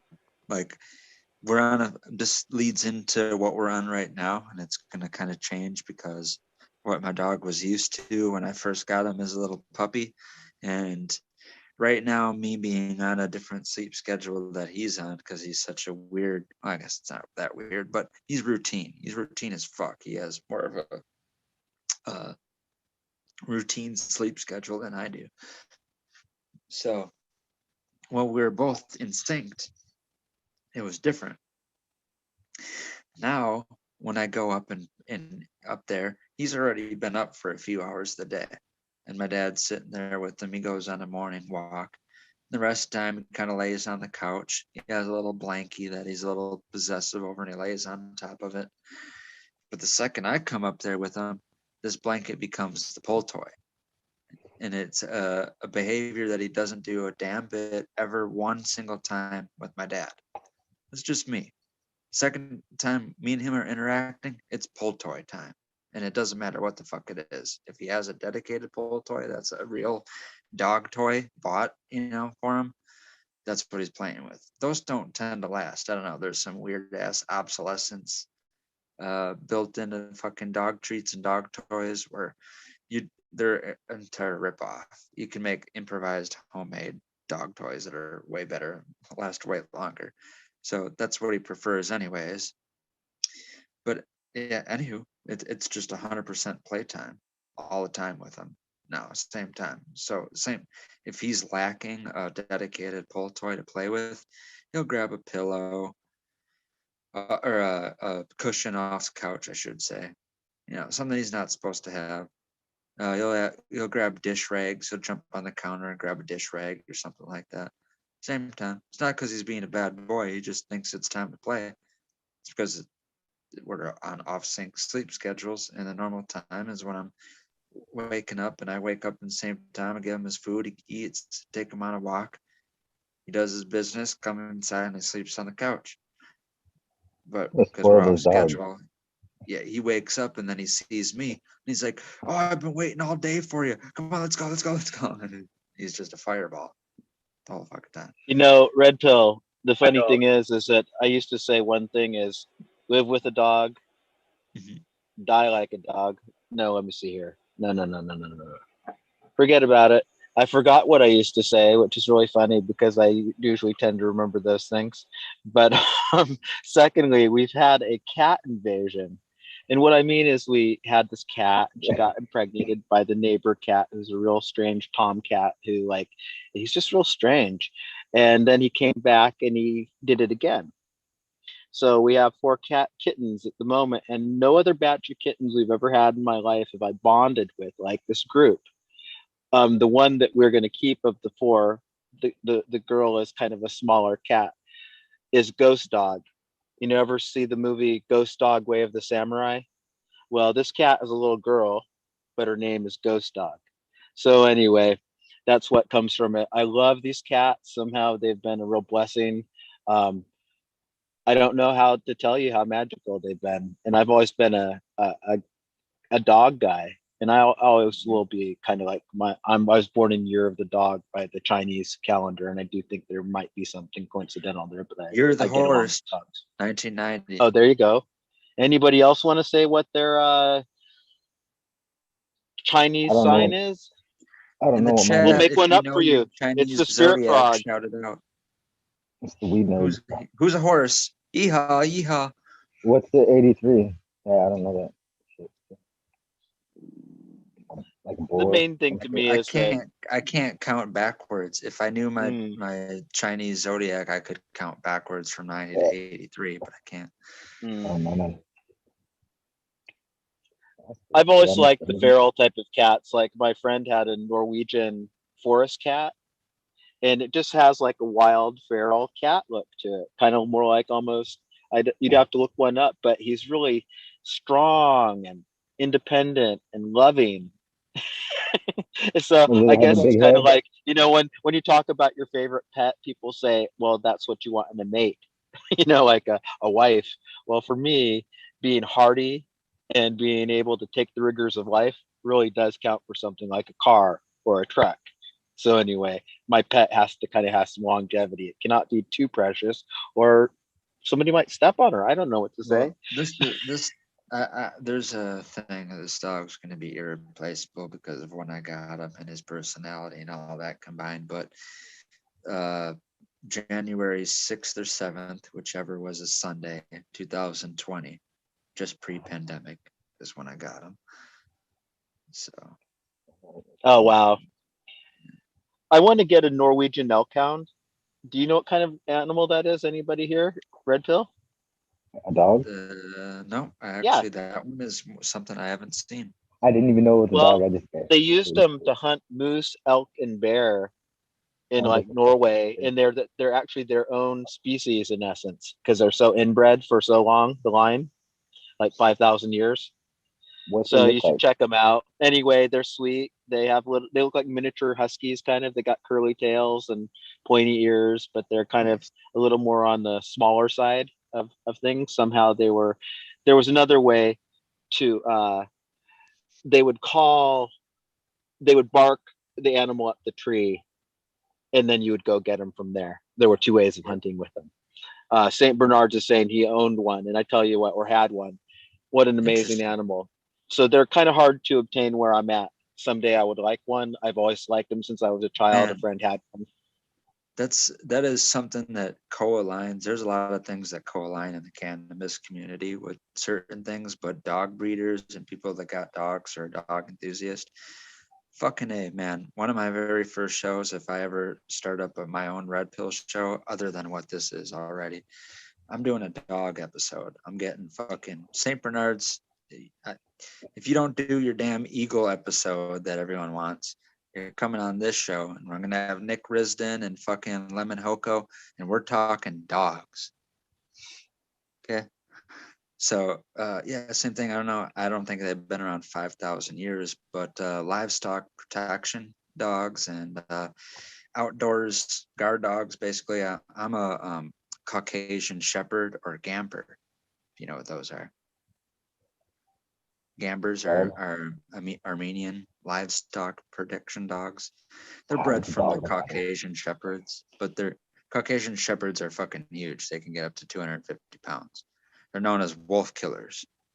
Oh, fuck that. In that territory. So my dream is in this, we've talked about it before. I've said a log cabin out in the wilderness, permaculture, got hash plants that seed every year by themselves. My outdoor dogs I want. My mom was like, just have 4, north, south, east, and west. And I'm like, no, I want 5. But I want 5 Gampers or Caucasian Shepherds. Can be either or. That's outside. let's say you make it past those dogs. Inside, 3 giant schnauzers. I've lived with giant schnauzers. I had a girlfriend who had a couple. Yeah. Whatever. Yeah. Keep talking. No, I don't know. It's just real dog stories. People have preferences in dogs, and different dogs end up in certain families Yeah, and I stuff have a like that. It's funny as fascination shit. with I have a fascination with different dog breeds, and I'm going to go with my own ethnicity. I'm Armenian and I'm German, so I'm going to go with German breeds and Armenian breeds. I'm Syrian and Mexican. I like So my German. dog is a Yeah. little terrorist dog. Smart dogs, athletes, fierce. Who hasn't been bitten by a German Shepherd? I'm just saying. I've been bitten by a German Shepherd. I've been bit by a Doberman Pinscher. I've been bit once by sticking my face in the nose of a Saint Bernard when he was eating a sandwich, and Saint Bernard's parish is gonna have a big shit fit right now by you saying that. But I was just sticking it in its face when it was eating. I didn't get it, and it was just a nip, but it was like holy shit, dude. I didn't like freak out, but it was like I felt like fuck, I had it coming. See, I feel guilty to this day. My two Anyway. favorite breeds have always been, like I said, German Shepherds and Biffles. Biffles are my favorite. See, they got such That's a what I bad name. got. I have people and they look at me like I'm crazy. I'm like, it's not the dog, it's the owner. Yep. The owner that makes the dog. It's either showing hate or it's showing love. And even when it's showing love, it is so protective. Our puppy right now, as much as she could be a little bastard as she wants to be, she's just about a year old now. And I tell you what, if the dog don't know you, like personally know you, and you try to come near my boys or the house, you got some problems, man. They are very loyal, dedicated, loving animals. And yeah, I think that the Rottweilers fall into that category too. Just saying, of ones that really have big hearts and trained in love.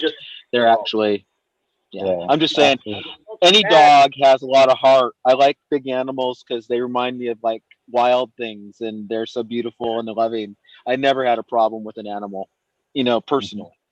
And if I've ever been bit, and I'm just saying I have been bit when I was a kid and stuff, and when I was a little older too, but it's like this. I always kind of held my own, and I never blamed it on the dog, and I never cried foul, because I felt like you have to learn to live with dogs. Part of the world, right? I'm just saying, I really love them. I had a bad experience.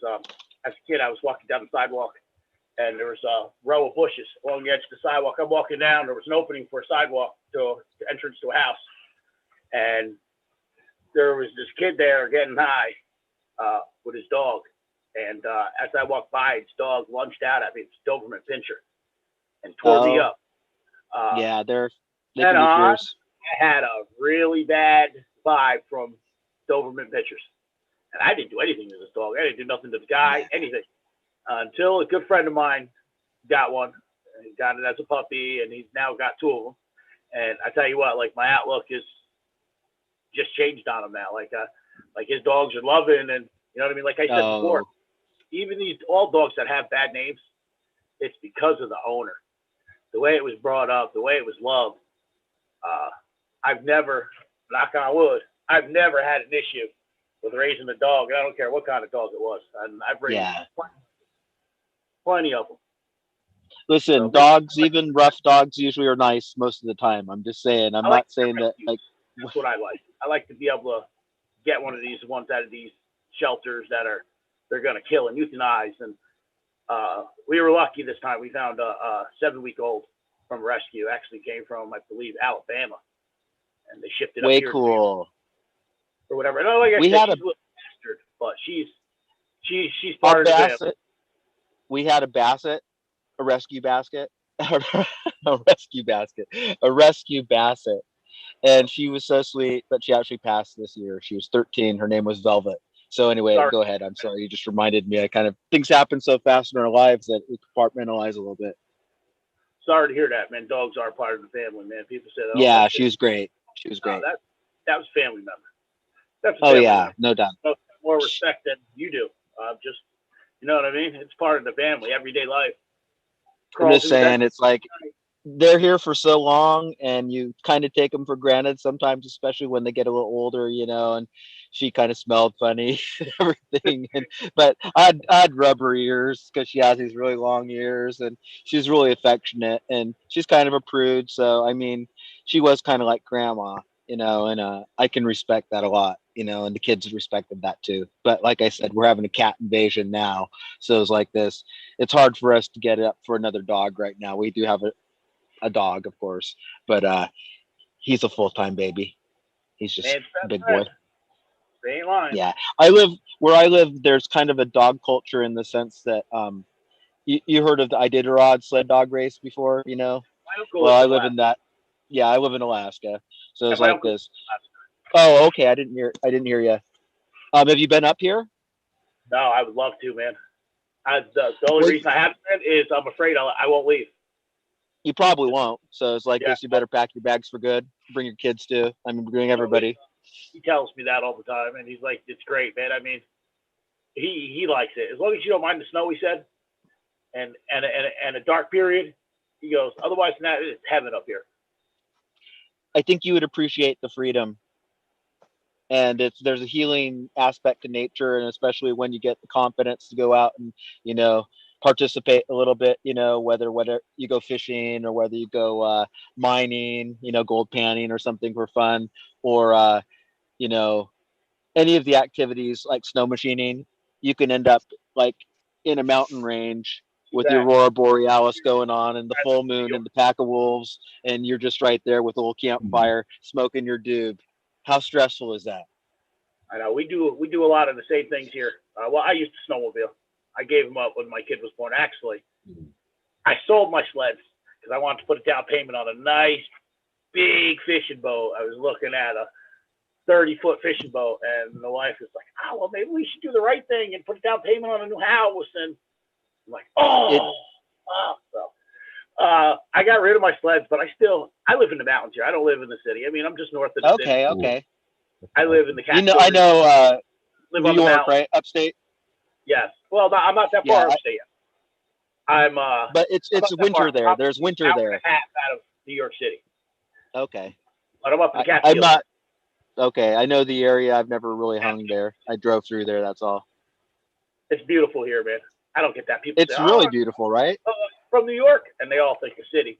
I'm like, "No, I'm from New York. You come where we live, and it's just as country as anywhere else. We got a lot of farms. It sounds wonderful. The old hotels, things like that. The culture, upstate. And where you're talking about the Catskills has a history. Vaudeville, I think they did a lot of entertainment up there. I'm just saying, there's a history there that I don't think everybody remembers. I don't Now that even. it's become legal, throw this out there. Now that weed has become legal in New York, and once it becomes legal for us card holders to grow, even though they put a lot of limitations on it, once it becomes legal, you guys are going to see a whole new aspect of breeders and growers that are going to blow the country's mind. And that's just like I wouldn't doubt it. As soon as any state Well- legalizes, the red state legalizes it, there's people that rely on it for medicine. You're going to see them come out and be like, "Oh wow, this is where this come from. This is supposedly the breeders of I don't know if it was the Sour Diesel or whatever. They're from the Catskill regions. I don't know who they are. That's just what I hear from other people and things. So I kind of can't wait for this to really open up and really see the potential because I know it's here. We got some fire ass weed, Sure. and it's Play it great. out. See if you can't, manifest some of your goals and dreams. And here's the deal: you can always, buy a lot next to your uncle's, when you get a little spare change, Yeah. and Well, come up here with a game plan. But that's what I'm like, man, I don't think I could do the whole off grid thing. I mean, I would love to try it. I can do it for a little while. But Of course you he's like, could. me You and could my do it. neighbor are the last two people on the power grid. I Yeah. want to say he's just outside of Anchorage. I want to say, if I'm not mistaken. There's And- two centers, either Anchorage or Fairbanks, are hubs that he would live at, or he would be southeast. So it's like there's basically three regions. He's just outside. He's like, he literally says, like, man, we're the last two people on. Me and my neighbor who lives a mile further down the street than I do are the last two on the power grid. You know? It's lovely down there. It's really magical. I think his internet is still dial-up. I'm not, you know what I mean? But where he lives, you can be in the ocean, actually in the ocean, in like 20 minutes, or it could possibly be at the top of a mountain peak, you know, downhill skiing, that type of thing. So I'm just saying you have that extreme right there, or a glacier. I'm sorry, it feels like I'm yelling, but it's like this. I've only got one channel tonight. But anyway, love what you're saying. And I think that New York would and should have opportunities. And also, there's a lot of really smart people there. Regardless of what anybody outsider thinks, there's a lot of intelligent doer types there. And they've always had a sophisticated palate for cannabis. Yeah, man. So for sure. Remember, as long as I can. They're not newbies. They're not newbies. They're oldies. One of the biggest markets in the world, I bet. Also, if we want to talk about legendary strains along with Sour Diesel, you know, like people, hey, this is where it came from. You know, this is your guys' local strain. I think also Strawberry Cough originates from New York too. Really? Yum. That's cool. See, I'm learning more and more. You know, and that's cool. I like it. I love this community. Yeah. I love it all the way around for literally everything. Peace of mind. The Piff, Uptown Haze, you know, legendary stuff that people can't even get a hold of to this day. Well, what I'm hoping for here, same thing. What we talked about with like the red states in New York deciding to do it. One thing over here motivating Wisconsin is purely just the money. They try to make it seem like it's a divide, like, oh yeah, Democrats have wanted it for years and years, but Republicans have held it back. Actually, it's not. It's the opposite. They're both trying to legislate it, but it's just not going through in Wisconsin. We don't even have a bill written. The money, man. It all comes down to the money, man. Yeah. We don't even have a bill written. For the week, it's always been for the dollar. The dollar. We don't even have a bill written, and the governor here in the 2023 whatever it is, they say that they want to have $165 million from legal cannabis revenue or whatever for the state. You can do it. Like, but the thing is, it's so that they're so far behind on all the process to get there. It's not going to happen in 2020. That would happen after 3 years or 4 years of it being already up. Exactly. Like, it won't. We're so far behind.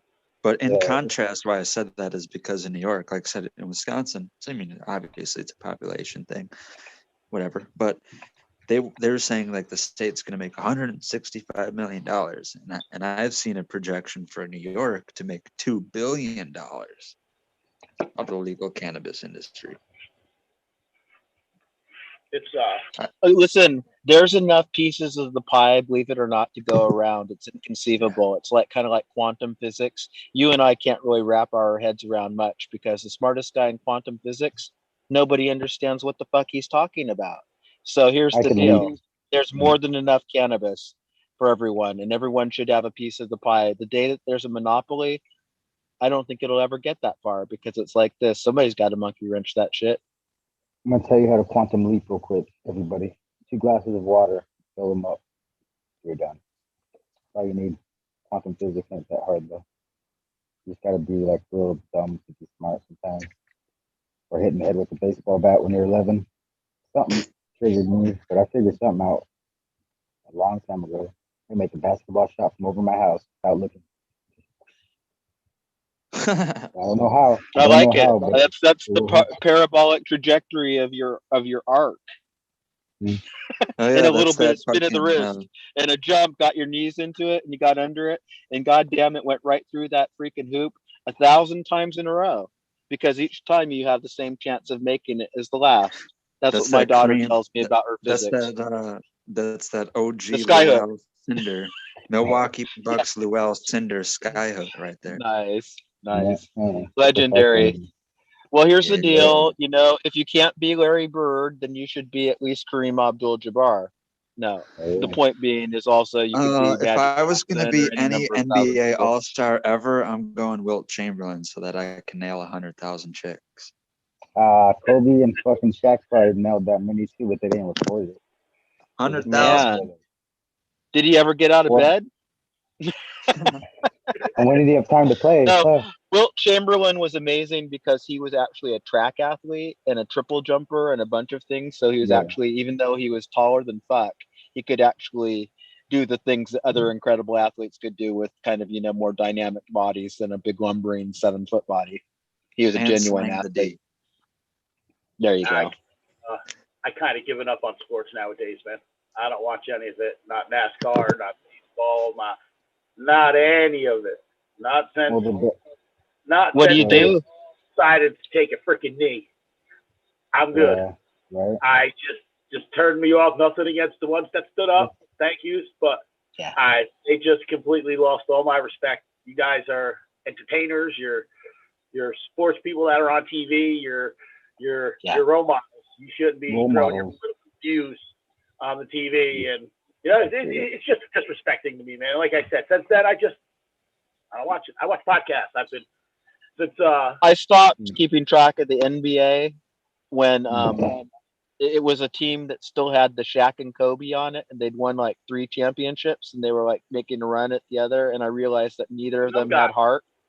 And I was like, I'm serious. I realized they didn't have any heart at all, and I just set it aside because they actually were like professionally squabbling over attention and, you know, who's going to get $10 million more than the other guy. And I came from, you know, kind of an era where we looked up to people like that kids did.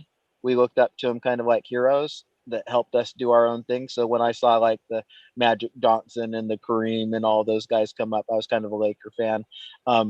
I learned that there was a tradition of winning and that there were winners, and, you know, that this was before everybody was all over about, you know, all the weird stuff that they do as professional athletes. But it's like this.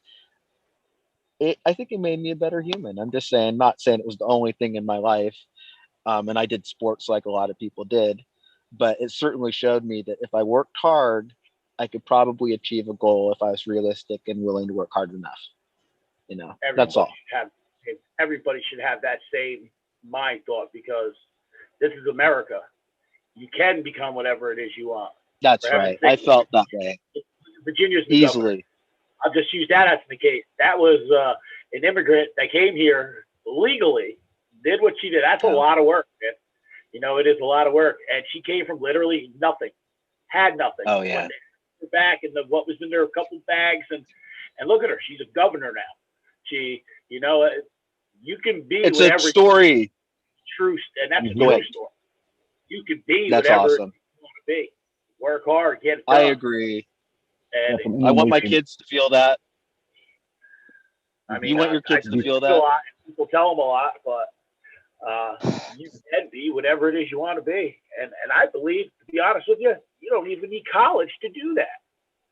No. You know, and I only say that because I got a lot of friends that were in college, spent all this sorts of money, and are in debt right now. And not that they're bad people, you know, I still like them. They're my friends. They made a choice to go to school, and, you know, and I'm making more money than they are.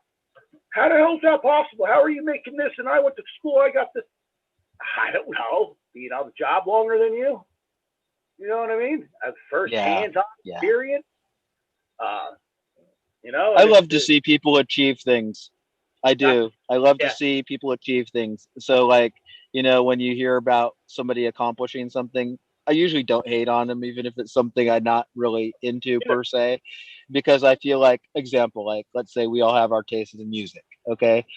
Well, just because Susie Q and the Muff Factory get the Grammy this year and your favorite band doesn't even get invited to the party, you know, fine. Let Susie Q and the Muff crew have their day. No, I'm waiting for Kanye West to come on stage and give me the rightful fucking seat and throne. Music ain't the same either nowadays, man. I can't even. There's so many different directions to go with that. Like, what's wrong? Where's the root? That's exactly what's wrong. That's the Americans' role models. That's the type of role models America has. Like overfed, overprivileged kids that weren't. They had Dude, to struggle. They had to all I need survive. for Now they're motivation these overprivileged. days is just to see someone doing good at anything. Yeah. Literally could be Yeah, anything. I want to see But more they- people make better seeds, become better midwives for the seeds, and stop saying they bred them. Though it's like, you know, breeding sounds like they're actually getting down and dirty. We know they're not doing that. And here's another thing: this isn't a big mystery, guys. Anybody can read a fucking textbook or look online about how to, you know, back cross and all of that, filial generations and shit. But who's Right. got the fucking fire? Time to take a break and smoke. Yeah, I was supposed to play Mendo's. Yeah, I need Got that fire time song. for that Mendo too. I dope. can go for another dab, but you do lead on to a point with that, and it's like shit, man. Oh, I really like getting wowed. You know what I mean? At I this know. point in days. I don't remember that. Red pill, you demand. There's no excuse for it, man. You have too You many like to good get wild stories. these days. Wells like this, everybody likes to get buck wild every now and then. He getting wild and smoking a fatty and playing some Call of Duty. That's right. That's right. I guess Well, I don't know. I just All mean right. like, Well, here's to all the cool dudes out there, and here's to all the cool dudettes. And you guys just have a great Sunday. And if you are joining us here, everybody, we love you, and we just wish you the best this weekend. Right? Are we ready to kind of take a puff? I'm gonna And here's torch all up the squares and the on circles and the on it. rectangles and the pegs that don't fit in the holes. This is for the black sheep and the fucking outcasts and misunderstood people. Happy 420. Sorry about that. So I hope that anyone's next batch of seeds that they pop is like the best shit that they've ever had. And I also hope that someday I pop seeds and it reminds me of the dopest shit that I've ever had. Right? Because a lot of the stuff, like I've said before, you get to try really good things and it's gone. Right? It's a flash in the pan. Dude, I think I'm probably smoking the best stuff I've ever grown because That's what I was A, gonna say. Right now, just hey, because it's are been, you gonna I'm be able serious to about do that. Are you gonna be able to do it again though? Yeah, next year when I veg a bunch of plants outside and bring them in peak health and put them in there and fucking keep them going with a good line, I think I probably do stand a pretty good chance. But who's saying it happens every time? But Not for me. is it no? It's not a clone though. That's what I mean. No, it's seed. Get that fucking Sure Biker. Get that Sure Biker stuff. I keep saying it every day. Look at my IG. Check it out. The last thing I was gonna get, and it actually amazed me It's how just long got bigger. it was in stock, and that it I like even is bigger. in stock. I could probably look, and I would almost guarantee it's in stock because it's just passed up because people would rather. If you don't like something sweet, listen, Red No, Pill. here's the If you thing don't is, like I sweet mean, weed, from it's from sweet. Karma. You know, Karma, their actual where's my bike? You No, can it's get not seeds that. out of it. I got Oh yeah, I got that too. I got a straight from Irie Genetics, Red Pill. That's what it's called. Yeah. I was actually saving it for you, buddy. I was going to send it to you. I don't like it. It's straight. It's vigorous. It grows. People liked it. I still want my cup of tea. I didn't. I like it pressed, but I hate that growing something and then just pressing the whole thing like, all that time just to press it. But I like, man. Sorry about that. Yeah. I like the blue pill. I got the red pill and I got the blue pill. I don't even know what their genetics are, to be honest with you. But the blue pill I did outdoors, and it was all right. It's all I got. I literally lost all my outdoor this year. Out of 9 plants, I got maybe 2 ounces, and that was just off of 2 blue pills that I had segregated away from everything else.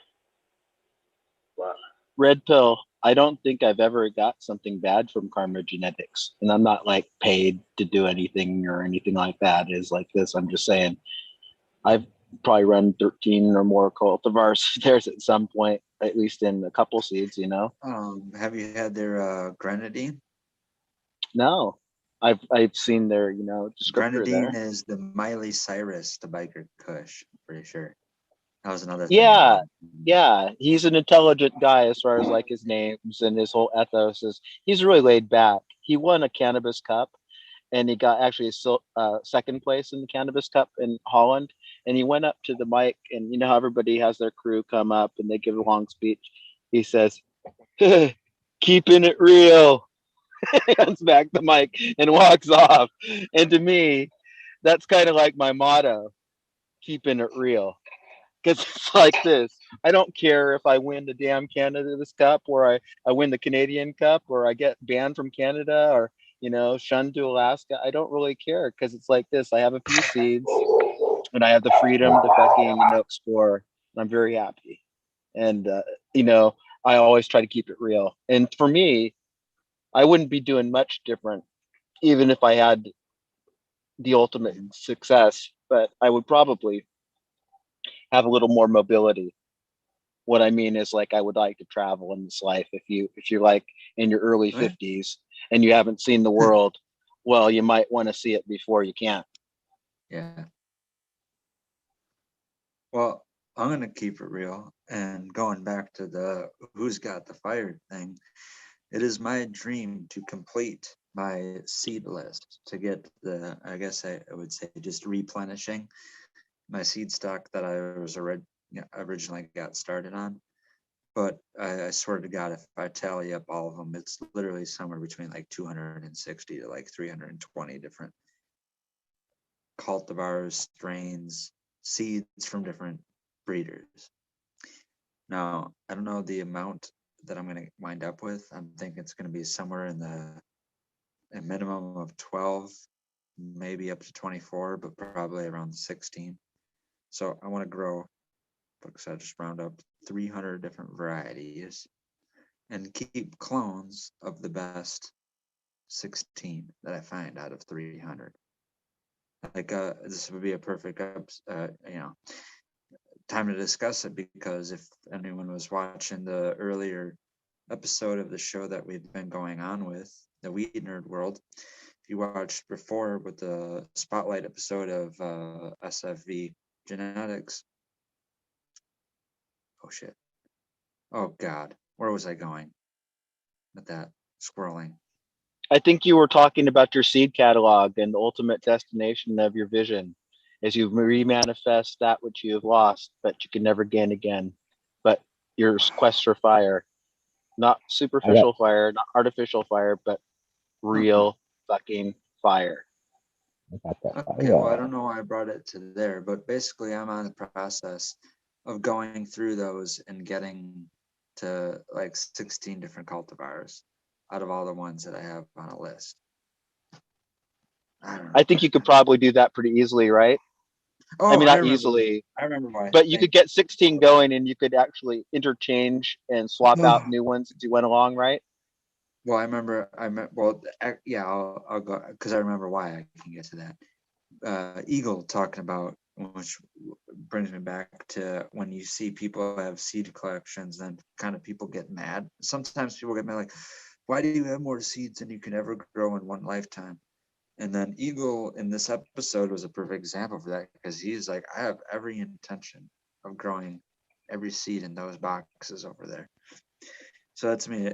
To me, it might sound, or not to me, but to other people, it might sound crazy that I want to grow 300 different varieties in a short period of time, in like, I don't know, 5 to 10 years, let's just say, to get down to 12 to 24 different cultivars of clones that I kept. You know, now my process is to do it literally like a bracket system, separate them on 2 different sides. Yeah, I get it. I like it. Seed. Totally. Then, seed 1 plays seed 8. That's what I'll cross. That's cool. And then once I finally get to, I'll basically amalgamate. Maybe have Kush family, or Yeah. a couple of varieties of Kush, a couple, if you like the Chem Dog. I was gonna eventually start. I want on one side narrow leaf, one side broad leaf. Oh wow. Top seed, highest THC, bottom seed, lowest THC, and then the same as on each side. I like it. So it's real visual. It's easy to share and easy to comprehend, right?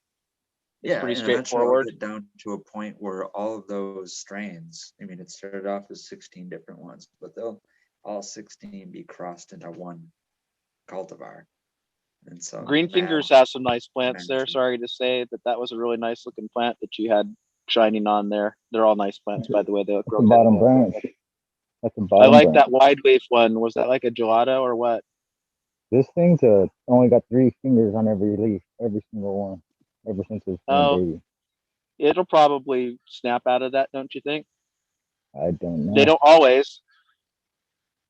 Every single one of them's 3 leaves since the beginning of its day. It had 3 branches too. The 3 fucking branch thing. When it You first know, when started, it they're had 3 little re-veg pendulum. sometimes, or The 3 little seeds popped when it first popped out, and 3 true seeds, 3 true leaves, and then fucking this one too. See, this one's got 2 of the heads left. There they are. 1, 2. And this one, I cut the other 2 off. They stayed little. But this one's got the 3 too. And that's in my is it me? genetics. But are things looking better there? Those plants are looking 100% healthy and happy and hydrated and taken care Yeah, of, because dude. I'm Looks coming like you're back. onto something. This outdoor These are thing my is probably better for them. yeah, these are my genetics, and they're not fucking meant to be fucking indoors. Like Oh, they're they were already made. acclimated, huh? Yeah, they were in 10 years of acclimation. Fucking, they were made outdoors. That's amazing. Yeah, I never planted one seed. They all fell out of their mother. So like mom would plant the seed, like that one would be the mom, and all the seeds would just be around it. And that's how I'd keep track of which mom and what seeds they were. And like I had like 5, 6 little squares, and that's how I knew which baby it was to the mother. And then fucking I just wait till the next year when those ones popped up. And if it was a little different, it was probably the other plant that popped the seed over from this one instead of that mom. It was that mom that spit one over here, but then it could be typical fucking expressions of all the fucking shit because it was so inbred, you know? It was just every year mom having sex with fucking the brother or whatever. And then like the son sometimes having sex with the mom. So like mom would stay around for 2, 3 years, 5 years sometimes. And this kid You just know, it still had reminds me of that guy, and I know you know who I'm talking about, triple Alex T. Hardy. You know, Eagle runs some of Alex Hardy's gear, and also Hardy's been on there. He has that Hardy gear, but you see him on Future Cannabis Project from time to time. Yeah. He's in the chat there Yeah. too. Blue So I'm just phone. saying, you know, his style of selecting stuff and hardening them off for a certain climate and, you know, vigor. I call it vigor. Yeah. Adaptability. I think that's kind of cool because it's like this. I think about being in the north in the subarctic and adapting plants to here. And I Well, think that yeah. you could end up with some big, That's what I huge did. fucking Siberian plants because that's where I live. I kind of did that because I put them underneath light for 24 hours. So they only got 3 or 4 hours of darkness every day for 10 years. So they're actually used to 24-hour light. Without it, they grow like that. These are the same fucking shit, just 2 different seasons. This is last season, and this is just Yes. fucking just thrown in the fucking ground. But like those ones ain't never gonna catch up to these because it's genetically fucking what's in the pot, what's in the fucking soil, what's in the seed. You know, it's just like they'll never those giants they're big, they're 6 foot, but they'll They never look catch up nice, to Robert. I'm serious. I'd love to be in that room right and these now are with those males. nice, beautiful This is a plants. It's male just right here. roomy and temperature's nice, I bet. It Yeah, seems these are like I'd males. air out myself in ways that would be healthy. Yeah, those are my males. Even if So there they're are all a bunch of guys. fucking bugs in there. There's like really nothing in it. It's so cold right now. There's no bugs at all. I'm Like just joking, but it's like this. there's That might take a little getting used to. I've been in the desert before. There's also lizards, right? those giant scorpions, so that's still crawling around. That's what I had to look for. I'm like, Oh. I'm standing in scorpion territory right now. It's just fucking dry out here. Fuck that. Yeah, see, they dig down into the side of the pot right there. So there's a hole. Yeah. I can't even Oh, put that's my their hand in home. the food. Yeah, Be so like I careful, gotta dude. You don't want to get, you know, I hate to tell you what you already know, but you're walking around in sandals, so you must know what's up. Yeah, it's easier with sandals than fucking, you know, when something's crawling. At least you know it's crawling on you and you kick it off instead of it go up your pants and you not know what's up your pants. That's the scary part. Like, what the fuck's crawling up my leg now? If I had sandals, I would have known. Those just fell right on top of the soil, like how mom would have let them go. So I tried to just drop it right on top of the soil. I didn't even put them under. They grow perfect, just right down into the fucking. They go not. Fucking. Well, These would be gentlemen, the biggest I'm plants. going to be bouncing here, man. I got to get my day started. Oh, yeah. I Have a got good to. one. I want to go shoot some clay pigeons today. It's Sunday. My Sunday Oh, ritual. Awesome. Have a So, great day. Have a you guys really have fun. in the morning, man. This is awesome. You Cool. guys Keep those are the best. jars filled. Best. Remember, people, have a blessed day. Do something good for somebody. Big Telling Dave, you, take care. stay around. Good to see you. Peace.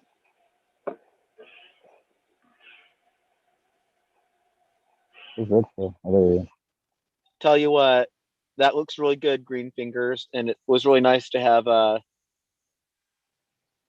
visit anyway. So it's like this.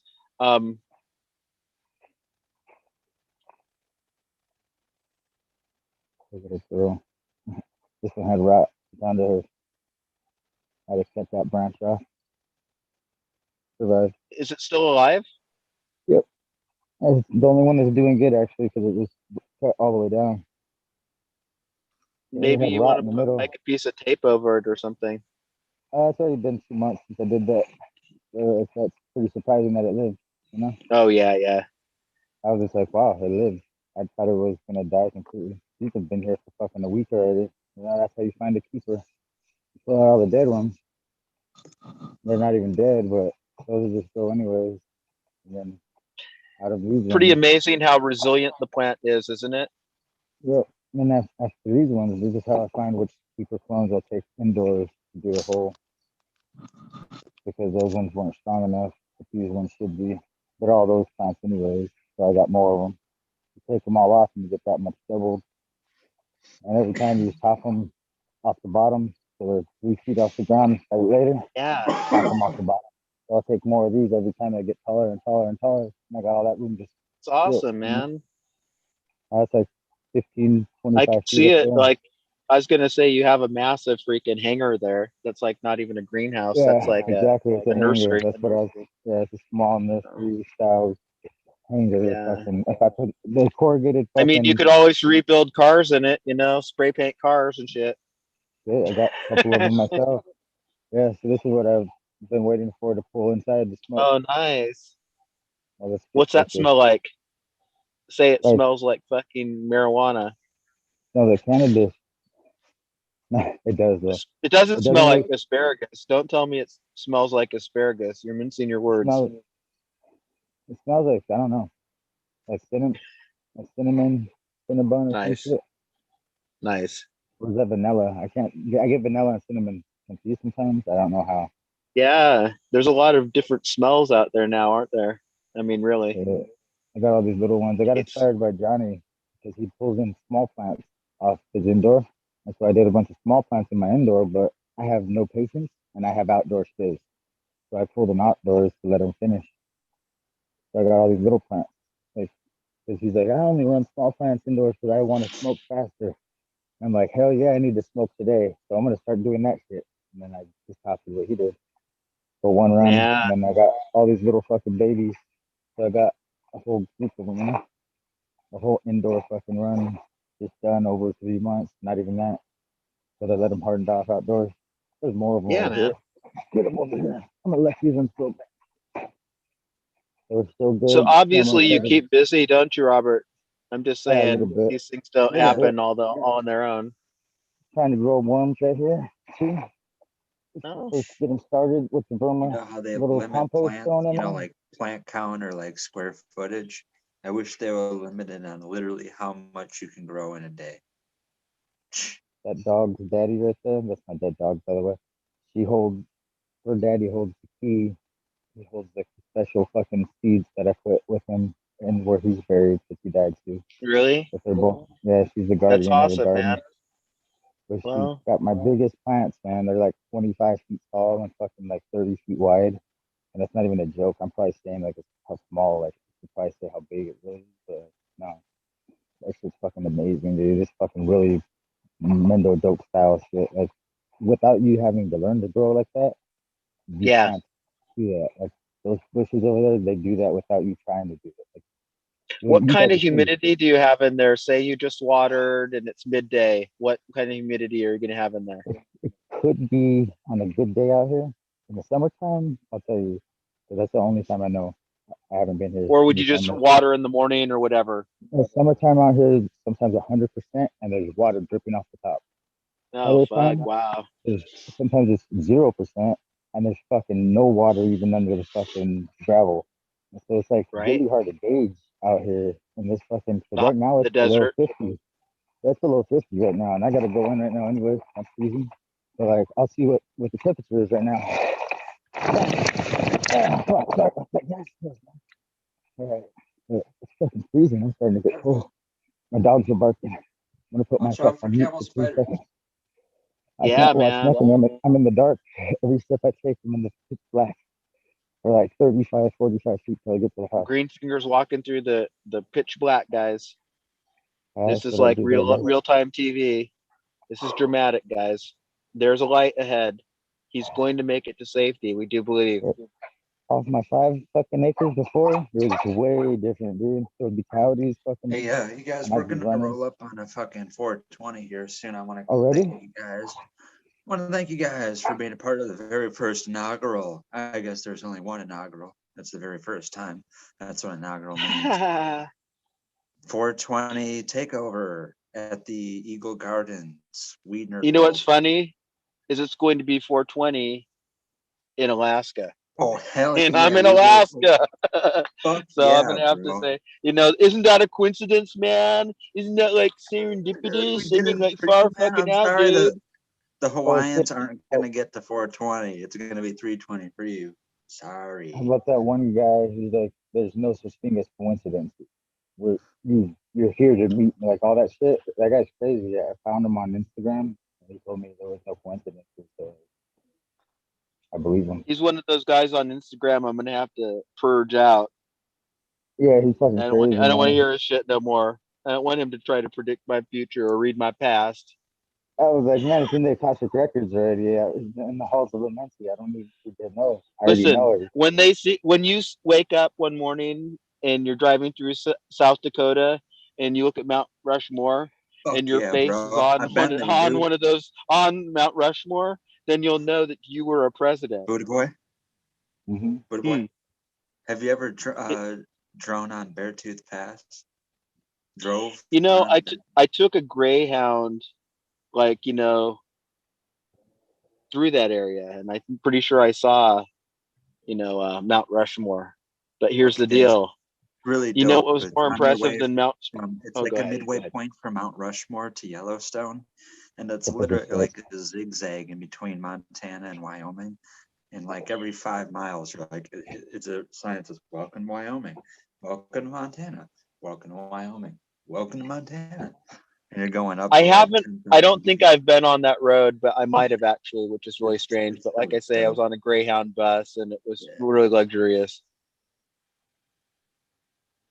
Yep. And I Really tell you awesome. what, if you ever want to get like a bus pass, I think they probably still have them.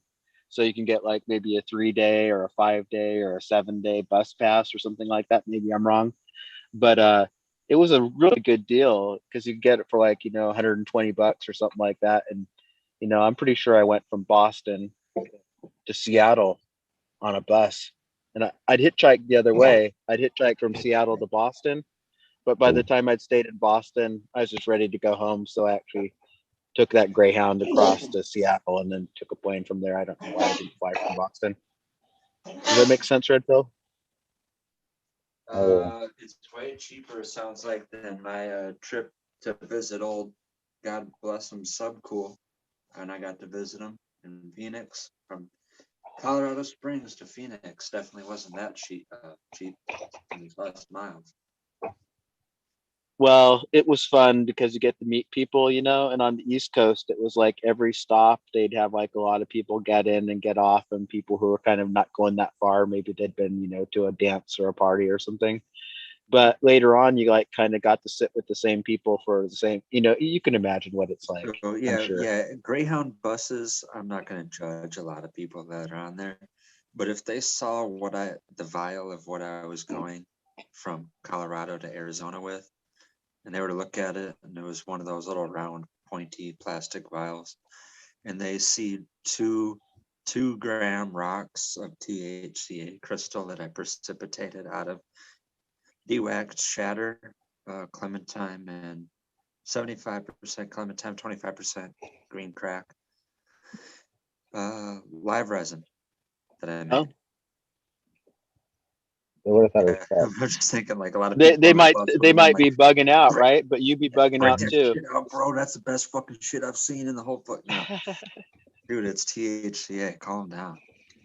But anyway, That's anywho, funny. that was some good old times. That's something to write down in the old autobiography. I'll just cap off on this. Cap back means something different nowadays.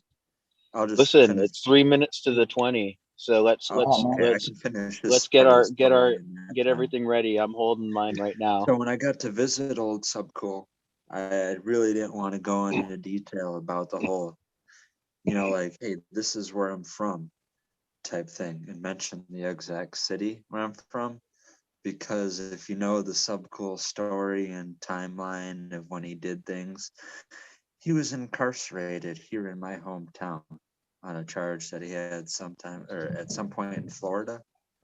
And he got caught just being pulled over actually at work on duty, whatever, Oh on shit. work hours. On And he call. got pulled over by a cop, and they're like, hey, you got a warrant out of, Florida for you, buddy. And they held him in my hometown county police or county jail for like 6 or 8 months or something like that. And the part of the story goes where for him to keep up on his knowledge and kind of like not go, jail crazy or whatever, Miss Jill sent him like a transcribed version of marijuana botany that had all like the marijuana and the THC and all those things Wow. like subtitled out of it. So like instead of marijuana, it would be like tomatoes, or instead of THC, it would be ABC. You know what I mean? She like Nice. handwrit the whole marijuana botany book, but took out all the naughty words so that she could mail it to him in jail, and he could have marijuana read and check That's out. pretty tight, dude. That's pretty tight. That's enough respect for anybody who would do that for another human, really. Miss Jill, hats off to you. You know, I hope God is blessing you with great genetics to pass on to the world. Yeah, definitely. I don't know. Yeah, Miss Jill definitely remember Racine, Wisconsin. That's for a fucking fact. I'm just saying, I pretty- certainly think that says a lot about somebody's character when they will go to that amount of detail for the comfort and betterment of a fellow I'll human. also say that, And to call it your husband to boot is kind of a nice thing, or whatever the relationship was. I'll also say the fuck faces that took my seed collection. This will probably later come out at some time. My dad has the documents, I think, at some point. If anyone needs to know, or some point, the time, or some FOIA documents are requested. Anyway, the description of everything I had, is in detail of what they saw there and what they took, and I had all deep stuff. Anyways, The 4 and the 20, guys. Cheers, Sorry. guys. Thank you, guys. I'm gonna finish off on this story. We're all gonna say cool things and maybe sign off with another dab on my part at least. But I want to just finish off with this story. So they took all my seeds, right? And they're too stupid to actually like realize what, if you know what a subcool pack of seeds looks like, it has a pretty obvious demarcation and name of what the fucking strain is. So these buffoons at the fucking Racine police department or whatever the fuck people, Metro or whatever the fuck, ended up being in charge of this thing. They wrote that the seeds that I had and the strains that I was running were like, these are this, it's called The Art of Cannabis by the Science of Dank, because that's like the catchphrase or the slogan that Subcool had on the seed packs. Anyways, I just find it ironic that a place that he was incarcerated with, what would this be, like 13 or 14 years to the date, my seeds were confiscated and they ended up being seeds that he created in the meantime. In between those two times. Irony, right? Buddha boy? Okay. The motherfucking irony in that shit. There's no such thing as coincidence.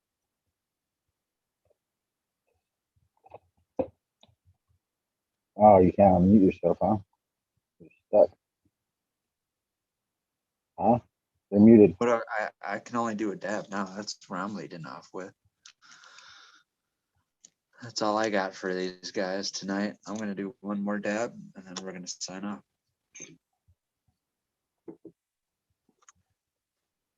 What a way to finish the very first 420 takeover with your boy. You're muted, Buddha boy. Green Fingers and Buddha Boy still hanging out with us. I haven't checked on the number of the people watching us and viewing us, but yeah, if they're a somebody bunch of didn't want to get in, they're badasses. gonna have to come in here and try to steal the keys from Red Pill. No. Okay. We're just gonna cap off right here. But yeah. All right. I don't know if Gus Bros or somebody would be a great host. I don't know. That Guys, was I he had would- the I had the he would be mute a off, very good guest. so let But me we will say call. things right now Yeah, that I told wouldn't you have that all the said time. when the mic was off, which is primarily I had a really good bowl too, and then secondly, SoCal hooked me up with those seeds that Subcool tossed at his Lifetime Achievement Award. I don't know if I said this earlier or whether it got through, but anyway, if I'm repeating myself, it's only because I'm just feel really grateful and just kind of serendipitous that here's the deal. When somebody gives you a gift that's, you know, been in the hands of somebody who everybody cares about, that means something to me. Oh, So I'm going to try to make the experience a good one, you know, grow them out. Probably 2 or 3 seeds at a time, 4 seeds at a time, just because you make the experience last and then hoard those last 4 seeds forever. Just because you may have a Y2K urge to like make things happen with 4 seeds. man. I don't know. I don't know what I would do. Pop them all. And then There you go. Really good advice from a man named Th- Green Fingers. Well, that's what he would have said. I've He would have been said pop a whole contemplating. pack, right? I've been contemplating things like that, and when it comes to my time of picking how many seeds come in a pack of red pill seeds that you get to have, I've thought of a 3. I don't know. I like dividing things in 3. You haven't caught that from earlier. A pack that you grow, or I mean, well, Yes. a portion that you grow them out. A portion that you save long term, maybe you freeze them or you're putting them in a storage facility that you intend to keep them for a long period of time. And then another third of that portion that you don't have to, but it would be nice if you shared them. Just gave them. Oh, interesting. Traded them or something if you felt like even. Yeah. Some number I of like that seeds point of is view. divisible Hey, by 3. do you remember the strain? Thunder Dan's asking, and it's like this. I'm not familiar enough with the modern strains, you know, other than the classics. Do you remember what he got in that seed throw? Which one? Oh, you didn't hear I what forgot. he said. What was the strain that SoCal got? Fuck. I don't know why I want to say. I keep wanting to say something cream, but there's absolutely no way it was anything cream. I don't know. I want to say something girl, but forget I don't about think it. was nothing girl. Yeah, I want to say hit girl, but I know it wasn't hit girl at all. I'm like, wait, it wasn't. No, it wasn't. And here's the deal. It was something I hadn't heard of. So I was like kind of even more intrigued because it's like, it's just, you I don't guys know are what it so was. cool to actually have dedicated a little bit of your spirit to his memory. And Eagle, you know, has really honored that. And it's just, it's good. It's good. I'm relatively high. So it's like this, the weed I'm smoking is like kind of like Prozac. So it just makes you laugh. So even if it doesn't, I've never done Prozac. What's yeah. that like? Was that good things or bad? Was that a bad? I think it euphoria. I think it's not to be Yeah. trusted. That's for sure, because it never lasts. Right?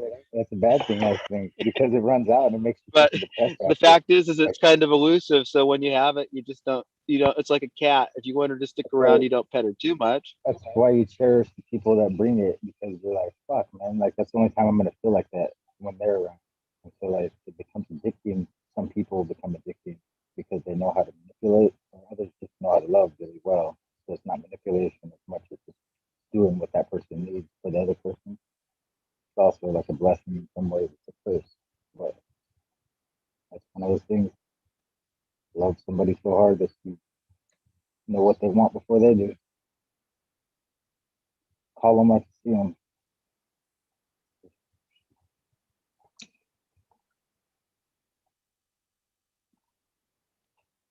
We're red pill goat. Horrible host, huh? I think he's Supposed to say probably something like profound. He was supposed to say something taking. profound after I said that, and then I cut us off to fucking us leaving in the sunset. Fucking all three of us walking into the sunset forever. Fucking to the best ending. Go on, you guys carry on for a few moments. Long. Oh yeah, what we're is, good. what is, I was just So trying to find are out what we? was saying.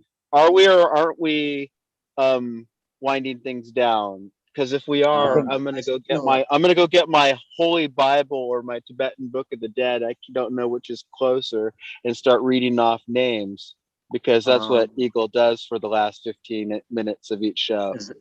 As long as you don't have a Talmud close by. Matthew, Mark, big shout out to Luke. Who's here? How I'm many not people gonna are bore here? you with it. You don't have How a many people Talmud, are- do you? I was just chat? bullshit, guys. That made no sense at all. It was really More than 50 in it was chat? more irresponsible than irreverent. 8 a.m. Central Time is no time for the Zionism chat. How many people are left in chat? Oh, there's about 44. Oh, what the hell? That's way more people than I thought. I'm just trying not to say something stupid, so it's kind of impeding my normal train of thought. I did mean to close it up here, so I am going to torch up and do that thing. All right, that sounds great. I'm here, but you guys can stall until that point. That's fine. You take your hit, and we'll just peace out. I just wanted to be temporally alerted anyway, and that was helpful. Yeah, yeah. I need time to fucking be able to like. Your tempura is very nice, chef. Right on, brother. Well, you know what? It's been a lot of fun tonight, and I have to say that I've enjoyed the company of many people this evening, including Meowflower. Who was it? The nice guy from New York. I'm spacing his name. Big Dave. That's right, Big Dave. Big respect to Big Dave for hanging. I remember when Green 13 was here. I remember when, actually that's in the other segment of the show, but Johnny Caniseed. A number of people were here, no doubt. Yep, Johnny, Green 13. Eagle himself. Mila Jensen stopped in. Rasta Bob stopped in to the chat anyway. That was nice to see Mila. We're talking to Thunder Dan, because he's right there and he's pretty cool. Oh, it sounds like if Thunder Dan wanted to keep going, he'd probably come up here. But are you guys up for having a little bit extra, or are you guys good? I said that there should be another shift, but nobody wanted to jump in. So I don't want to. I mean, yeah, he can come on, and I just don't want to be rude and have him come on and close it off after like 5 minutes. Yeah, if we get 2 more people to come on and hold it for an hour or 2. Listen, can we just shoot for a half hour or so, maybe? No, anyone that wants to come on can come off for a last dab or a last puff or something like that. That's fine. Yeah, Thunder Dan, the door is open. Come along in. Come along. Okay, here we go. Yeah, anyways. Yeah, no, I'm not going to cut anyone short. I mean, it can go on as long as it goes on for, but I got it. Yeah. I'm just trying to see if anybody in chat.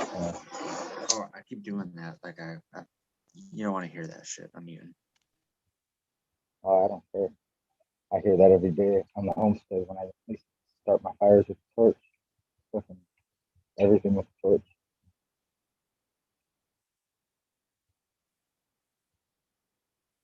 $45.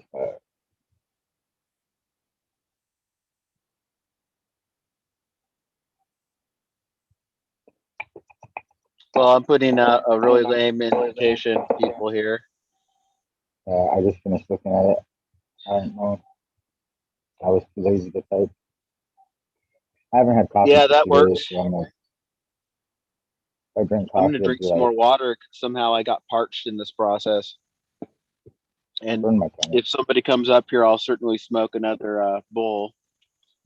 But I have to say that it's been a good evening. It's been kind of magical, and there's something to it. I'm really happy to see that things are. I know that the tapestry of life is ever evolving and all that shit, and the matrix, and the kaleidoscope and all that. But it's like this: you don't want your life to feel like you're on the wheel of misfortune. Hey, Thunder Dan, good to see you, Cheers, brother. Buddha. How y'all doing this Yeah, morning? real fine. Better Keeping now up that all you're night, here. I guess. Oh man, I just woke back up and y'all were still on. I was like, shit. Hey, good morning. Yeah. We're just keeping it real. Meow Flower was up here for a good deal of time this evening, and when he's around, it's kind of nice to just kind of have his presence. And Eagle went to bed kind of early, and I guess that's the dynamic of this after party, so to speak. So this is the first show of Red Pill. Red Pill, you want to do an introduction here? Yeah, I've been enthusiastic about it all night. It's the very first 420 takeover with Red Pill. There are going to be more 420 takeovers. I think it's going to be an individual thing for as many days of the week as there are people, volunteers that want to do it. I got to take this dab, but yeah, it's the very first 420 takeover. There's only one inaugural. That's what inaugural means, is the very first, and you're part of it. Thank you very much, Thunder Dan. Right on. Welcome. I didn't even know what was going on. I just kind of got on, kind of like you're like crossing the train tracks and there's a train coming real slow and you kind of put your arm out and see what you can do. Maybe you can get on that train without getting fucking thrown under it and handicapped. Nice.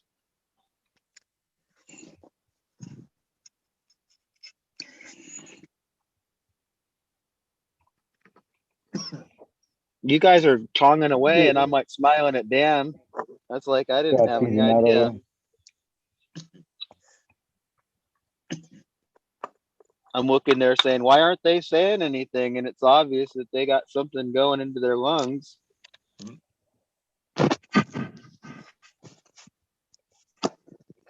You're on the mute. Yeah, you're mute.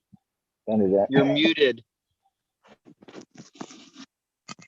I was saying that they have a pack of GTR and a pack of Corkle from Subby that if you were trying to do like a pop along, you could pop yours and I'd pop mine at the same time, and we could kind of do like a tribute.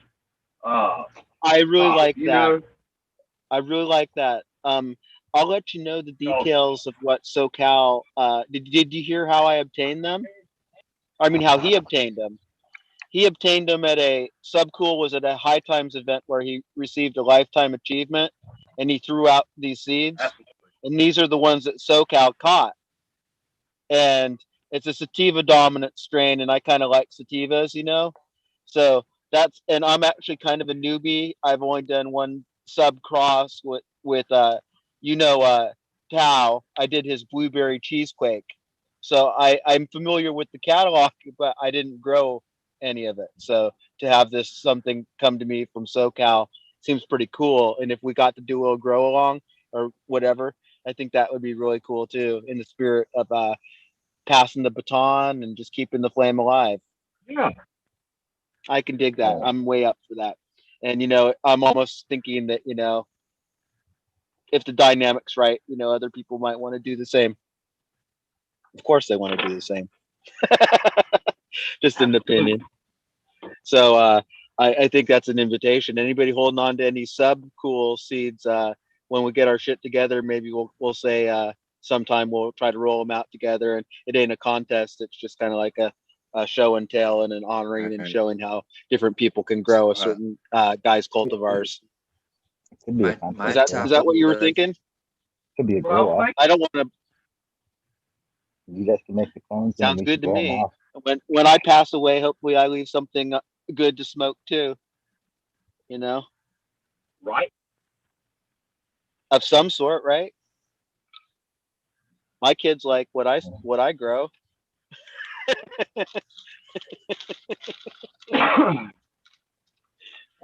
Why am I laughing like fucker? What the hell? It's a victory lap, man. You won. my top of the list for some old school sub-cool seeds, if I can find, is the Space Queen F2, aka Space Jill. 65 degrees here today. Better wear a coat. Is it Well, still autumn or is that winter?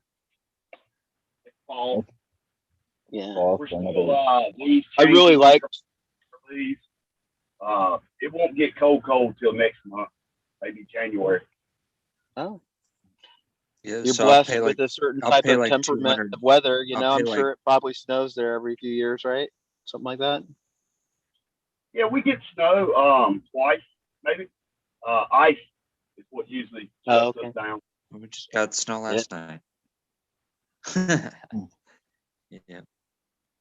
I'm Well, up. snow is a good feeling, you know, like I wasn't feeling very good and it had snowed. So I did notice when I walked between, you know, kind of cabins out here that that cool air just was refreshing actually. You know how you're usually feeling like, oh shit, the cold is gonna get me.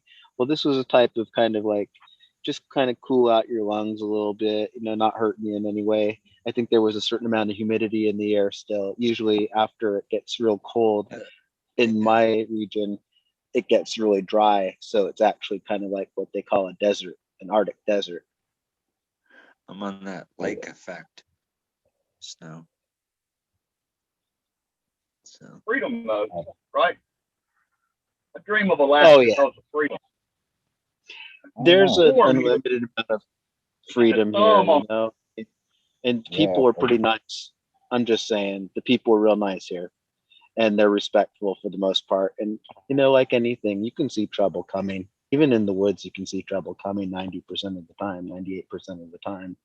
So you just get accustomed to kind of, you know, people respect each other because everybody has a similar dream. And whether you're driving a Cadillac, you know, an Audi or a Subaru or an F100, if you go off into the ditch a little bit, somebody's going to come along with a tow rope and offer you a pull out.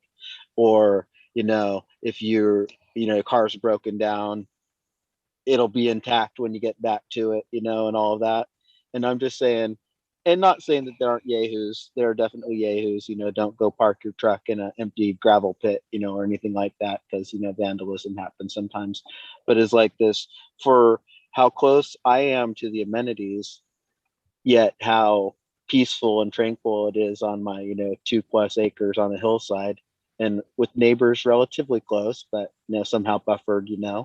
I can still have an outdoor garden, and there's a trail that goes all the way up about 2,000 feet up this hillside to a little top, and it doesn't sound that high of elevation, but because of us being in the subarctic, it's like being at a little higher elevation, it's tree line and whatnot, even that low. Arctic. He's right there next to Russia. Like, Well, the one thing that I was saying earlier was simply this, and I don't really emphasize this or think about it too much, but we're talking about that shamanism, and they had this Siberian shamanism. Well, we're essentially Siberia. So I never thought of that before. Actually, I know about the circumpolar region, and I know about the boreal forest, and I know all about it. I know a lot about it, but it's like this, I hadn't actually thought of that particular thing in quite some time. Another thing we'll save, I guess. I got some fungal type things, some edible fungal things that I want to maybe partake in, maybe save for Christmas time. But you say the shamanistic, old school Siberian people. That's a lot of that's where Christmas comes from. Oh yeah, Talking about drinking urine from reindeers. Yeah. yeah. The reindeer. I know that folklore. I do. Yeah. I endorse Why it. don't you explain? Why don't somebody explain to the people out there in the world that don't know what we're talking about? Because we know what we're talking about, but not everybody does. We talked about things that are maybe good for just I would say just a good fucking regulator, right? Yeah.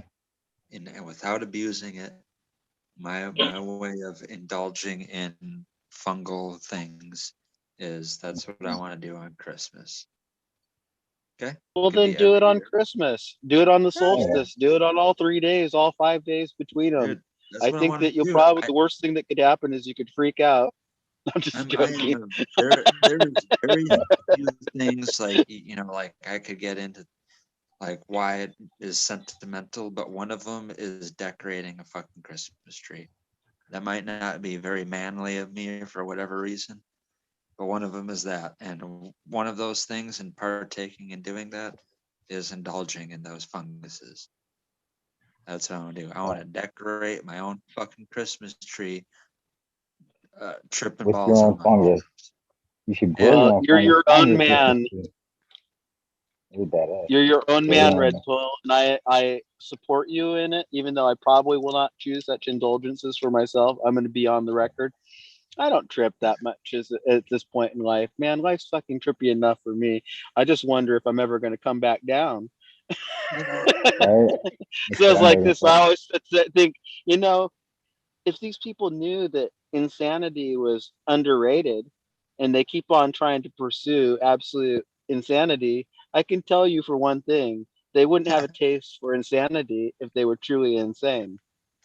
I don't want to get all fucking Alex Jonesy, but that's kind of what he says. And his whole thing with DMT is like Nice.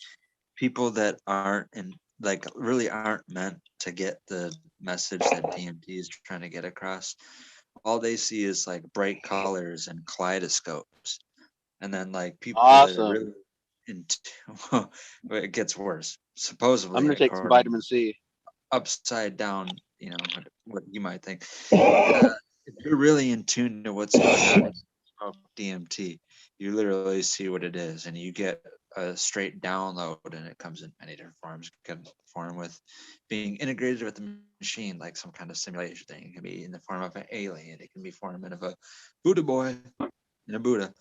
It can be in form of a plant medicine god, but any this or that type thing. That would be wild, man. It's a direct download. Well, you know what? Let me tell you something. If there was like a world, maybe they talk about this type of thing in the gaming world. I only see over my son's shoulder when he does the things on the gaming that I would never do because I don't game at all. But I'm saying there might be a place where people actually can go for healing and somehow like maybe those virtual reality things where they could actually go meet the medicine man, take the DMT, have it induced by like rhythms, music, color, whatever the fuck it takes. You can get people to almost, sorry guys, I'm just going crazy actually. Well, I can't tell the whole story because I don't know it as well, but Terrence McKenna, he was actually a part of some VR study. And there was like a thing that they had VR devices to try to simulate an out-of-body experience. So basically, you don't have to do the psychedelics. You can just put this VR headset on and have the psychedelic experience in a virtual reality. You do have to take the you have to. Yeah, he was part of that. Like 30. You have to take it if you want to really experience what it's like, the hot splash sweats and the fucking greasy fucking. I'm just saying, after. dude. What if you were in the old folks' home and all you want to do is read the Tibetan Book of the Dead, So somebody gives you these fucking phones and maybe a little bit of hash, and you fucking start getting this 3D experience that's I taking need you to ask through, you a like with, serious question about that. you know what I'm saying, what I was going with that. You can imagine I this, gotta right? ask you a serious question. It's gonna sound like I'm making silly stuff up to be funny, but the way I heard someone articulating it, and this person is not good at articulating things. They have their own unique style of badly articulating things. That's a nuance of just humor and comedy. Well, anywho, he was giving a description of like what brings you back into this realm and back in a reincarnation in a Book of the Dead perspective. Yes, And it the was Bardo. seeing visions Interesting. of people fucking. I don't know if that's You know what? It sounds like typical dogma, but you know what? It probably is gospel, and it's probably the truth. If you're fixated on images of naked people and you're afraid of going someplace where there aren't naked people, then perhaps you better just keep coming this back guy to Earth. said that this is literally the connection of what brings you back into the material realm, is that you have on two sides, you have worldly desires, and on the other side you have ancestors that have passed on to this higher plane. The higher plane people are like, stay here, and the worldly desires are showing you images of why it is that you want to come back. And a lot of it is like I said, people fucking, and you literally stare at the image of people fucking and you literally get born, and those are your parents. No, you choose your parents, I believe, but I don't know about that part. I just know about the choosing of your parents because I had to choose mine, but I found treasure. I think there's probably upside to those scenarios too. So what I'm going to say is, like, for people who actually think that it's a desire to maybe transcend and liberate themselves from the cycle of human suffering and all of that stuff, and maybe they find that to be something like a promise of heaven, then maybe that's what that type of experience might offer as a promise. The same with everlasting life, and the same with any number of things, by the way. Everything's more like any expert on any of that. Well, the way that this comes across is that it's the higher plane people, like you're saying, or well, that it's coming across that the higher plane is where you want to stay. Once you transcend, you're there already. They're trying to convince you to stay where you're at, and then you're looking at people fucking, and then you get right back to where you just came from and repeat the whole cycle over again. You don't go nowhere. So it's because you see them in the act, or it's because you want to become I think it could be any form of bias, honestly. I mean, it's like this, what if, like, where Thunderdad is, maybe some guys go down to the track and they gamble away all their money. Maybe there's ways of losing your money or your life that way. Maybe there's like guys who are into the hard liquor because they're raised in a place and that's really the only thing that matters to them. And that's why we try to say these things are a little bit on the sacred side, because we show them respect and they actually get us in touch with our higher self and our better self sometimes. And if you get where I'm coming from, then you understand this for yourself, and if you don't believe that, I respect that too. So whatever. Well, I'm not gonna go into another story, but I definitely have heard things about what people witness as they're dying, and then I've witnessed them, doing that. Anyways, the one thing, Red Pill, could I just say one thing that's not dogmatic? It is a bit of a coincidence, but both the Tibetan Book of the Dead and the Jewish Torah all claim it takes about 40 days to get to the other end of the spirit world if you're unencumbered. What do you think about that? That's all I have to say, really. It's just a strange thing that they both say the same thing. Okay, like, is this an adhered thing that if you want to try to do while you're still living on a mortal plane? Oh wow! Is this something that like you have to be like Aleister Crowley to try to do? Or That I'm not are you, sure, Red Pill. I think that you could probably do it, whatever we're talking about. 12 point? Wow, that's well, the amazing. So is closest that thing elk? that I would, That's yeah, 12 yeah. or 13? Go ahead. No, go ahead. 14? The hell? I can't really hear very well. I'm sorry. Thunder Down, what was that? Oh How wow, many that's amazing, brother. how many points? Here, he was You know what? found. We don't have. Oh yeah. I can see it. I can see it. Oh yeah, But here's nice. the deal. I saw you with the Yeah, great horns behind you, and that's all I see now. yeah. It's amazing. But that was really cool. That was a great image. That was really cool. Good So timing. did Yeah. you follow that yourself or? No, it was found. Oh A wow. friend of mine was walking to go fishing at a pond and just found it. Okay. Is it 21. decomposed a little bit? Go ahead. It's got barnacles on it. Is that what I saw? That's what I was saying. That's badass. That's like real fucking life shit. To the On a door. piece of a tail. That's badass. That's amazing. But yeah, bumps on it. It was old, but 21 points. You guys, So that's probably the most I got amazing deer in the world, right? One of them. Go ahead, Rich. I hope every female in a 9-mile radius because he is just beautiful. I mean, look how big this is. Man, yeah. Shit. His eyes are huge in that thing. So would you say that there aren't that many of those left? Oh no. There lots of them. Lots Too of them many of down them. here. Oh, really? That's amazing.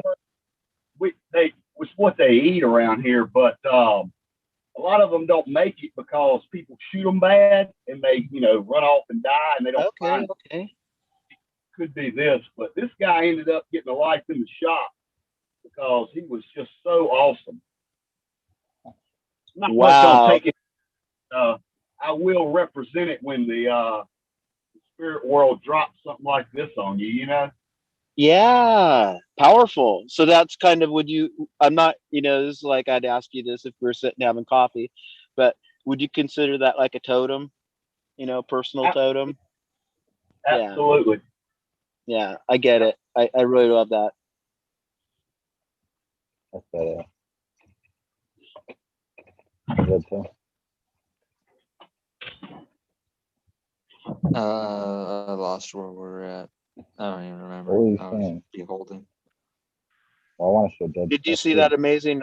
I found a piece of the turtle shell or some shit with a big old fucking knob. Like, pretty That's awesome, badass. man. Look at that. Just see, like, a fucking big ass nodule. Fucking, it's all green and thick over here and gray on the tip. Fucking, like some giant lizard or alligator or fucking turtle or who knows. But that's a big creature. That was a pretty, like to me when I think of like objects of nature that kind of what Thunder Dan was saying fall in your lap. I always look at it as kind of like a little bit of a blessing, but an enigmatic blessing, I suppose is what I would say. Well, it's more like respect that he could get that big and, just the amount of energy he brought with him through this world, and man. when my buddy like, you want it, I was like, you're fucking right, put it in the truck. I got a spot for it right now. And I brought it home and put him up in the Thunderdome because yeah, man. Yeah, it's powerful. There's no doubt about it. I always just kind of laugh because the things that I value the most in the end are the things that come from nature. I live in nature, but I'm just saying, even though I'm just as isolated and insulated as many people are from their own surroundings. So when something comes in and breaks through that, even if it's a small thing, maybe it's a bird, maybe it's a pattern, maybe it's something that you didn't notice the last time you walked through the woods. But I tell you what, I do like that walking too, I have to say. I go to a field and it's just one place. It's a bird refuge. And I do my walking and exercise there a lot because it really calms my mind. It grounds me, and it's not like I could like lead into a whole other story, but I went to, I don't know, I'm not even gonna count, a bunch of different schools in my whole lifetime. Anyways, in fourth grade, I went to a school that was integrated with a national or a state park around here. And you would go in there and they would do your nature things and you would take classes outside. And one time there was a little exercise where you're supposed to go out and find your like own little secret place and do your own little journal or something like that. Or you can do a little illustration of the nature that you see. And I went out and I saw a blue heron. And drew the picture that I saw of it in the middle of the, I already gave too much away. The Root River where I'm at. And I drew this picture and I showed it to the teacher and he's like, oh my God, you saw a blue heron. Well, that's a rare bird that you found. But same thing, like just me being a kid and not really, not really appreciating what it was that I was where I was at the time, just thinking it's a thing of school and not thinking much of it. And then the teacher getting enthusiastic that I saw a rare bird, and that made me enthusiastic about it. Like, oh, I should appreciate it like that. I didn't even. Yeah, a blue heron. That would be like a red letter day for me, buddy. Yeah, I remember the thing. I painted the exact portrait what I saw. I saw the Root River, and I can't remember what exactly he was perched on. If it was like a piece of wood or something that was lodged in the middle of the river, or if it was a stone itself. But he was just sitting in the middle of the river all by himself, and I drew a picture of him. In this period of time, that's another tangent of a story. I was very artist or drawing. That's how I expressed myself at that time. Anywho. Would you say you were scientific and inquisitive? I'm just wondering, Red Pill, because I could see it. Yeah, at 7 years old, I got fascinated with astronomy, which is going to be weird because now I don't call myself a flat earther. That's a weird thing, but I think of cosmology in a completely different way than I did at that time. But yeah, I was already interested in astronomy and planets and all that kind of stuff at 7 years old. And my uncle was good friends with someone that outside of the town here has access, or he's the director or the whatever the fucking, he runs all the telescopes, ones that have the big Way domes. cool. Observatory, is that what they would call that? Planetarium. Observatory. Yep. They used to have one here. I think they dismantled it. It was a small one.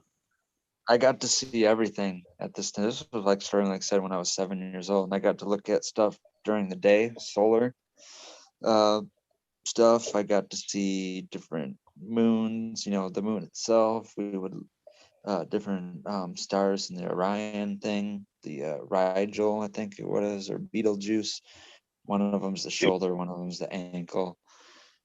Yeah, a lot of stuff. The Andromeda galaxy, that was kind of, like I said, what kind of leads to new cosmology, thoughts of different cosmology, because you watch these things on TV, space documentaries, and they give you these CGI renditions of what the Andromeda galaxy looks like. And like, if you've seen it out of a telescope, it don't look a fucking damn thing like the fucking CGI thing show you. It literally looks like a misty cloud way off in the distance with one of those like mosquito lanterns in the center. Like, it's way played down what it really looks like in reality compared. Anyways, I hate to kill people's dreams, but it's not as cool as it looks like in the fucking Neil deGrasse Tyson Cosmos. Yeah, but it's really cool that you took a gander, don't you think? I mean, oh fuck yeah, dude. I have pretty inquisitive kids myself, but I'm telling you, it takes a little bit of ambition and chutzpah to actually pull it all together. I loved it, dude. I got huge into it, man. Everything was about, I got so into it. My whole, it's going to sound nerdy, but my room decor and my comforter and my mattress and all that kind of shit was all space themed. And I looked through my I forget what grade it was. I think it was like 4th or 5th grade at this point. History book or science book, whichever, of course, a science book. But I knew one of my teachers that was in one of the classes that they rotated around. I think that was in 5th grade. I went to a weird 5th grade. It was the one and only year-round school in my district, and it happens to take place in a building that's like 130 years old, and it also happens to be the only bilingual school. So I was Sounds great. yeah, dude. Me and my sister were, yeah. Anyways, it was the only bilingual school in our county. Anyways, in an old ass colonial building around here. Oh yeah. Where are we going with that? I've been sidetracking Well, pieces. what you been doing? What you been doing? What you been doing? Man? I can't be All scrolling the at this point. all the immigrant comes out of me when I fucking ask questions. Oh, like what? What booty boy? I guess I was saying, yo, green fingers, you making breakfast? And I said, In the do you waffle. you don't happen to have any maple syrup? Because if you don't have any maple syrup, then I I have realized I was no. on the mute. And then you said, what? What, Buddha boy? I remember So now. you were hearing me, and my thing wasn't on. Now that's Yeah, pretty weird. that's It crazy, doesn't mean it. right? I spent too much time sidetracking on details. But anyways, I got so enthusiastic I to heard see you that there say was a lesson about the solar system in this class that I told the teacher ahead of time. I was really enthusiastic and I knew everything about the solar system, blah, blah, blah. I'm like, let me teach the lesson on this, the space thing. And she was like, okay, fine, go ahead. Yada, yada, yada. But anyways, yeah.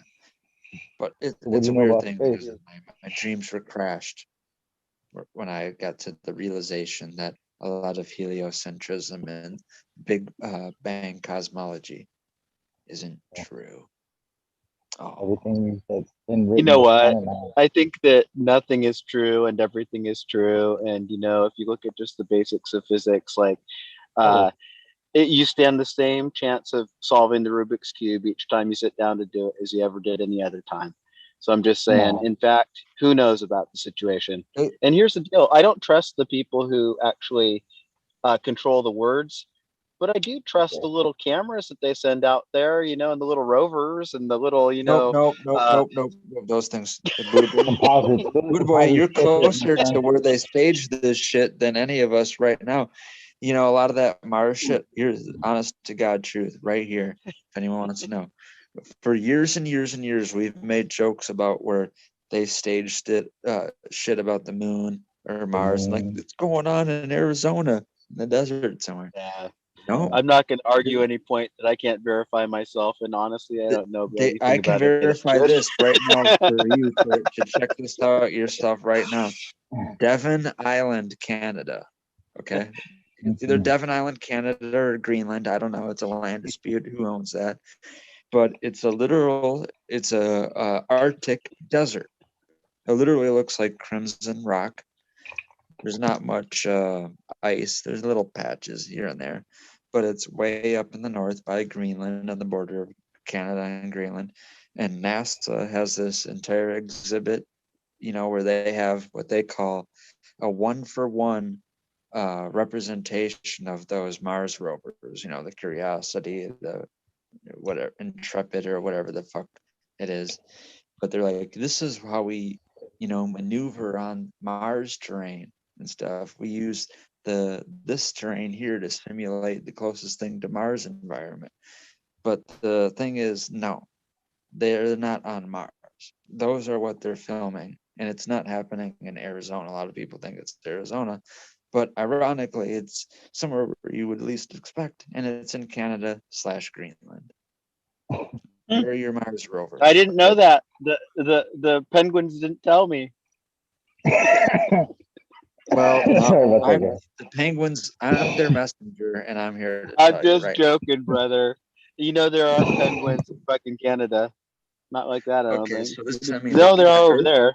the Earth There's can none be in the shape of Alaska. a There's some cucumber, here a in America. diamond, a There's fucking fucking SeaWorld. curly fry. The thing is, yes, there, regardless of where Mars is or what it is, there are no rovers on there. They're stationing Mars rovers there on Greenland or Canada, Devon Island. End of the story. Yeah. It's cut and dry. That's all you have to do is research that, and it's right there for you to see. It's hidden in plain sight, as they say. Let me tell you something, Red Pill. I think I'm gonna believe what I believe, but I'm also gonna believe what you believe. Okay, I like that. And I'm I probably think- gonna believe what Dan believes, and I'm gonna believe what Green Fingers believes, because it's like this. I'm just a believer. Oh yeah. And since I fucking am the creator of my Guys, let fucking me tell you whole something. That this is the I truth. can do the I've same noticed thing. a lot of people. This isn't like any dig at anybody. This is a social observation. This is kind of on the same subject though. I've noticed that a lot of people hedge their prejudice with belief. So when I hear the word belief, sometimes it's a red flag for me, buddy. If it requires my belief, if it don't stand on its own fucking 2 legs or 3 legs or 4 legs, Okay, but this I is, honestly don't want to be sold a bill of goods about it because I don't want anything to do with it. but this is a contradictory on our philosophy, though. And if you're gonna if I'm gonna go full blown Red Pill, and you're gonna go full blown Buddha Boy, true to our name, how can we use rigorous science to decide these things that we're talking about? Because just like you say, I feel like I can verify a lot of these things. With one of them, it has nothing to do with. Anyways, I can verify. I feel like enough to scientifically prove that moonlight is not a reflection of sunlight. We're blue taught light, that. cold light, It's sunlight. something You that know, we're here's the taught. deal. Red Pill. My daughter's very favorite thing in physics is light energy and color and the bending of them, and actually how you can like kind of there's information there, all this shit. And she can actually like come up with visual models for this, like through oil and water and color and taking photographs of that and all of these things that I don't even understand. She's working on a project. She's going to actually have what I'm saying is she would relate to you in a way. I think that you too have, because she's kind of a synesthetic person, synesthesia, you know what I'm talking about? She sees colors, she can hear them and things like that. So she looked at things like on a vibrational level and color, and she studies physics, and she's actually talked to her professors about some of her ideas that would otherwise seem really hippy dippy trippy, but in reality they're just kind of like cutting edge thoughts. So I'm just saying, to me, I like that. go ahead though, Red Pill. I just saying that I live really in close proximity to somebody who's very up on this type of thinking, who actually has, the scientific direction and all of that, and probably will go far. I hope that this generation of students and children are able to actually transcend any of the dogmas of our generation and go as far as they possibly can with these ideas of, renewable energies, of space travel, of colonization if that's necessary, and things like that. Because having a space program only makes sense. We're like a rock in the middle of space. Oh, so we have You Space know, Force. but see, that's what I mean. I'm in a minority of people that disregard that. But what about bending that's time? okay too. What about bending time? Have you guys seen this? How they put one clock higher and then one clock lower, and then they both go do the same thing, but one starts going slower than the bottom one. Bottom one goes faster. The top one is going slower. So when you're going towards outer space, you don't go to outer space. You were in the firmament, right? The dome covering us as far as you could get. It's like nothing else really mattered. It's fucking, you could bend time. Look it up. So the only thing that I have to interject on that, I feel like we have been to space because the people that run the world are not trying to be regenerative or any kind of this world work. We're trying to figure out how we can use all the shit here, go somewhere else, all the shit there, because that's all their mentality is. Can I get this and sell it to you? And then on this whole money, and if you look back in time, all the civilizations that come before us, there's been those people who just want profit and money, and the other side of folks who want to try and live together on this planet. But we often lose, because where we will give, they will take, and the takers never give back. And that's why, like, when we get together, it's like community, because we want to try to build the bridges between, but those fuckers want to go and figure out how we can go to Mars, which I'm not so sure we didn't come from Mars. We ain't already fucked that place up. But, you know, they talk about all those other worlds they can see. Ooh, can we live there? But not, how can we not pollute the rivers and, you know, the ocean and the giant ball of trash that's floating around Hawaii or whatever the fuck? Yeah, all the I agree 1,000%, Thunder Dan. That's the one thing. When I went to school, I learned how to like read and be analytic and do research, but I actually studied writing, and I got to spend time taking classes again and again from this old guy who's over 80 years old, who was a nature writer, essayist, and poet. And he taught me a lot about ethics, you know, old-fashioned virtue ethics that I didn't even learn in philosophy classes, really. But when I started writing at that time, I had a clarity, a vision, that I would only articulate what I saw before me and let it speak for itself and not spin it. And I'm just saying that nature has a profound influence on us, and we're part of nature, and to fight and protect and just honor it and walk within her with dignity and respect. I think that that is a really high calling, and I think it's one that doesn't transcend any gender or any politics or anything. Let's just take care of it, because it's precious. I got a 3-part question here. So, in the opinion that we're not on a globe, it's a flat Earth, right? Not flat, it's fucking like there's no such thing as Texas-sized island of trash in the Pacific Ocean. And if someone believed in both of those things, would you ever want to buy seeds from that person? I think I'd want to buy their seeds double fast, because they sound a little off and they might be too high on their own shit. Like, if you're that fucking crazy, then I want your gear, because you sound very high. You get free seeds for life, Green Fingers. That's the answer I was looking for. Oh yeah, that's the gear I'm looking for. Fuck. Like, something that's gonna be so far out there that you can't believe it's real until you see it. It's an experience. You know? Like the real Girl Scout cookies, nobody's had it. That's Here's the deal. fucking everybody's had it. So nobody's had it. It might be 15 below 0 Fahrenheit right now. So if I go out in my feet and I walk to the house that's probably about 200 feet from here, if I go real slow, my feet are gonna get cold before I get there. Yeah, so am I gonna argue that there's no cold? Am I even gonna go outside in my stocking feet?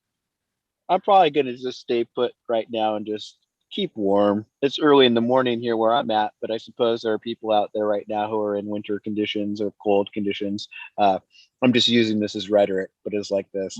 I don't argue against nature. I respect her, because like this, you could actually freeze to death and things like that. So don't be foolish. I remember why I was saying the bending time thing, because that's why they have them. That's why we changed the clocks back then. It's not bullshit. We have a new visitor. Bum, ba-da-dum, bum, bum. Oh yeah, cheers. I don't know. Who else gets bum, ba-da-dum, bum, bums, and any other fucking chat that you guys watch? The best voice. Good morning, guys. Good to see you guys, bros. Really good to see you, brother. Let me grab my headphones because I'm telling you, I can't hear you guys for crap. Good. Here, We're I'll having let the same problem, I think. Yeah, we like to hear your voice when it's with those headphones because it's so great.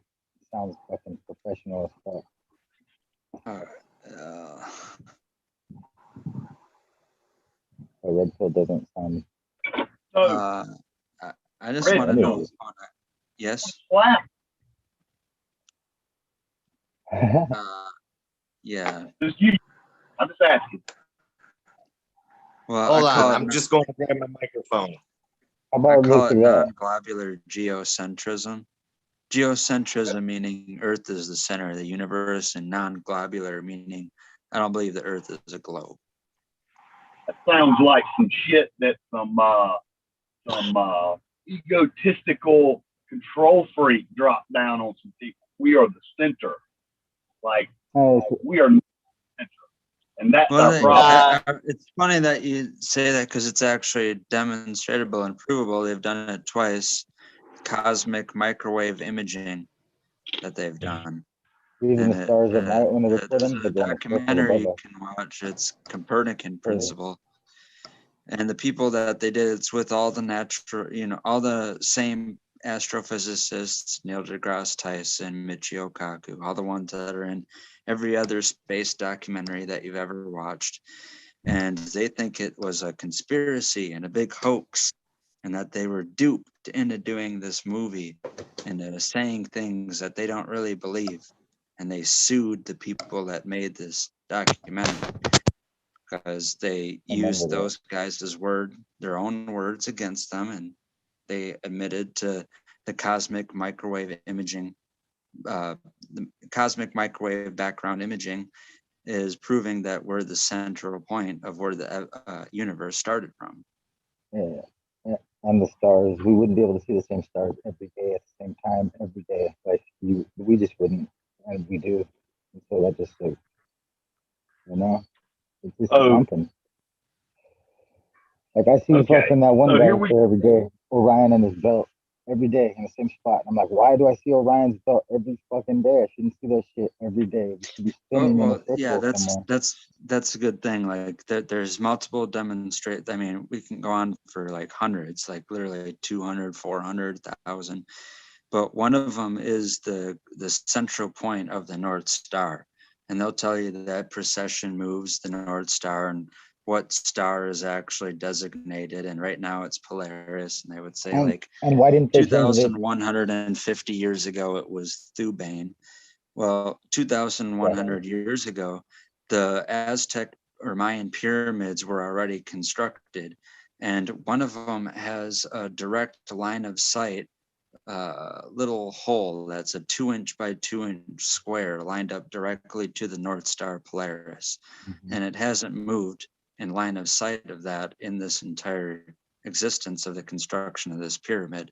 So even if there was just a 1/10 of a degree movement over a year, it would have been lost out of the line of sight from this little 2-inch by 2-inch hole. But that's just one of them.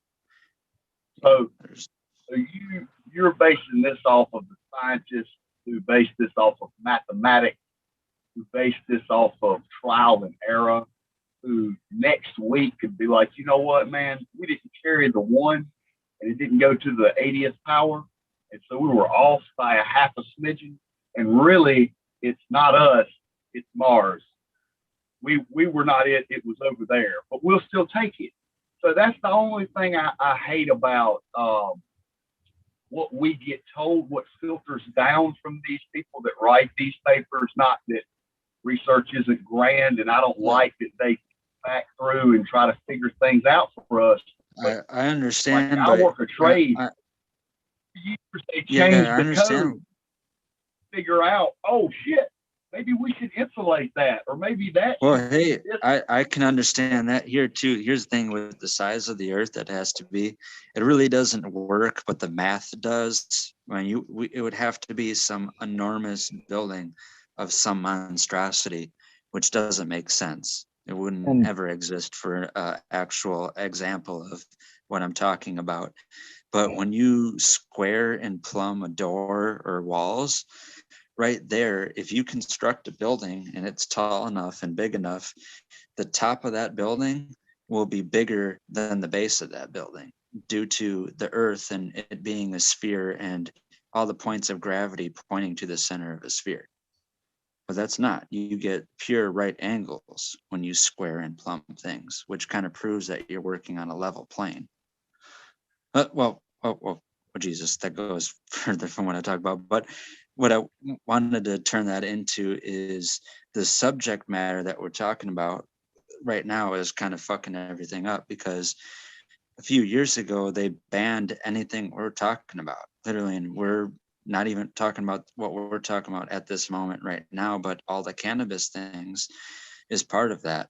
The first three things that YouTube wanted to get rid of is anyone talking about anything 9/11 that the mainstream media didn't say, anyone talking about flat earth, get them the fuck off YouTube, and anyone saying that they got some remedy cures for illnesses that isn't FDA approved, meaning, you know, like RSO or us using cannabis to help MS or cancer or For some Crohn's reason, or I don't glaucoma. actually have a problem with the cartographically challenged people who think that the earth is flat. It's absolutely no threat to me. Another So in other problem, words, like, here's the that deal. part. I know what a Mercator projection is. It's an oval earth. I know what a Nope, Yeah. nope, no, two-dimensional one wrong. is. Wait, No, no, wait, I'm no, just hold no. on, saying, Bill, it, Big Buddha, I gotta listen, correct you there. listen. Mater, Go ahead. the Mercator projection isn't based on the oval. It's square. It's based on a square, and it's I know mainly that made one. for naval trajectory for people to find their way around the equator. So it has its most accurate points around the equator and its least discrepancies, or its most discrepancies, on the North Pole and South Pole, to where they're actually stretched at infinity. Okay, so the How do you know? Mercator is a shitty How ass. do you know? I do, It's in the because Hall of it's Lamentations. that's how it It was works written out. in the How do you fucking know, man? written in the How do, Akashic records. how do Go I know? ahead. I Because know. I did actually, like, I know there's, like, you know, also like that a is couple other what it types of is, maps because it too. works on a square map, because their whole point of that was making that, because they couldn't fit a square map Yeah, I around a get round it. globe. I've seen that. I've seen that map before, believe it or not, with my Okay, own And but two why that's the fucking thing eyes. is they portray Greenland to be the size of Africa on the Mercator projection. The Mercator projection has literally been eliminated think out of the pull down little things that is in elementary school. They don't use that no more. They use the we're supposed Gull-Peters. to, and Iceland It's and the Greenland have the Gull-Peters name. projection They're that they supposed to be use now, opposite lands. because Don't they size down Africa too? Yeah, that's what I'm the Gull-Peters doesn't. The Gull-Peters has, as best as they can, accurate representation of the land masses according to actual size. But it's still exactly the same as a Mercator projection, where it's based globe Earth portrayed on a Why- square map. It's Why just still another haven't thing we? for us to talk about and get No, off but track Yeah, what? with. but one more thing. Why haven't we changed it from the Tropic of Cancer and the Tropic of Capricorn yet? It should have been the Tropic of like Aries already, or some shit, or like one of these different fucking signs, like fucking 1,000 years ago already. That's like it's still Tropic of Cancer and still Tropic of Capricorn out there on that fucking globe from thousands of years. Well, that's part of what you're saying. The fact that we even have constellations. Okay, there was only, even if you go back, I mean, we can literally almost ask people that we're directly related to that are still living. But up until just a couple hundred years ago, everyone, I hope you guys know that, they didn't even know what a fucking galaxy was up until 1929, Edwin Hubble. But anyways, just a couple hundred years ago, people didn't designate anything besides planets and stars other than fixed stars and wandering stars. Okay? Yeah. That's all you got. And the fact that you have just that, and despite that we're, you know, on 6 different movements, you know, we're moving around the sun. The sun is moving around the Milky Way. The Milky Way is moving throughout the universe. And all those different rotations simultaneously happening at one point. The fact that you have a still night sky where you see the same repeated constellations time and time again, show you that you're not spiraling in different directions all at once. more question in all of this. So I totally get where you're going about the math that they came up with and the trajectories, and we once sailed across seas and we used these stars and that developed into, you know, what we know now. But if you go to the ancient ruins of these cities and they cut those blocks that are like, we can't even fucking cut these blocks like that anymore. We can't make shapes. That's what I mean. That's why I said the Mayans, the Temple of the Sun. I can't remember if it's the Temple of the Sun or the Temple of the Moon. Not all down through there.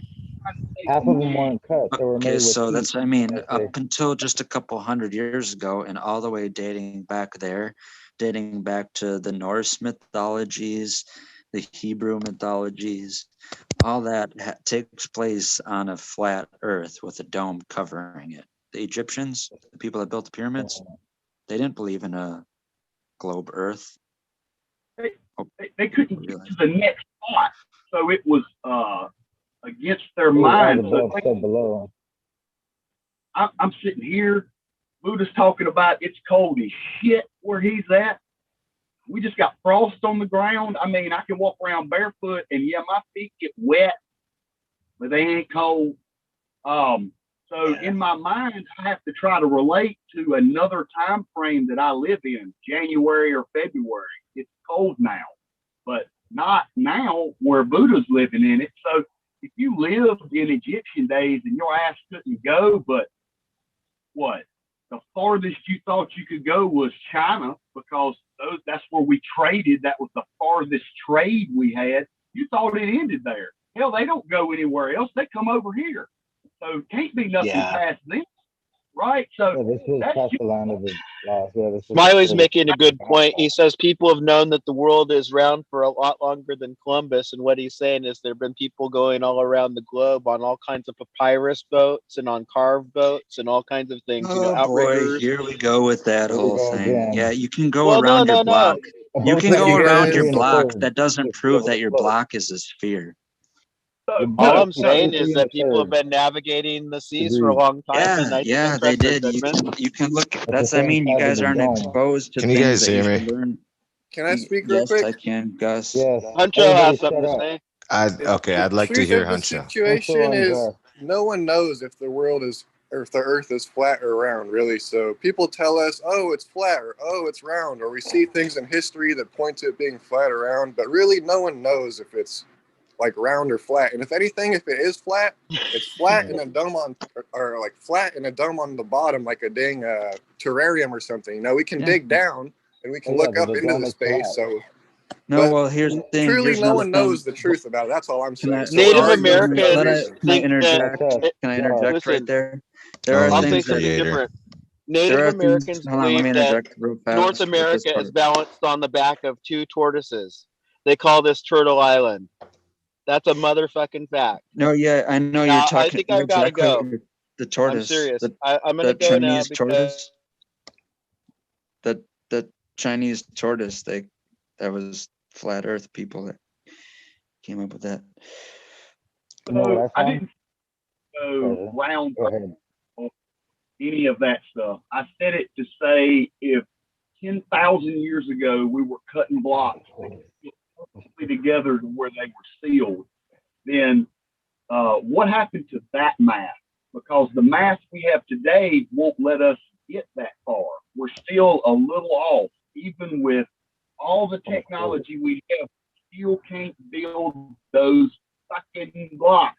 I don't give a damn who put them there or what, but you know what I'm That's, saying? I mean, I guess I've just smoked too much damn BHO because I watched believe these little that guys. the evidence of how to make those blocks is already out there. I watched this documentaries you can watch how to this YouTube replicate channel, all and these two little Filipino dudes. Sometimes it's just one, and they literally build like a temple underground. Thank you, Gus. Fill it with water.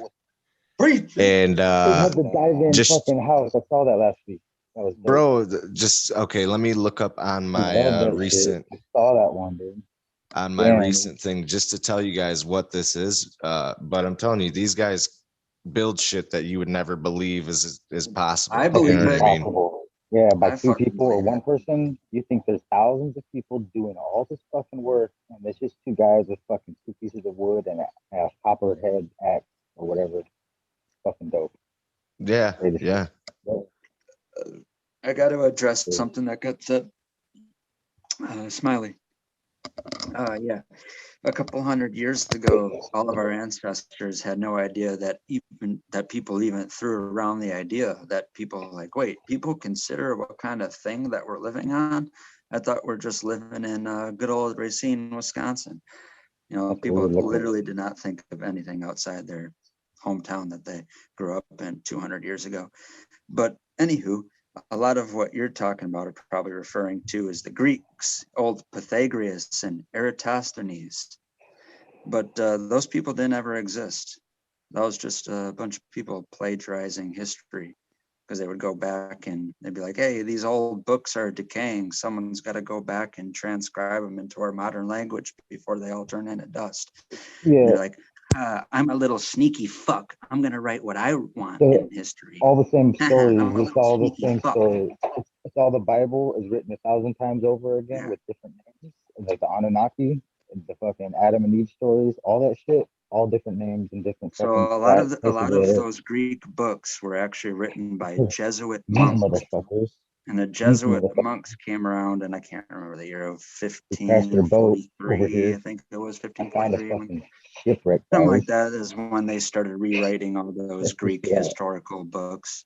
But yeah, that's when that theory got thrown around because that was post Columbus. Sorry, it wasn't pre Columbus. It was post. And dead turtle. The Jesuits. Dead turtle.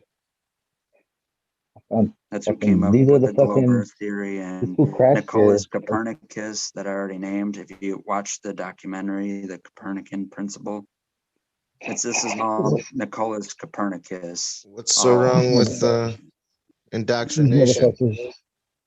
What are these guys called? The ones who do the Knight Templar. These motherfuckers crashed their boat over here, trying to get more of this shit, the shiny. They just wanted shiny shit, and I found that pouring out of more motherfucking shit, and I found pieces of the hold a knife or sword. What the fuck they called? With a piece of sword still broken off in that shit. There's a piece of the sword. Fucking crazy, guys. All that shit right out here in the front. So that's who crashed. They were taking the memory of what was and trying to hide it. Because this is what happened now. We had to hide what was happening back then because they call us a fucking witch, kill us. So it's like they want to hide the truth, guys. They've always done that to us. It's fucking right in front of our faces. It's always been there. Okay, I don't know. And like I said, I don't know if people came in late and didn't hear how big of a little space nerd I was from the age of 7. But a lot of people, like I said, are very resistant. They're like, you know what? I fucking looked out of I looked out of a telescope when I was 7 years old and saw fucking Rigel, the shoulder of Orion. You're full of shit, Red Pill. You know what the fuck you're talking about. But Bones hey, of a even giant I too, can challenge the own things that I've seen myself. compromising myself now.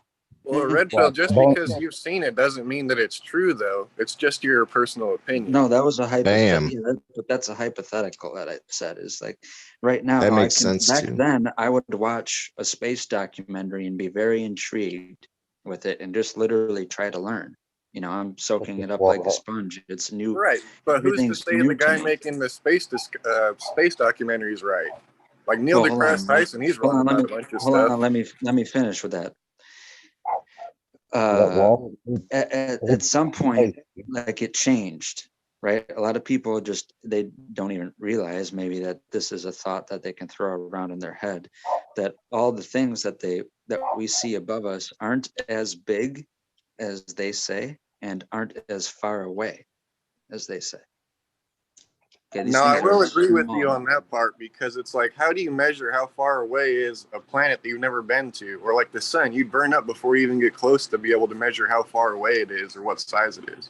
So That's that what they part I will say, agree with but those things, but I don't know.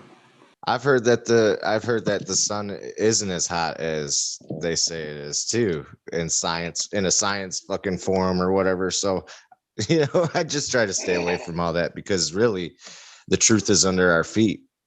You know what I'm saying? This wall was here before this house. I know that. And It's right under us. these fucking poles were here before. It's a giant fucking, I'm trying to compromise myself. That's a giant fucking piece of sandstone. And it goes down to the ground very far. Some other people dug one out. They found a fucking big old giant bone nodule on the other side. Like it looked like a fucking a knuckle of a hip of a fucking giant. And that's what I kind of think was out here, because that turtle shell that I found was fucking huge. And then I found the ship over here crashed and everything was burned. This is how I know it was burned, because the guy who lived here before found all of it before me. And he put it all together. He found it all. There's burned wood. Big old lumber, burned wood that's petrified. Thousands of years old. Fucking more petrified wood all around me. I'm in the middle of the desert and I'm finding fucking this shit. What the fuck has spikes that fucking long? But a ship. You don't use those for railroad. It's too skinny, too long. All different sizes. Not even like they made him here to try to fix this. Oh wow, that's a rad fucking. I like your rock garden, man. All the fucking, they fucking lost a lot of technology. Busted ass shit. That's fucking, the world's fucked up. One time I found a big chunk of amber in the middle of a fire pit. And I think what had happened was somebody burned a burl and all the sap like formed perfectly inside of the burl. And then they didn't realize it because they left their camp. But what I was like, you know, I was scavenging and I was out west and I was just fucking around and I went through their fire and I was like, oh my God, dude, that's like amber. And it was just burnt, just straight up solid sap that you couldn't get melted down again. It was crazy. No petrified wood everywhere. It's crazy though. Fucking in the middle of the desert. Man, fucking. Like there was a forest out there, you know? Yeah, or fucking a big enough shipwreck. I just showed fucking way too much. I was going to say. I'm like, fuck, I just realized I showed everything. That's all right, I got you. I'm like, people are going to come here now. I'm going to have to shoot people. No. Off the record, people. Don't step on my property, people, or you will get shot. Off the record and on the record. I will fucking, there's a trespassing sign. Trespass, please. Please do. Make my day. But don't make my day because don't do it. You're gonna not make his day because then he's gonna kill my you. shit. Yeah, I hope nobody saw like where I live because that's fucked up. I just like compromised myself, but whatever. Don't worry I'm about cool it. with that. I'm cool with that. Everybody's a weed nerd. If they're not, they're gonna get shot. I mean, off the record, right? Allegedly. You should just say, "Hi, you need more dog food." I need compost pile, a good robust one. We don't waste nothing around here. Hell yeah.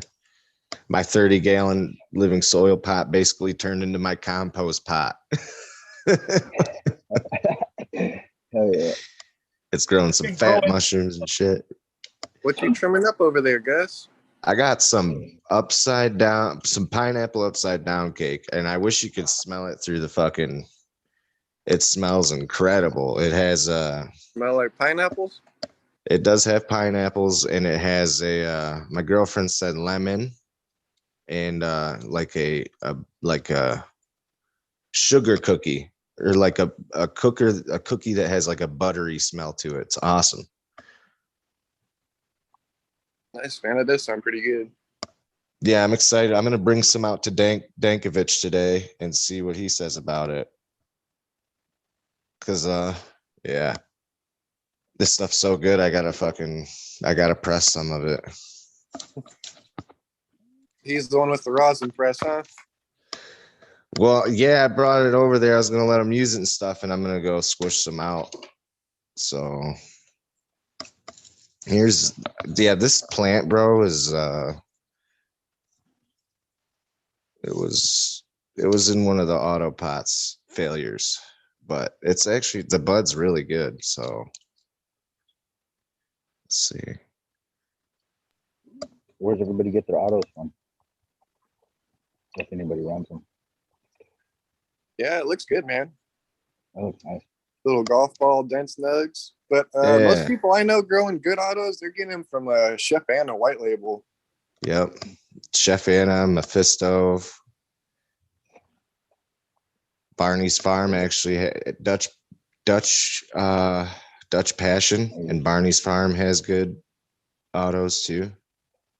Anybody try the dark horse, the owl, the night owl, or what is it called?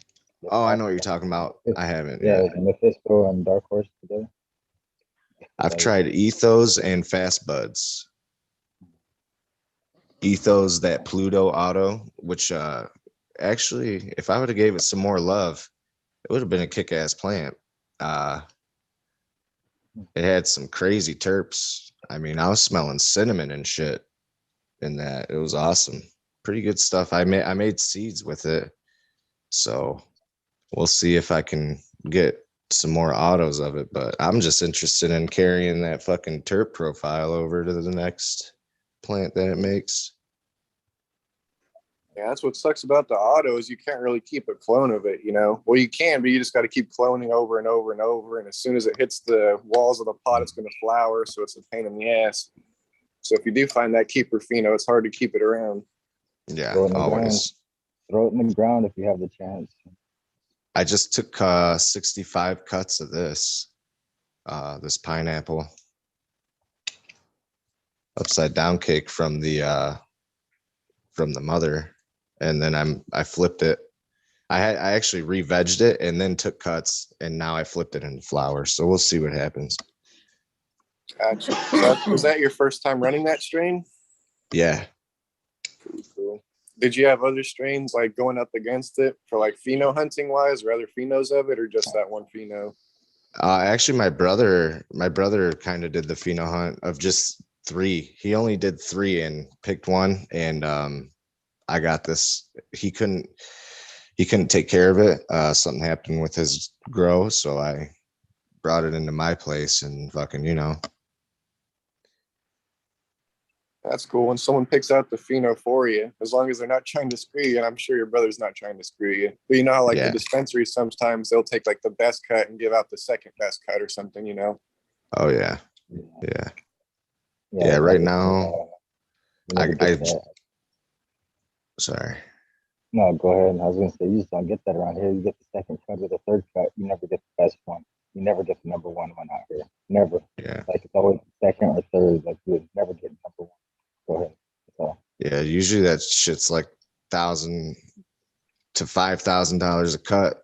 If you actually know the legit dude. I mean, and that's the numbers you'll see on it. I've seen a Superman OG go for like 2,300 for a cut out here. I want to just I want to shout out the 50 or so people that are still watching. Just not to neglect them. Shout outs to you guys.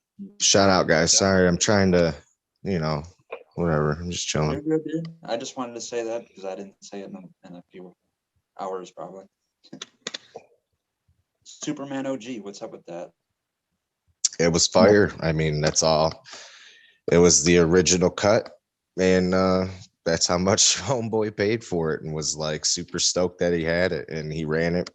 I mean, I think he still runs it to this day. I think it's in dispensaries and on 8 Mile. So, I mean, it's worth it, especially if you're running a commercial facility and actually selling the bud. Like a lot of people don't realize, but just like one tray of clones to a commercial facility is worth like $20,000, Yeah. Because they're going to bud all those clones out. They're going to grow the plants huge, keep it around, keep it perpetual. So each tray is like 25 grand.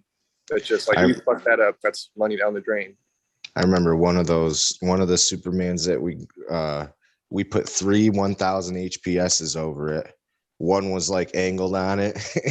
They were all angled weird on it because we had extra lights and a little bit extra room in the corner. And the plant ended up looking like it was like the size of a car. Like a little fucking Nissan. It was hilarious. Was it just the one plant in there?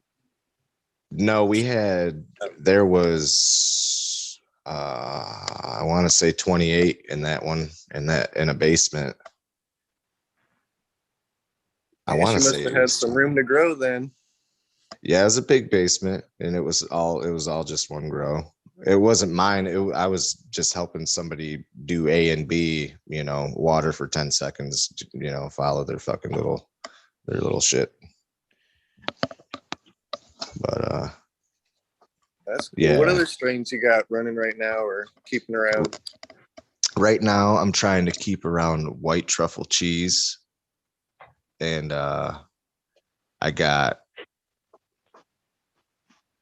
the two mustard tiger, which is the one that I made, which is boom bap crossed with glue sniffer. And here I wanted to show you guys this. Actually, let me grab this. You guys will appreciate this. I don't know how many of you are familiar with the website Seed Finder. Seed Finder, yeah, they're pretty good. I mean, they're better than Leafly. Fuck Leafly. Oh, Yeah, shit, Leafly. I said it.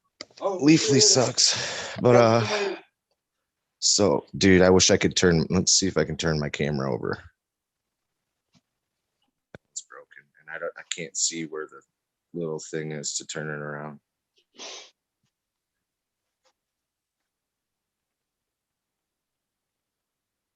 Guys, I'm out. I got to go to work. Y'all have a good day. Peace out, Thunder Dan. Have a good day. Is this working? I'm still sitting here. There we go. All right. So what are we looking at? I worked with some GMO cookies that I crossed with glue sniffer. The flow I crossed with glue sniffer. This Mac 1. This Cherry Garcia. And I love Cherry Garcia. But yeah, it just shows like I have like the genetic thing.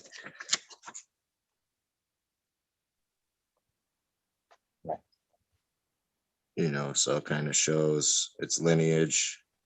So that way I can actually stack them up and be like, here, I'll pull out the glue sniffer. That one's pretty crazy. Yeah, that'll come in handy for like identifying which way the plant leans too, like towards which strain. You can look in there and see what it grows like or smells like, and then look at your plant and say, oh, it's growing like this or doing that, Yeah. Wait, those are your plants?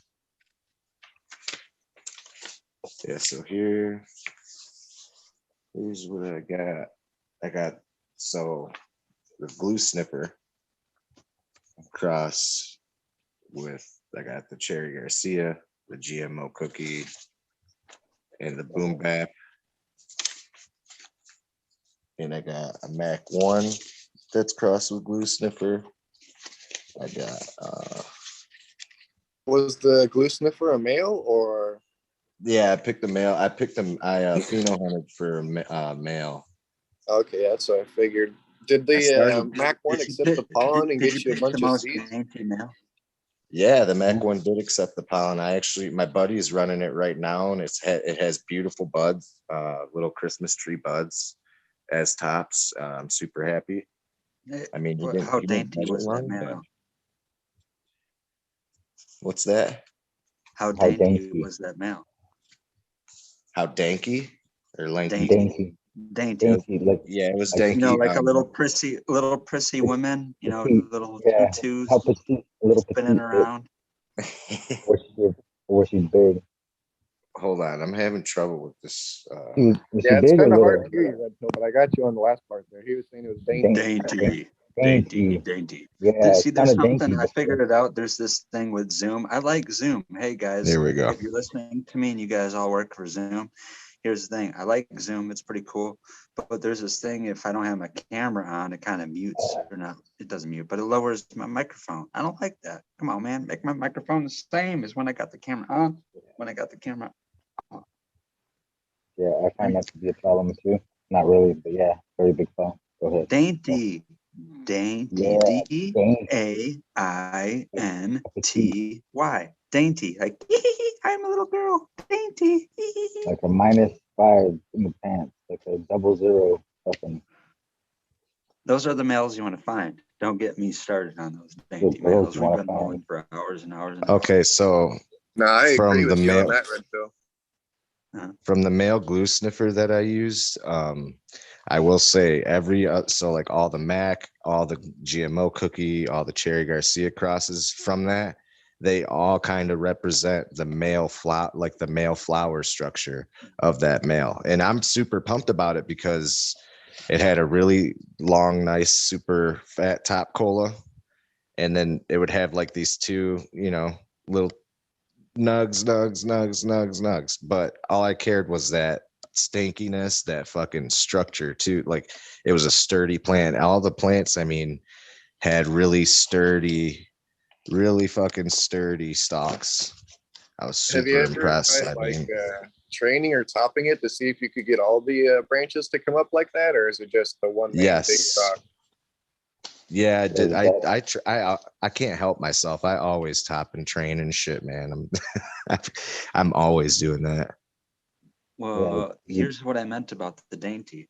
So here's this thing I'm trying to throw out to people. Maybe it means absolutely nothing. And I'm literally steering people off a cliff. Oh my God. But anyways, those dirty stems, what I mean about dainty is no sturdy stems. You want little weak stems that can't even hold themselves up. They got those tiny little biceps. Little bitch boy biceps. You know what I'm saying? Yeah, you're And right. Are you Red Pill. I mean, there's are you two saying things for to that. Oh, sorry. Go ahead. Are you saying for like smoke, for like terp, or what? Well, see, my theory on that is plants that we like aren't in gene pools that wild cannabis has. It takes, breeding projects and selection to do that. So plants that we usually regard as really good, some good fucking shit, are plants that are usually a bitch to grow. And one of those bitch to grow aspects is having to stake it or support it because it's got some weak, dainty stems. Yeah, the Mr. Nasty, like the first one you guys saw in the big pot was nice and sturdy because I had it trellised up for the most part, but the past two have been so floppy, but they're so much more stickier too. And it's weird because it's like I'm not giving it as much support, but it's way more sticky. And I want to say that the lower buds are definitely just poof like larf, but the top colas are a lot fatter from sagging around. I think, I don't know. Yeah, see, so there's something to these dainty males. You know what I'm saying? Like that's what breeds in, even though it's a bitch to grow. And there's always that debate. I'm like, well, I grow this one because it's not a pain in the ass. I grow this one because even though it only yields X amount, it's the best smoke I've ever had in my life. And I always, even when I was a child and I used to buy bags of weed, I'd rather pay $120 for a quarter of weed than pay whatever amount that I had to, that equivalent amount, $120 to give me an ounce of brick. And I chose to smoke the quarter of good weed rather than the ounce of brick. Yeah. It always depends on how much I was hustling. Right. It's going to go further. Even if you buy the less amount of better bud, you're going to get higher than buying a bunch of shit brick weed that doesn't get you high at all. You'll smoke the whole entire brick and not get high versus you'll smoke one little nug of the good weed and get high. So it'll last you longer and go further, most likely. Here's a good example, Red Pill, of your little scrawny, right? Little scrawny Ronnies compared to your big guys. But these are both female. That's a female and that's a female. Now this is a male and this is a male. And I'm having a hard time deciding on if I want to keep the star. Got Sensi Star in it. I love Sensi Star. I haven't been able to find it for years other than Death Star. So I'm like, do I keep the Sensi Star or do I continue with the white truffle cheese because the other one's the white truffle cheese. Okay, so in here in this room, I got Slippery Susan, pineapple upside down cake, which is a cut of this, and and then the Stardust, which is Scentsy Star crossed with secret cheese, and then these three, 1, 2, 3, are the white truffle cheese. Yep. So do I make more white truffle cheese, or do I get some Scentsy Star up into everything? Well, to me, I mean, And I really I'm want that partial- Scentsy Star. Yeah, I'm partial to Scentsy Star because I've had some. Mm.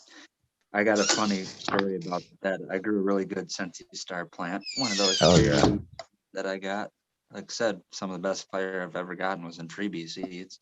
Yep. And I grew would this say do flower. it both ways. You'd want to keep the white truffle how it is and cross it, because if you cross it and you don't keep the original, you might want to go back to what the original was and you won't have it and you'll be fucked. So I would say just make sure that's a that you good make idea. copies of all the original plants and keep them in original form, and then hit them with pollen and make a hybrid of them as well. And then you can always That's a go good back idea. and hit the original with the hybrid or whatever you want to do, No, that's it. You're right. No, I'm gonna 'Cause- totally do that because I got 2 separate tents, so why not? Yeah, I've lost so many plants like trying to cross 2 strains together. Like, oh, these are both fire. If I cross them, I'm just gonna get ultra fire. And I do that, then I lose the original strain, and I come up with some stuff that was like not a good example of either one of the plants. Okay. See, I'm thinking the flow. I haven't popped the flow yet. The flow sniffer. I'm thinking that's going to be my weakest link that I'm going to be getting rid of. That and the Mac, but the Mac's actually turning out pretty good, and he only got 1 to pop out of like 4. So maybe Mac's. Somebody said Mac's not a good thing to play around with, right? I've heard that before. I don't know if that's a deterrent. Yeah, that's what I've heard too. That's why I asked you if it took the pollen. I have no experience with it myself though, but I heard that for some reason it doesn't grow hairs or it doesn't accept pollen or something. I don't know. But to me, that's a good trait, right? Wouldn't you guys say that? No. No, I would say that because that breeds sterility into your females. Because but if you got a room full of it and you want to make seed, well, you don't. Well, let's pretend it's let's pretend it's the 90s and 2000s and we don't want fucking seed. It's that one plant that doesn't give seeds. Yeah, that'd be sweet. A seedless variety of weed. Good. That's what some people are focused on. Dude, yeah, that's good for that aspect, but for the breeders, it's not so good for the people trying to sell the seeds of it. For the breeders, guess what? I hate to break more fucking hearts, but I'm the heartbreak kid right now. And Mac isn't that appealing to me. I don't like Mac. How about this? I'm even gonna say something worse because Mac doesn't get high, but I like the way it looks. Thank you, Green Fingers. Hey, dude, you're the only other person in the planet like that. Everybody gave me so much shit for saying that. I was like, it's just too smooth. I heard you guys just talking about a strain the other day where like when you sniff it, it has like a super strong terpene, but when you smoke it, you don't get it. And that's what I get with Mac 1. Like when you smell it, you're like, oh, wow, that smells like a dank OG. And you smoke it and it's just kind of plain vapor. Yeah, it's smooth. Hey, I wanted to say this story too, because it leads me into something that got mentioned a while back. Happy birthday. Thanks. Chicha, it's your birthday. Yesterday was my birthday. Well, shit. Happy late birthday. This is a good way to Thanks. celebrate because this is the very first 420 takeover Red Pill edition. You're part of it. Oh, wow. Okay, so yeah, what's going on with that? I just woke up and I was like, why is Eagle still going? Where is Eagle? Yeah, I said it was still alive, and I was like, what? Is that a thing? So here's this thing is, I mean, you're going to probably have to get more of a backstory of why Eagle wants it to be a thing, but it's a little bit a part of, here goes the morning people, here comes the AM crowd. There's willing participants.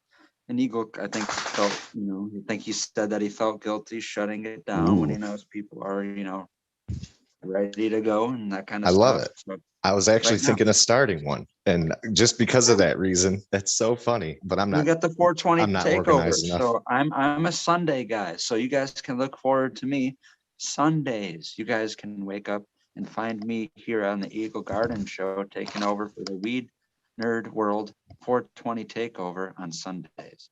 Till 420 or what? So No, Sundays are Tuesdays.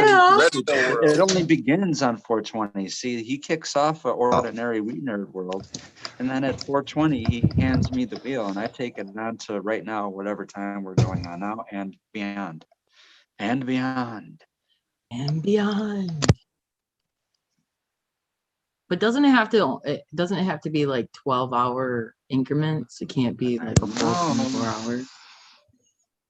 Didn't we figure that out last time? I think.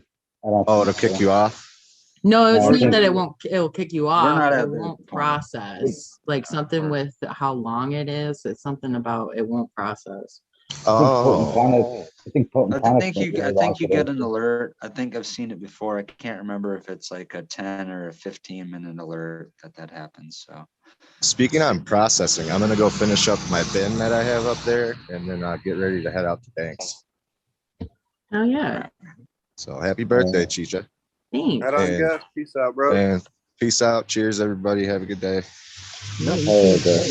Thanks. all right.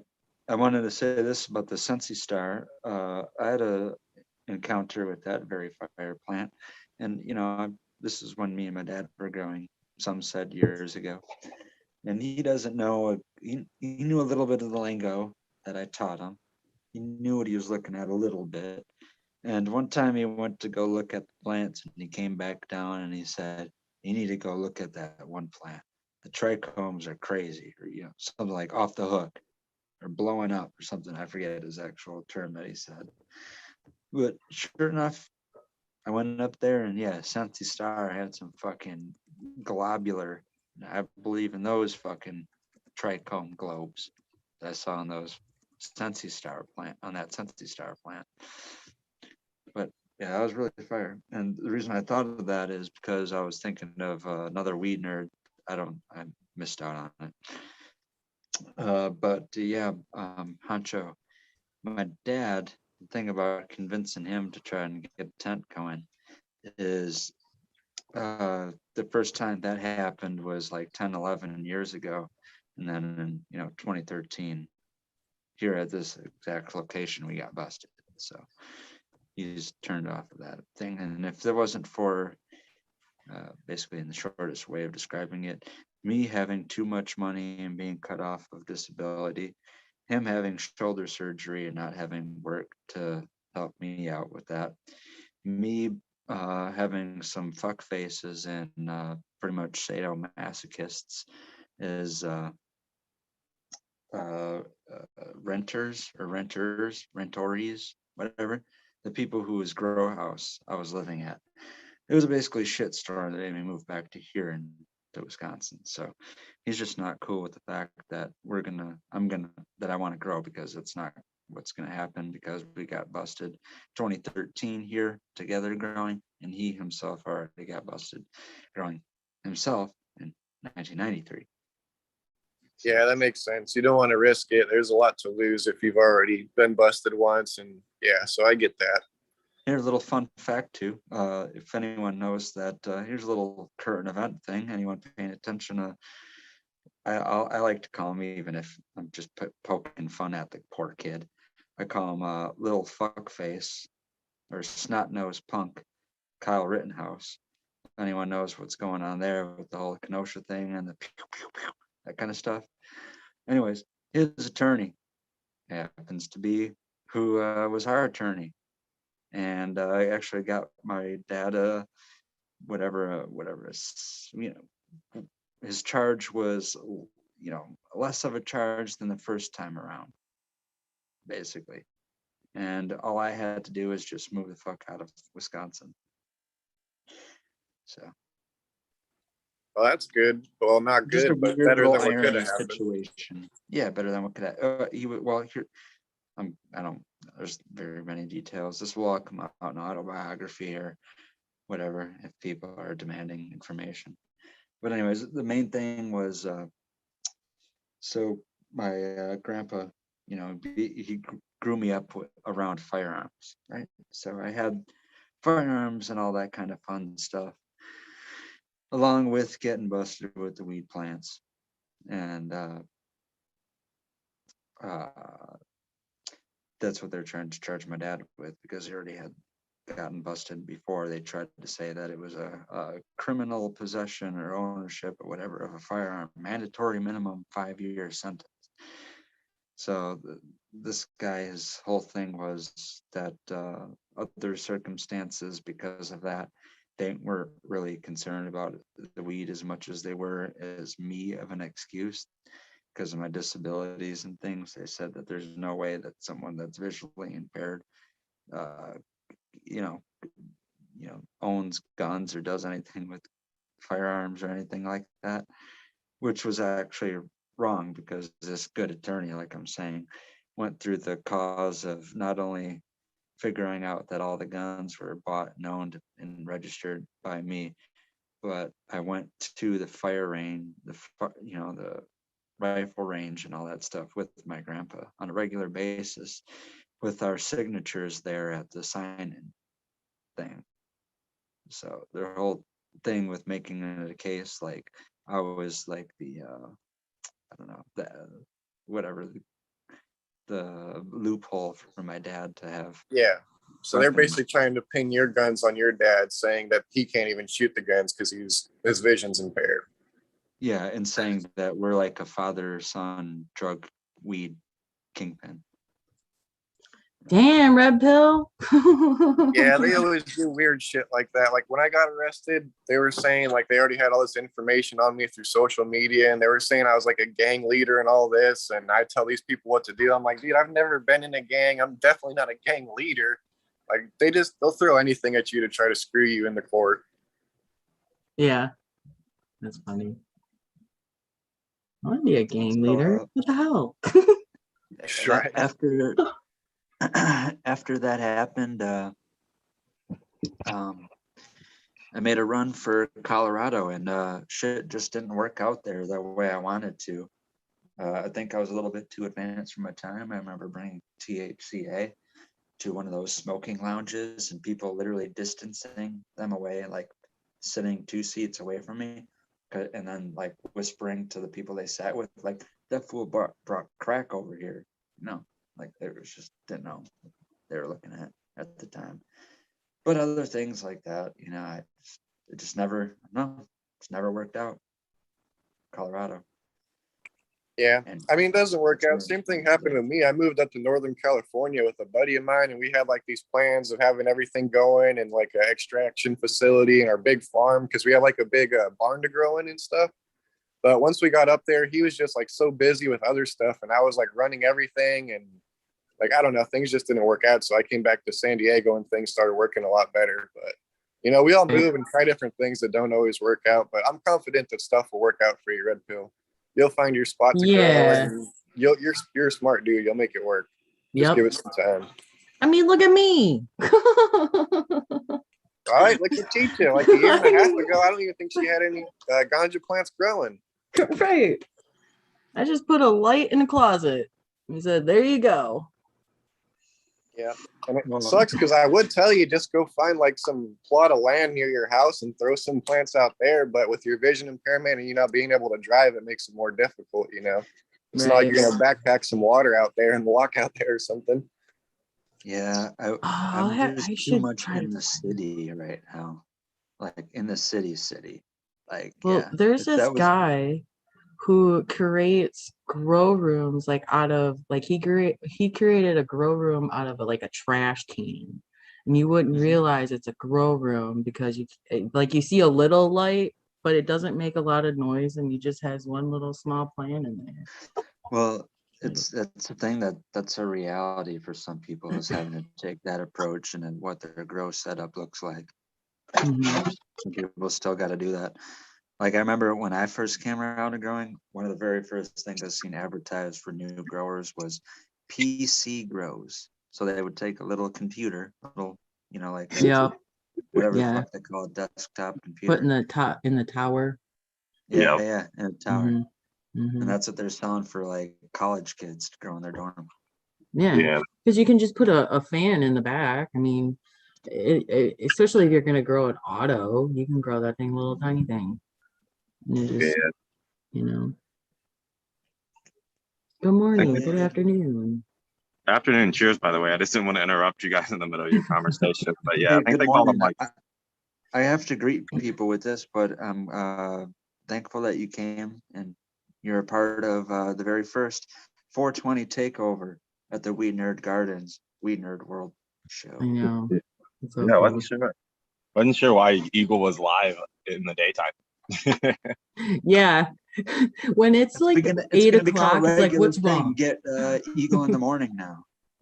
Eagle in the morning. Eagle in the morning.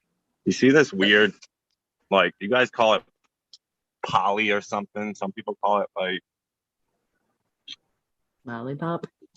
No, some people call it a fasciation. Some people call it poly something another. It's where the stem goes really Polyploid? flat. Yes, A poly. flathead? Yeah. What he just said. Yeah, you see how weird it is? That is weird. It like It looks looks- like it wants to be like a dandelion. Yeah. Yeah, dandelions will do it too. All kinds of flowers can do this poly, that weird word he said, where it kind of grows a sideways kind of horizontal. Right. But you'd think it'd be a double top, which is what I thought it was first. But then the stem started flattening out. It started growing like 4 or 5 fan leaves on one junction side. It's just really a I weird wonder if mutation.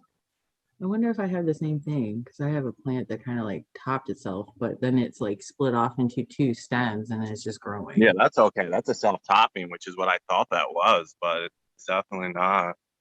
Oh, Oh, that 5x5. good looking room though. Thanks. It's a little dirty.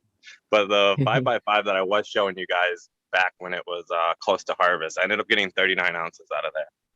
Nice. Those bitches are rock hard.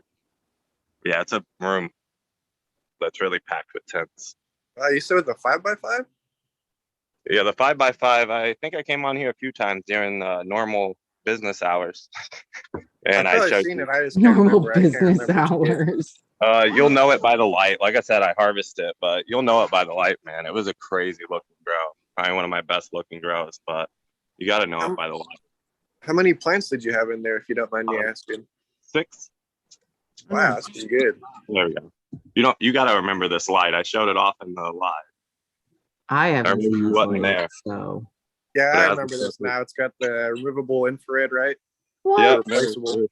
there were 6 plants in here. I'll show Gotcha, you gotcha. some. It definitely fit. Yeah, for sure. Yeah, now I remember yeah. seeing everything. Yeah, now you remember. And put Gigi. Hell yeah. I know I've seen her face before. I feel like I've seen your face before. I feel like I've seen your face before, but I feel like it was I'm on Chicha someone else's, B. someone else's live. I feel like I seen you on or something. Oh, I do have my little channel, Chicha B, that I do shows on Tuesdays and I do it's some just a lives. little channel, that's all. Okay. It's just a little channel. The only, That's probably the where only I seen Chicha you. B. If you search for another Chicha B, you will never find one. It's only her. Yeah. Yeah. So Tuesdays at 9:30 I do a show. I used to go live a lot.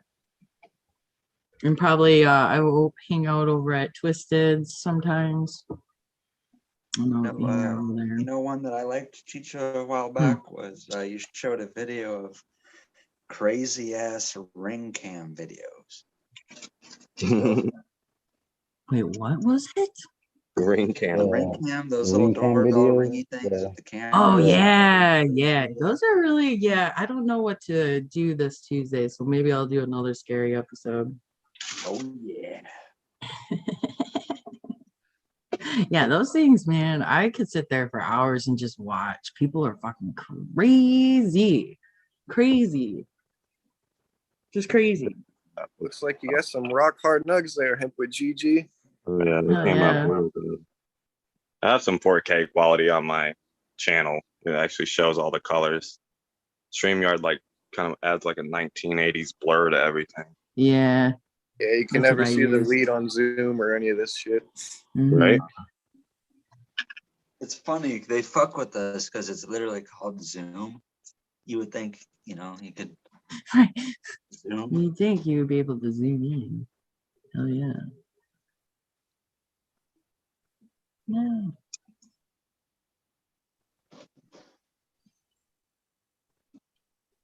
What are Right y'all up here. smoking on? White Pineapple. Runt's live resin. Ooh, white run. Mhm. Love it. I got some Girl Scout cookies. Getting a combo. I'm getting a little bit of, I would describe as some kind of undescribable fruit that I haven't pinpointed which one it is. It's a fruit. I haven't described it yet. Is it like a citrus? But Well, no. yes, it's more of a, I would almost, it's the closest thing I've thought of. And I kind of thought I was getting just like a hopeful wishing because we've been talking about it lately. But I thought I got a hint of peach out of it. Okay. But what I get mainly overall, and it's kind of like a lasting taste, like after the dabs are already done, and a little bit of the whiff of the dab in the air after I did it. But that's straight up like some old school diesel. What strain you got there, hemp with GG? Is that a hemp or cannabis? Oh, it's so cute. Oh, I only do THC, but I did hemp, not thinking people would think it's actually like hemp product. It's all THC. I think this is the Black Dominion. She's been topped and cleaned up a Yeah, little that's what I bit. figured. The way you've been talking about your plants, I'm like, oh, he kind of talks about them like they get him stoned or something. I would. I get stoned with my plants all the time. It's like freaking Dankovich out there. He's growing all that gnarly CBD. You couldn't even tell that it's CBD. He grows it so fire. Looks like straight up cannabis. Delta 8's been doing that. That shit looks like real weed. Yeah, I repeat the same training every time. Top down from 5 to 3, remove node 1, and then eventually all these will be retopped. All the 4 that are left, so you'll be left with like 8. Same thing I did on this one. And the 5x5. Nice. I really got to do some larf clean out. Seems like they always grow back, no matter how many times you pick them out. You just want to grow. I'm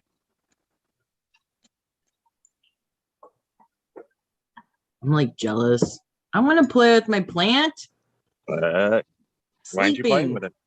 Sleeping. That's why you gotta have more tents, so you always have one on. I'm lucky to even have one tent. I don't have space. Like my veg room is my front window. Ooh. But they love it. They're doing a lot better than in that room. Oh yeah. Happy plant, happy life. Mm-hmm. Yeah, I'll show you that one.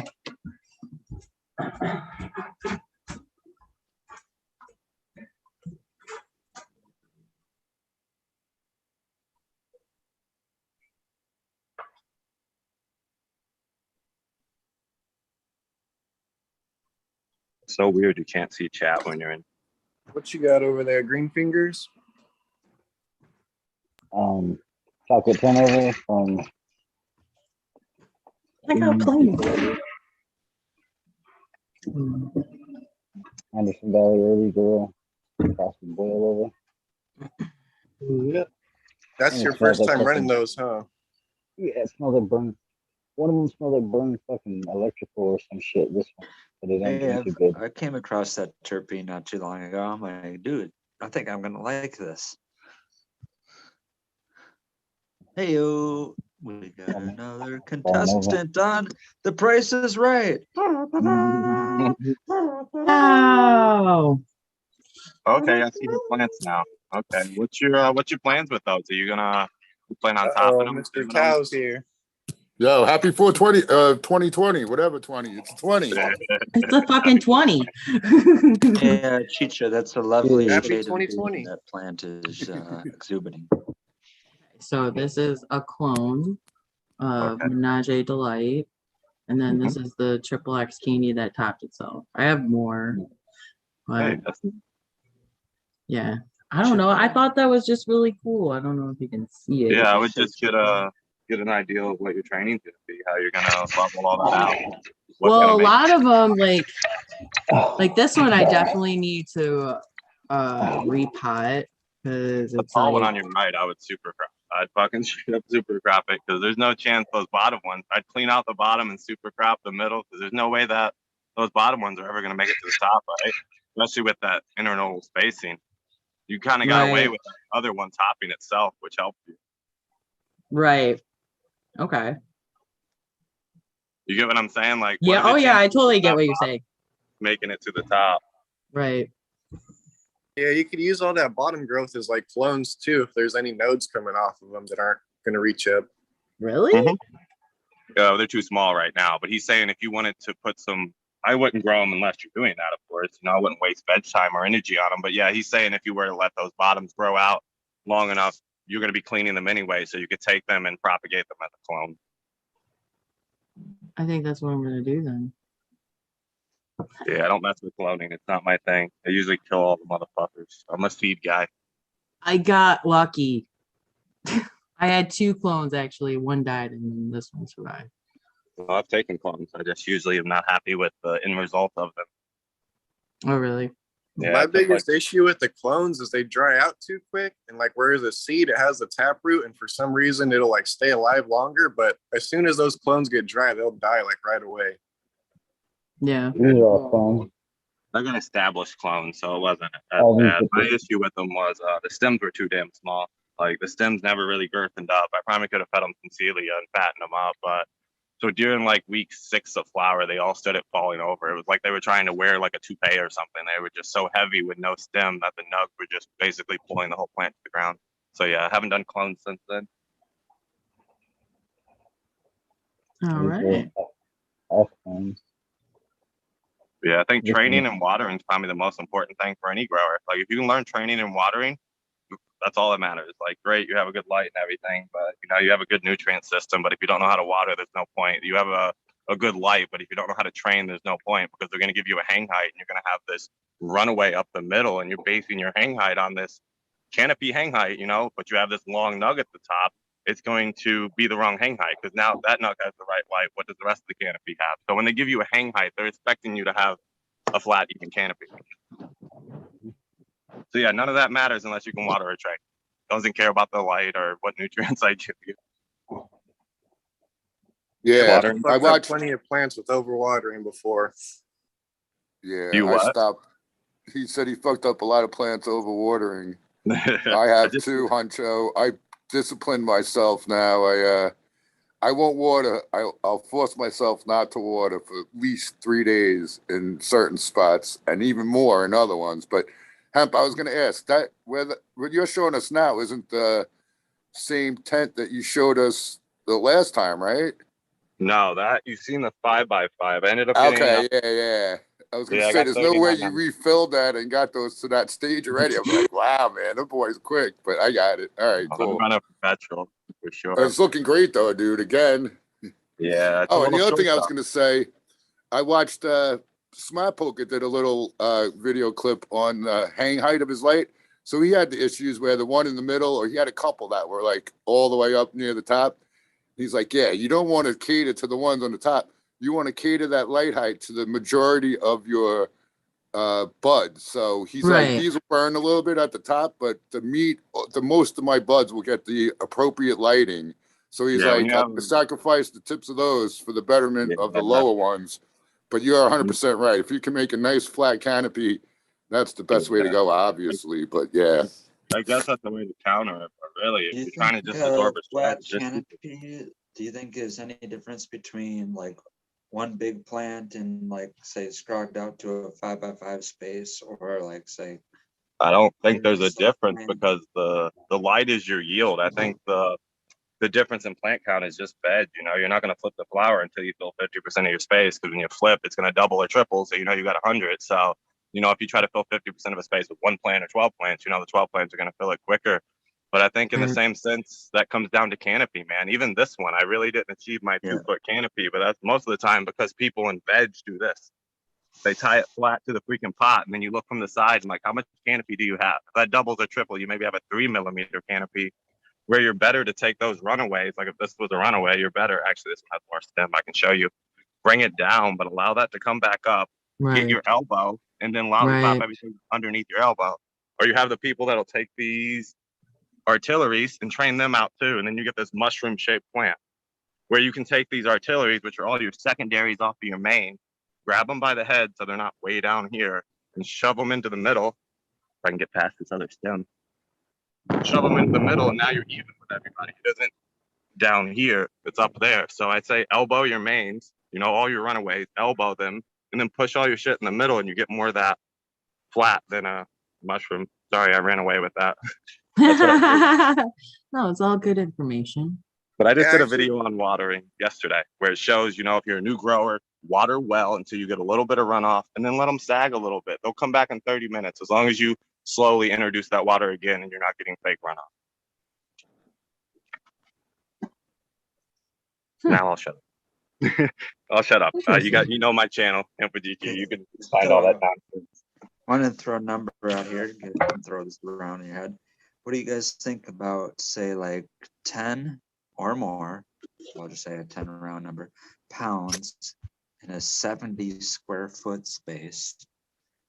I'm too stupid to add up the watts right now, but 630 watt CMHs in that 70 square foot space. It would depend on the and 100 efficiency. 140 plants or so, let's say, in a sea of green. 140 plants in a 7 by 10 space, 70 square feet. 660 there. I can do some math for you, but that's going to come out to efficiency of your light. I can say I have a 600 watt light, but I have more efficiency. I'm going to have more micromoles. But then you're looking at your total usable micromoles, which is going to determine your size of space. But then you get down to like PPFD, which is micromole density per square meter. So it's hard to say based on just saying watts if that can cover it or not, or what you would get out of it. But your yield's going to be based on that too. What would you like me to convert that to instead of watts? Instead of watts, micromoles, because you're going to get basically what manufacturers are trying to do now is get more micromoles, which is light density, out of per watt. So like the old I think the old HPS was like 1.3 micromole per watt out of the wall. So you can't use the old school. I got this many grams per watt. It just manufacturers. No, I don't. I don't like grams per watt. My favorite unit of measurement, not a measure yield, is square footage. How much yield in a square footage? Well, that would be broken as soon as you introduce a light with better density per square meter, or that would be broken if you were to run a CO2 grow, because light is yield every time. Well, light is yield. That's what I was going to say. That's what I was going to move on to next, is the environment where those lights are, at. And my whole thing is, I know there's a big kick on VPD and higher temperatures, higher CO2 and higher humidity. CO2 is going to be based on light density per square meter. Cannabis can take a maximum of 1,000 micromoles per square meter before needing CO2. You're going to have to increase photosensitive before you can just start pumping CO2, and it would have to be a sealed. I don't want to do but you don't want to smoke them? No, I didn't want to do CO. Yeah, most people don't need CO2. So the light, like I'm trying to say, is this thing is people are just more fixated, I feel like, on the temperature and humidity, that they feel like they need to run things because of the LED light industry. So I'm not talking about LED lights, I'm talking about CMH, where a lot of that light, the efficiency is lost to IR. Well, guess what? I'm in Wisconsin and fucking in a cold environment. All right, so that's one thing. But it's snowing right now. Yeah, it's snowing right now. Literally, it's snowing right now.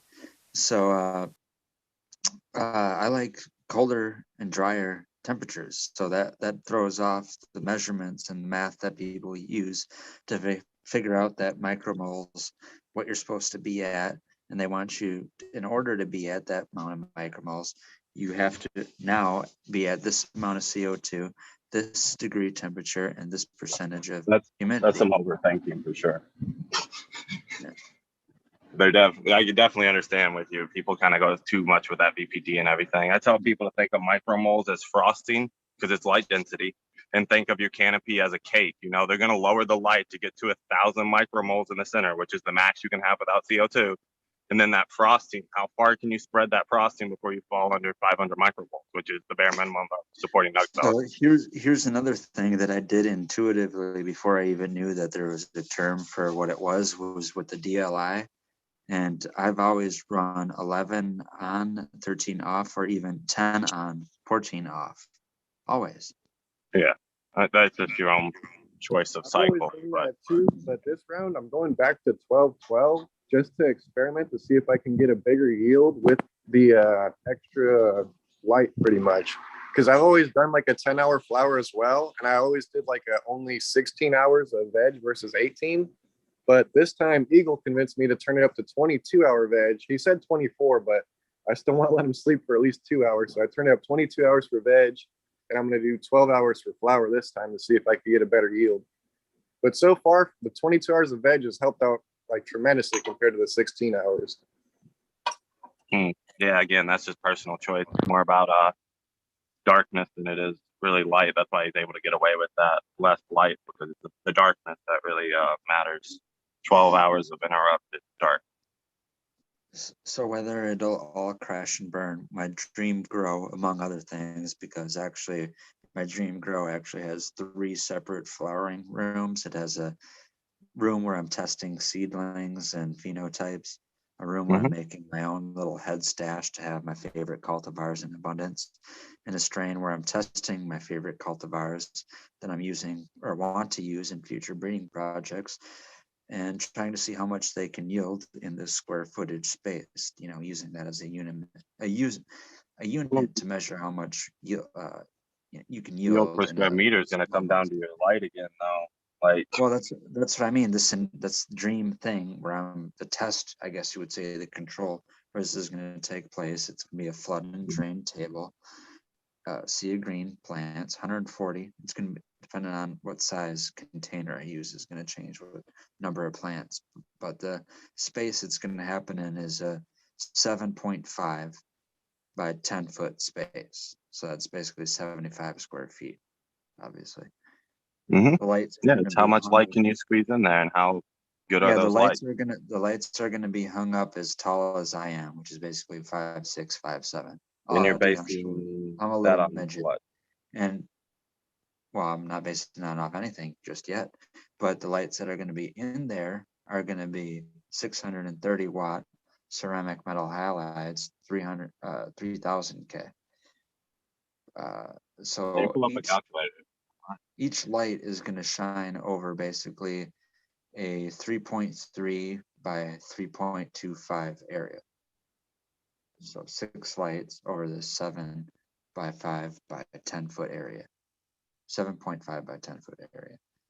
140 plants that are there. I need to grow a plant, preferably that is fast and growing and stretches. You know, this is a case where I don't mind a stretchy plant, but still grows a terminal cola. I don't want no fucking sweepy side branches. And you're pretty much doing that for pheno hunt, right? Because if it were me, I would probably say do less plants and bigger pots. No. These are all. This is a monocrop. This is the monocrop from Cleveland. Well, yeah, in that case, I would probably just try to do less plants and bigger pots. But like if you're pheno hunting, then you could do the more plants and. That's why I said there's 3 rooms. There is a room where there's going. In another room beside that, there's let's just say. Oh, for fuck's sake! Let's just say there's a 12 by 12 sized room with 10 foot ceilings. Okay, so now my lighting is going to change to where I want LED lighting that I have the capability of switching and customizing my spectrum. I know a lot of people, ooh, whoop do you fucking do about that? Well, anywho, if you have, let's just say 5K white LED, or even say 6K white LED, and you supplement, which used to be called a pulse wave modulator, PWM, and you had 2 of them, you can theoretically, between the 2 of them, because you can balance any 2 wavelengths of light to combine, you can make anything from just pure red to cyan to yellow to what people call blurple. It's actually called magenta. Haha, it has a name already. But anyways, you can make your own light plus the white light too on top of that. And in the center of this room, you would have a vertically hanging, CMH again, no surprise. CMH 3K plus UV hanging in the center light vertically.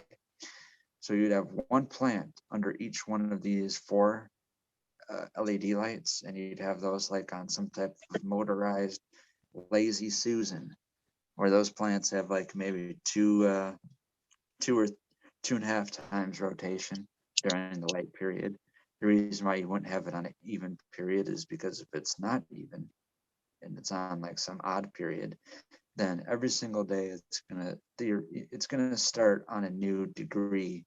You know, instead of like the sunrise and sunset and the plant staying stable where it's at, and one side getting light, the rest of the day the other side getting light. In this case, the plant is spinning, and every single day that starts is going to get a new angle of light all the time. But anywho, it's got that 3K plus UV CMH light. So with the advantage of being able to customize my spectrum with LED lights, I have full advantage of that. So I have whatever nanometer I want in between 400 and say like 750 round number. But then I have UV and IR on top of that from the CMH light. So I can grow one big old fat plant, let's say in like a 10 or 20 gallon pot, and have 4 different cultivars, one under each light, and have a plant that, I don't know if I'm crazy, but I would theoretically think I'm going to get a yield from like a pound and a half to like 3 pounds per plant. Well, you said it's a 600 CMH, right? Mm-hmm. So a 600 CMH is like 1.3 efficiency, giving you like 800 usable micromoles. A good grower can get 0.65 grams per micromole. So a 600 CMH could probably pull you somewhere around 20 to 25 ounces. That's the thing too. You're looking at. I think you're looking at it as a too analytical approach on that, and don't cut me short when it comes to that. If you want me to, change your mind on what CMH is capable of, I'm the guy to do that. I don't have gardens I'm going to be talking shit right now, but yeah, that's not. No. I'm thinking more. Here, let me do a little bit of math. I'll tell you what kind of grams per watt. I know we just agreed on the fact that we don't like to use that as measurement, but let me just what my math equals out to what I predict in a I don't have anything against those lights. If you use them, you use them. So I think someone in chat was saying it came out to about 65 grams a square foot or something like that. Yeah, now we're working on another measure.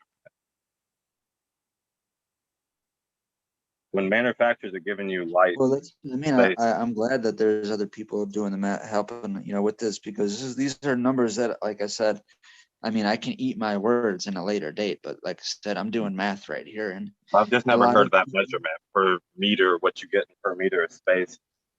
Oh, dude, you haven't heard that measurement? Dude, No. Fucking Dutch seed banks, that was literally entirely what they marketed their seeds Oh, after. yeah, all seeds will tell you kind of based on that. It's still going to come down to the light at the end of the day. Light is yield. Yeah, but there was a standard back then. You're talking about people that were growing in the 80s and 90s, and there was only 1,000 watt HPSs is what they were using. Yeah. Yo, what's the wattage of the sun? Well, I don't know, but then you're looking 45 at trillion, bro. You're just looking at max photon that can handle a plant. Cannabis has been shown to handle all the way up to 2,000 micromoles per square meter. So, yeah. I'm going too analytic with you guys, so I'll back off. But I'm not saying don't use those lights. I never said that. I was just trying to figure out what your yield was, and you were asking about some space. So I was going to use the lights you're using to try to tell you if it would cover it. Well, that might not, that's harder to get me to change than just talking about how other lights are going to be used in a different application. I'm more heart set on doing this because, like I said, I'm treating it like a shotgun in my mouth. You know what I'm saying? It's gonna do it no matter what. That's what it's- Yeah, I'm lost. Don't ask Mhm. me. Yeah, my bad. I kinda got I off was making topic. coffee. I was like, My oh bad. shit. Someone remember this number here. 25. 3,780. Wait, what? 780. I wrote it down. Cool. 2,780 Yeah, he's doing it now. of what? Of You what? you Of were a making room? coffee. Of is Too just a late. space? Is this You just go like make your in coffee. space, or is This it in an is a area? grams Is per there watt. walls? How tall is it? Yeah. This is a grams per watt measurement we're figuring out here in a Wait, what? situation Grams where, per watt? yes, this is a grams per watt measurement where I figured out that I yielded 10 pounds in a 75 square foot area. So I'm figuring out the grams per watt, what that would equal. Why would you want to go down that road? That That's like equals really technical. that equals 1.2 grams per watt. For Actually, what? it equals Whoa, 1.2. how many out of how many watts? 1,200, 400, 300, how many watts? That doesn't matter. It's the same. I would know. throughout. How does it not? It doesn't matter. It doesn't matter if it's 100 watts or 1,000 watts. Grams per watt is just the same. Grams per watt. Yeah, no, I know that measurement. I know where you're going 100%. I've just never heard it broke down to you going square meter unless you're looking at. So you don't. Well, yeah, it's another thing. But you don't think I could do that? 1.2 grams per watt. Oh yeah, especially you're using CMHs. So yeah, you could definitely base it on that. And yeah, 100%. There's growers that can get 1.2 grams per watt out Okay, of so that's what I'm saying. If I was using 630 watt CMHs evenly distributed over a 75 square foot area. How many lights is that? 6. 6 lights, and they're 600. Okay, sorry, go ahead. Yeah, and I yielded 10 pounds, which is 4,540 grams. The wattage is 3,780. So 4,540 grams divided by 3,780 came out to 1.2011, some other numbers repeating. So yeah, 1.2 grams per watt. And that comes out to what weight? What's your total weight? 10 pounds of bud. Yeah. All right. Yeah, we come up to the same math, dude. That's funny. If I put you at a pro grower status of 1 gram per micromole, we come out pretty same. I come out you actually getting 10.7 pounds. You come out around your 10 pounds. So we're pretty close. Like I said, we're just doing different measurement. Your measurement does work better for your old school stuff because that was the way they measured it in the 80s. So I see your perspective on that. By no means, I don't tell people not to use those lights for sure, man. No, well, dude, thank you so very much for helping me with that. Because like I said, I don't mind one damn bit trying to be called out if someone's going to do the analytical. No, I just didn't put you at pro level. I put you at 0.65 grams per micromole, which, like I said, that 600 has about 800 micromoles. You have 6 of them. It comes out 10.7. We're on the same thing. We're just taking a different ship. Hell yeah, dude. I can do it. You guys are going to see it, folks, as long as I find that perfect plant to do see a green Now, when with. you switch, if you ever do switch to LED, it's going to be hard to do that because they are trying to get, that same 600 watts, they can get double the lighting because now we're up to like 2.8 efficiencies with some of these lights. So for now, 100% that works. But I think if you do that with LEDs, you're going to be surprised. You're like, holy shit, I got way more than I ever thought I'd get. Got fucking 23 pounds. Yeah. Well, that'd be even crazy. Yeah. I'd be blowing people If you want a away light that can control spectrum, man, I'm sure you've seen my 5x5 light where you control UV, Oh, yeah, IR. yeah. I've been paying attention to that every time you show it. Yeah, dude. I like it. We got a whole series on that bitch. Yeah. All right, Yeah, I'm glad we came to a conclusion. The brand I was considering was Helio Spectra. You seen them? Right now, I can tell you the best 4x4 par map I've seen for 4x4s would be the Fold 8 dimmed at 80%. You get like 800 micromoles on the side, which is unheard of.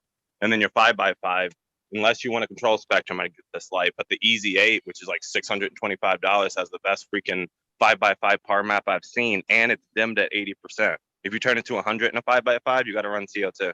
And it's only $625. Fucking nuts.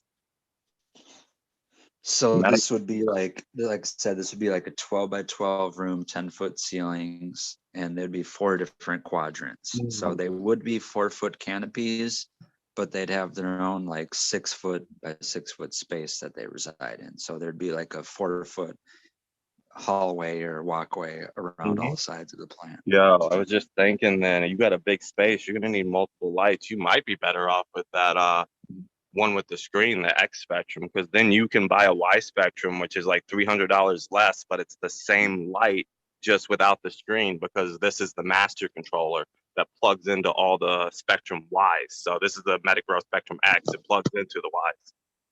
The Y is the same light, just no screen. And you get control of all your spectrums you want control of. I think that fits your growth style if you ever switch to LED.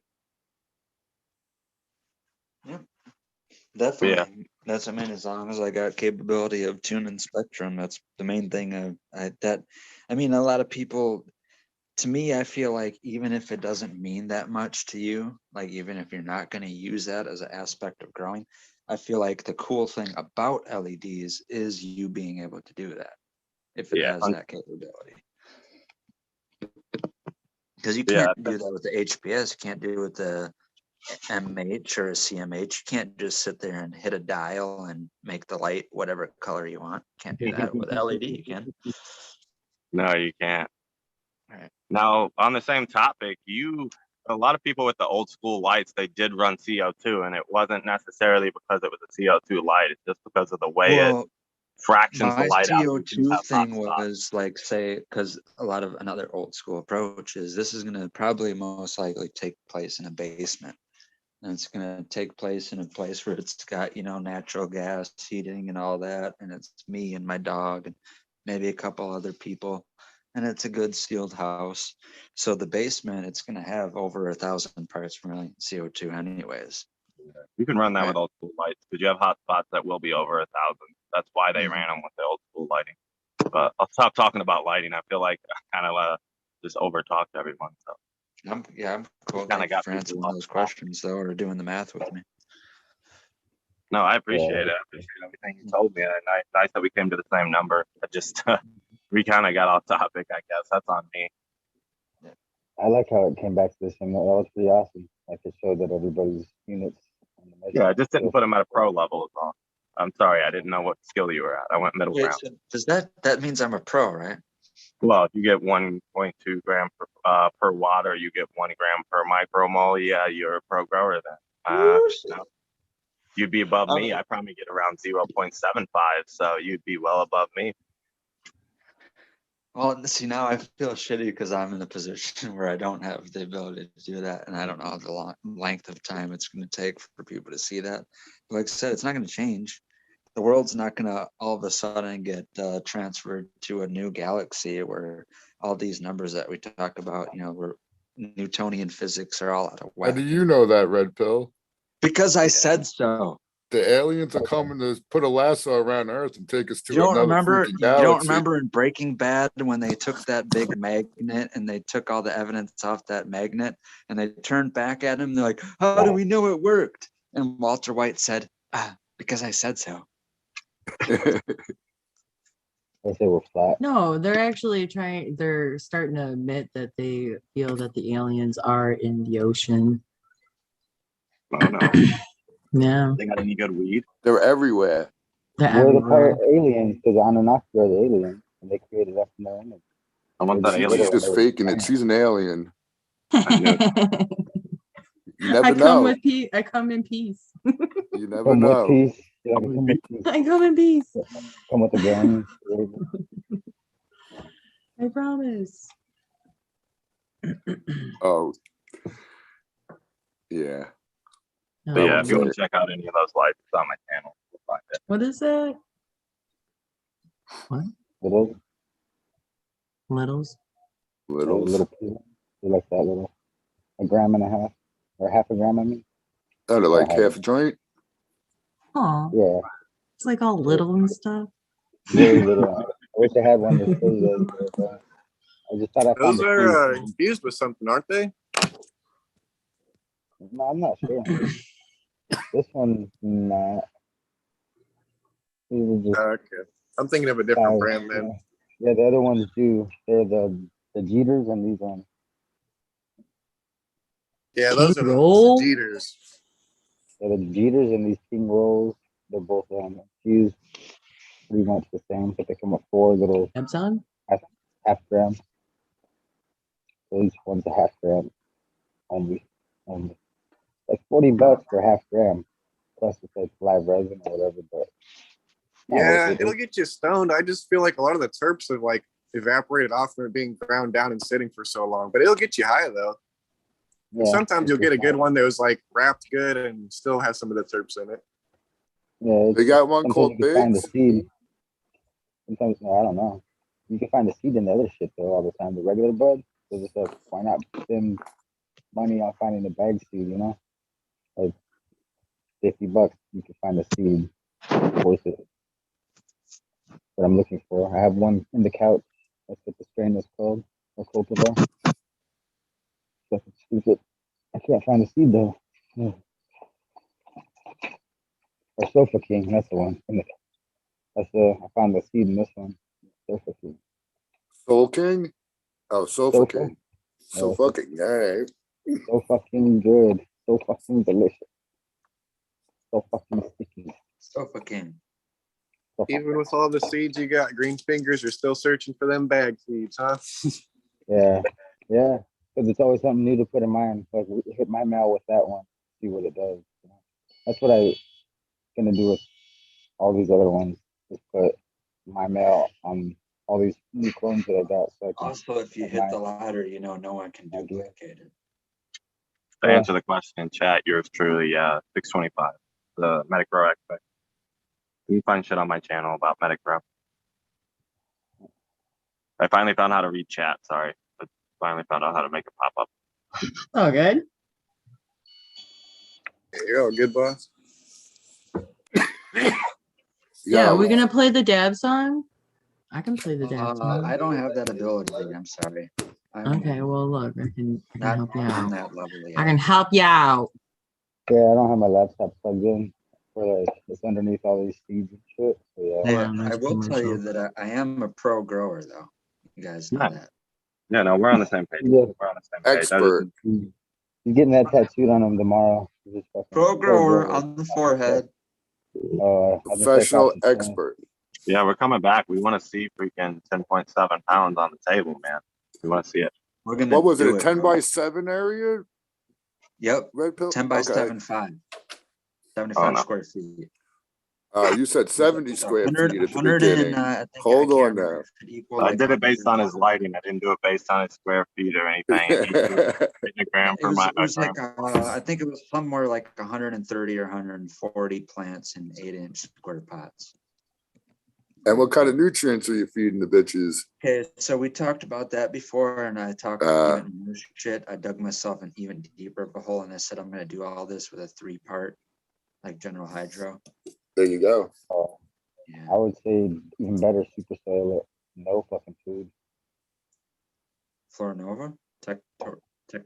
Flora? What? No food. Not in super soil. An 8-inch super pot though. soil. I could do that. I thought about that too. Yeah, Technically, push to 30. it could be done. 30 But the way I'd grams. want that done is it would be a complete drain to waste. And I would have to do it in pots that have some type of barrier in the drainage holes so it doesn't spill out like muckiness back into the reservoir. Yeah. But yes, you could do that. You can still do sea green on super soil. Yeah, red pill. I never thought about trying that. Put them all in 1 gallon buckets on a tray and fucking just let the water drain and pump it back out to the super soil pots. You got it. You just got to make sure things like perlite and other weird things don't come out of the bottom of the pot that clog up. Well, yeah, you could just put a net on the where the water goes back to the reservoir, collect it all there. I put the pellets on the bottom 2 inches of all my pots, and then I put soil. So there you go. So anything comes out gets stuck in that shit. Yeah. A good idea. Oh, that's a pellet to gravel. Even better probably. Well, here's my thing is I wanted to get one of those little grab army things. Those those little things that extend your reach and grab things. Yeah. Those things without jumping up on that table. And my idea was, instead of throwing a huge scrog neck, I know it's a net on there, I know it's going to be a bitch, but I would like to individually stake, bamboo stake, each individual plant. Oh my God, it's such a tedious task. But I'd rather have to do that and have that much control and have that much hands-on plants. Make the plants happy and do it that way. I want to see you train the plants with 2 grabbers. You need to record that. Ooh, Johnny, or what was the guy's name? Edward Grabber Hands. Okay, Mendel Dope used to have to do that. So like one would grab the branch and pull it over, and one would tie it off. It was so big. So like, let me grab the branch, so you pull it over to like 10 feet away from each other still. You just flip them right when you transplant them into the 1 gallon. Yeah, you're absolutely right about that. That was part of the thing, and that's why I had the whole idea. And people are like, "Don't do the sativas," and blah blah blah. I'm like, actually, this is where that serves a purpose, because if you do have that set up, you can literally use a sativa and run on a 0-day veg. Second, that baby's got clones, put that fucking sucker in there, hit 12-12, take off right away. And it will make a fucking 3-foot plant. It will. Yeah. I want that's around about as tall as I want to get a plant, maybe even shorter than that. But the purpose of why I wanted to make this table is I want to be able to stand in the table and the top of my head, maybe 1 inch higher, be the clearance of where the lights are at. Right. So the plants can get, whatever this high. There's enough. How tall are you, right, Bill? I am 5'6" with shoes on. Okay. Aww. Oh, my little guy. Sorry. Yeah, Cheech, that's not nice. That's not what he wanted to hear. Well, you know what? I'm only 1 inch taller, so I'm like, I'm sorry. But I feel like I've got scoliosis, but the good Lord didn't bless me with the fucking. Aww. Right. I put my own bags in the overhead. Here, I'll grab the shovel and dig myself a hole. Dad song? Okay, perfect time. Here we go. Look how big it is in my little hand. That thing's fucking like a regular fucking, that's like one of those little fucking 2-inch lighters for everybody else.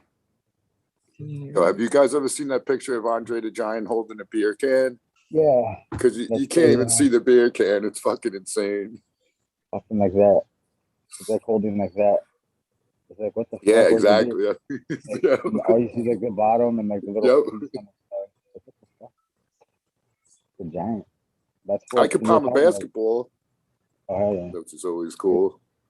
I could only grip it. I can't really say palm it because I can't fucking like. Yeah, I can make believe I'm gonna throw it at their face and it won't come out of my hands. Yeah, mine might pop their nose and break their shit. Because in my hands, I could just like hold it, but I can't like fucking. Once I like go with any force, it flies out. So, I can put it in your face and go like that, but like I can't dunk it with it. I have to like grip it with my wrist. I could touch the rim. I could touch the rim. Might be short, but that was my sport. High arc, over back behind the head, pop. I pop that shit off everybody all the time, right in your eye. Like touching the rim is hard, dude. Even for a tall person. Hit the backboard, fucking. You should be forced to do that shit in practice. Fucking don't touch the backboard. You have to run a fucking mile. The desert. Oh, I'd be reaching that backboard, yeah. Practice jumping every day over shoe boxes. Yeah, you learn how to vertically jump, not jump like how other people. Like you learn how like the Africans fucking go straight down and straight up, and they fucking go like 6 feet tall. Like, we can't hear nothing, Chicha. No music. I don't know if you guys can hear it. No, we've been waiting. Oh, you're playing it. Yeah, I was waiting for like 3 minutes already. I was like, what happened? She said she's gonna play it. And they're like, I can't hear any of you guys. All I hear is the music. Oh man. And we can't hear it because she doesn't cuts off the noise. It cuts off the noise in the background. Cancellation. Sound cancel.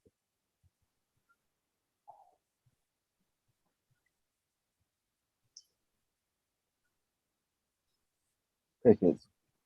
Crickets. There they are.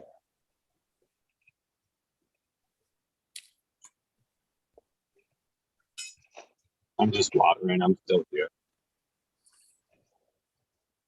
So yeah, it was like I told somebody I would run their seeds, and check them out. And I wasn't all hyped about it. But I tell you what, dude, that plant is kicking ass compared to the Chocolope. And I started them at the same time and stuff.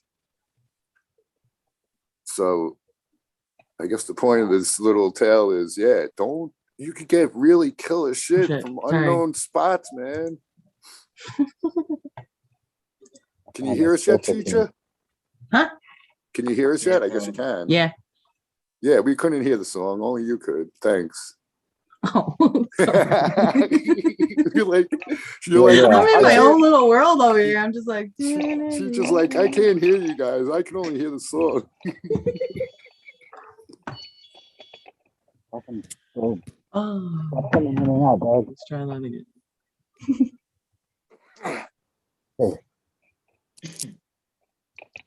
Found the seed. So what strain is that impressed you, Tao? Or are you not able It to was say? No, I could say it was a strain called Bubble Tonic, and I really have to look back, but it was from this kid named Dopacide on Instagram. And actually, that light's on right now. I could actually show you. I think I even got the glasses in. My shit's gonna die maybe, but I'll go in real quick. Do you know the lineage on it? That's what I was about to say. I have to go look. I'll look at my DMs maybe. But yeah, considering it really filling in really good.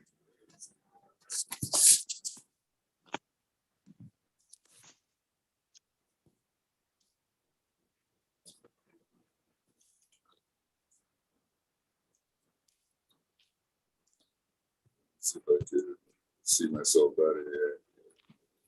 Yes, Is that that's the plant right there? Yep, that's the plant right there. And right here is the Chocolope. So I get, it looks, the Chocolope looks like it has maybe a couple more bud sites on it.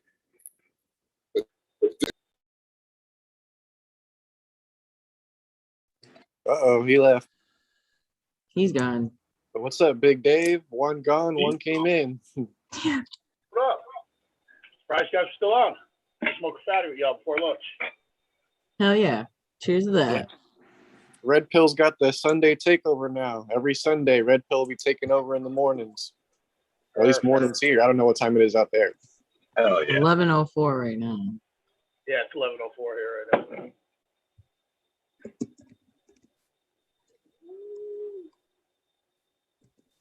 Damn, what you got there? It was a bag seed. Just a bag seed? Well, it was, I don't know. It was real gassy, and I found some seeds in it, and the guy crossed it with something. I don't know. Pretty good though. It looks good from even with the shitty zoom camera. Most of the bud looks like trash, but even that looked good. Love bag seed.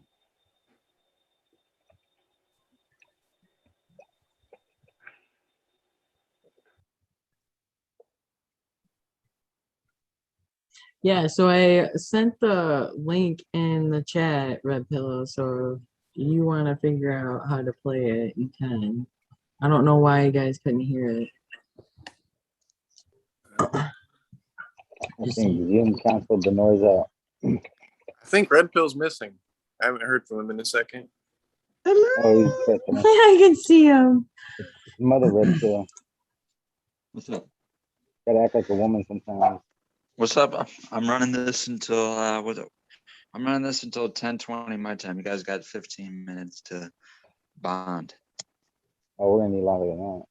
Oh no! I said I was gonna shut this down like 3 hours ago. You said. Wait, so how pinky long side is needs the takeover then? Is it just like gonna be Well, like a that's what 12-hour my thing? concern is. I'm gonna dial this back before anything goes down the whatever memory hole.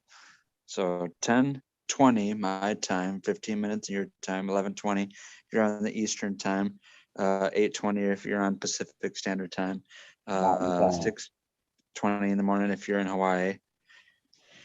Good Lord, you guys know what I'm trying to say. We got 14 Are you minutes gonna now. have one of those wrap it up, time is up backgrounds? Yeah, pretty much. It's getting wrapped the F up. Yeah, well, we're gonna think of topics. You got 13 minutes left, so it's gonna be wrapped up. Okay, somebody think of a question to ask him. It's gonna take him 8 hours now. Lord. I got a few, but I'm gonna leave it alone just for somebody else to help because I could do it. No. I got some questions, but I'll let you get rest if nobody else figures a question out. Shit, I didn't want to be all abrupt like that. Y'all, you don't got anything else to just carry on with? Gotta really wait for a question. I just like to involve the chat because I can't see them, and I know that they would love to be involved. I play to the regular man, Rules. To the Tao, what is save it? me, Tao. Tao. See, now Tao's back. How can you shut it down? Oh yeah, see. He's here to save me. Yeah, Tao's back. Stoney just came in. Kazoo just came in. Oh. You can't shut it down now, Yeah, bro. Big Dave just got here. I'm hanging Yeah, but out. remember the whole thing is gonna crash, burn. Remember, we can't run it for 24 hours because it's all gonna go up in flames like the goddamn Hindenburg. We start 2 in the It's morning. gonna go up in flames. You got a point there, and you can't relaunch it, can you, Red Pill? Oh, My shit yeah. died. I'll be right Damn back, boys. bad. And Cheech. Oh, What No, I think happened, it's so many Tao? fucking rules. Oh my God. What the hell's going on? Well, right on, guys. I'm gonna hop off and get my morning started, but it's good talking to all you people. Oh yeah. Yeah, it was Yep. good seeing you. Have a good Sunday. Enjoy your day, brother. Yep. Oh, yeah. Peace out. Man, it was rough more than shooting this morning, man. I got my IV pulled. I don't know if you guys can see that, man. I got a burn, man, Yeah. where my IV was. Oh. Well, they pulled my IV out. So I tried taking advantage of it today and shooting, but it was all right. Like I can feel that pain. That sucks. Oh, it sucks, man. Lyme's disease sucks. Yeah. Fucking A. So what is Yeah, every I've never had that happen before, man. Chemical Yeah. burn. Yeah, that sucks. How bad is it snowing there, Red Pill? It's just that like sleety thing where it hits the ground and melts, but it's snowflakes in the air. It's not a real big deal right now. It's warmer than the temperature should be in order for it to snow. Like right now, it's 37 degrees. It's Yeah, 47. the upper air is cold enough for it to produce snow and hit the ground. It's low enough. The cool air is low enough where the snow doesn't change to rain. Yeah. We had some snow yesterday. Well, just a little north of here we did. Yeah, it's snowing right now. Looking pretty white.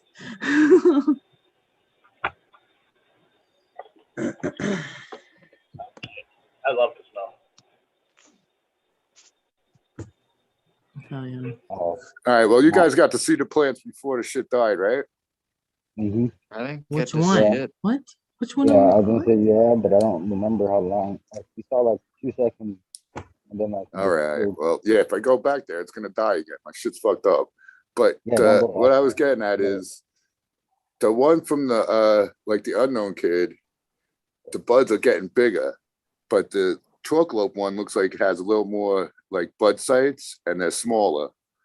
But for real, it looks like the other kid is beating out the chocolate plant. So I love growing fucking like unknown weed seeds from people.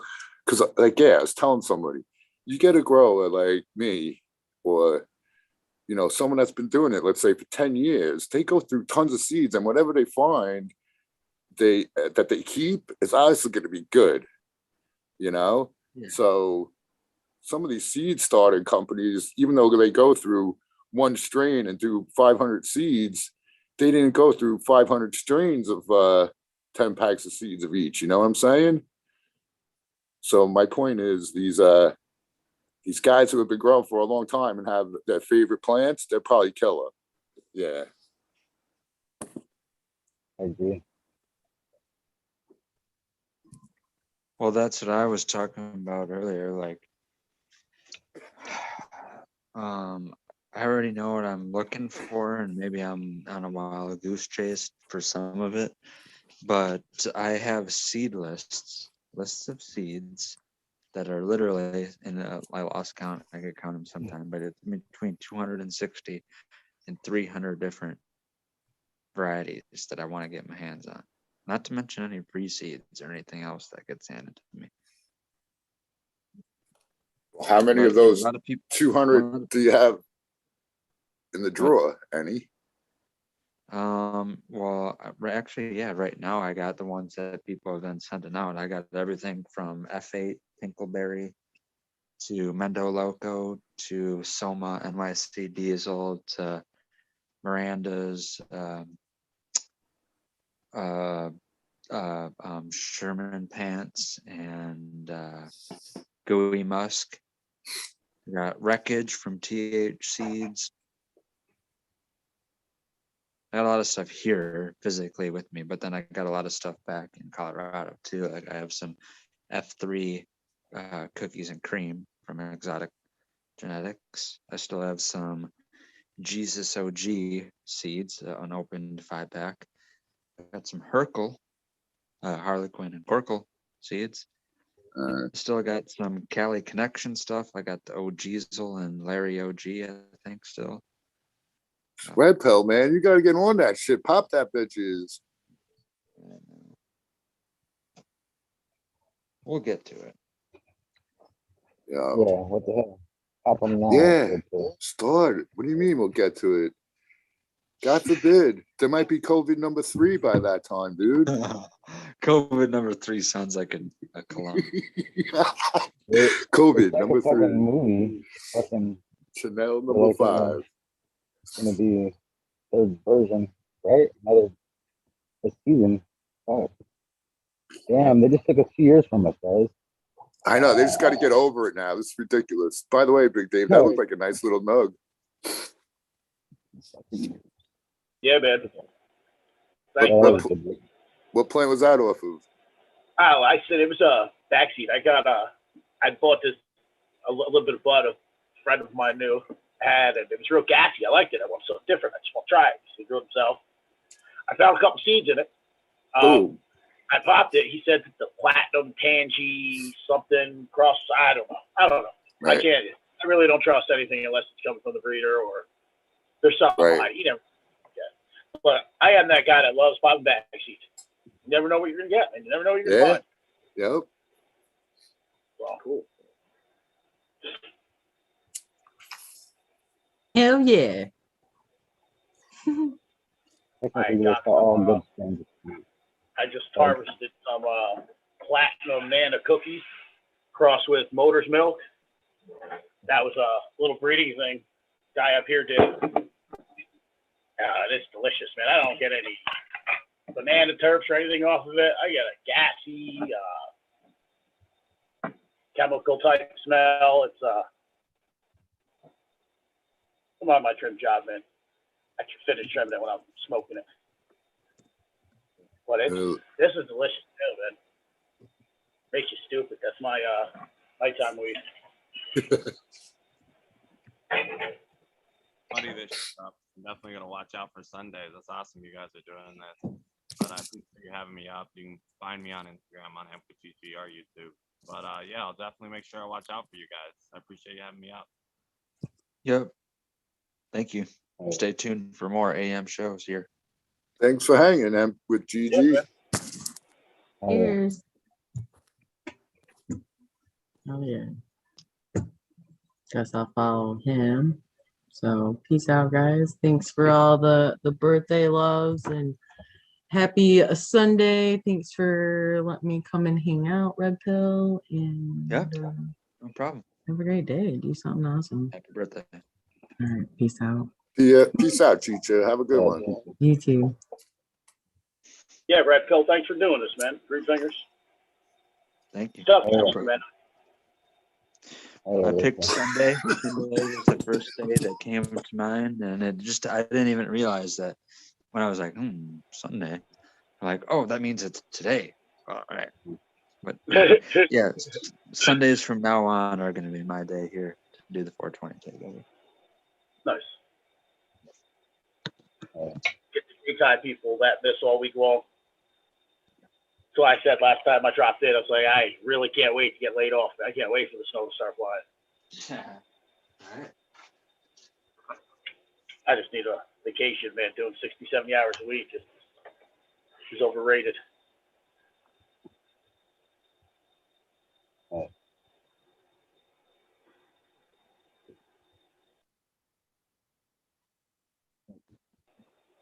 But I'll be the next one to jump out here, man. Red Pill, thank you.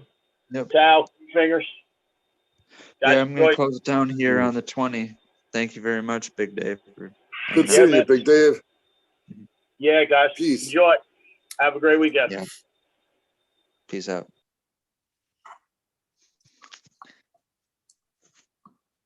Yeah, I was smoking on some dry sips from seeded weed that I had. Shit's working. So Let me see if I can't whip up another dab before the 20. My shit just cut off. I don't know how it disappeared.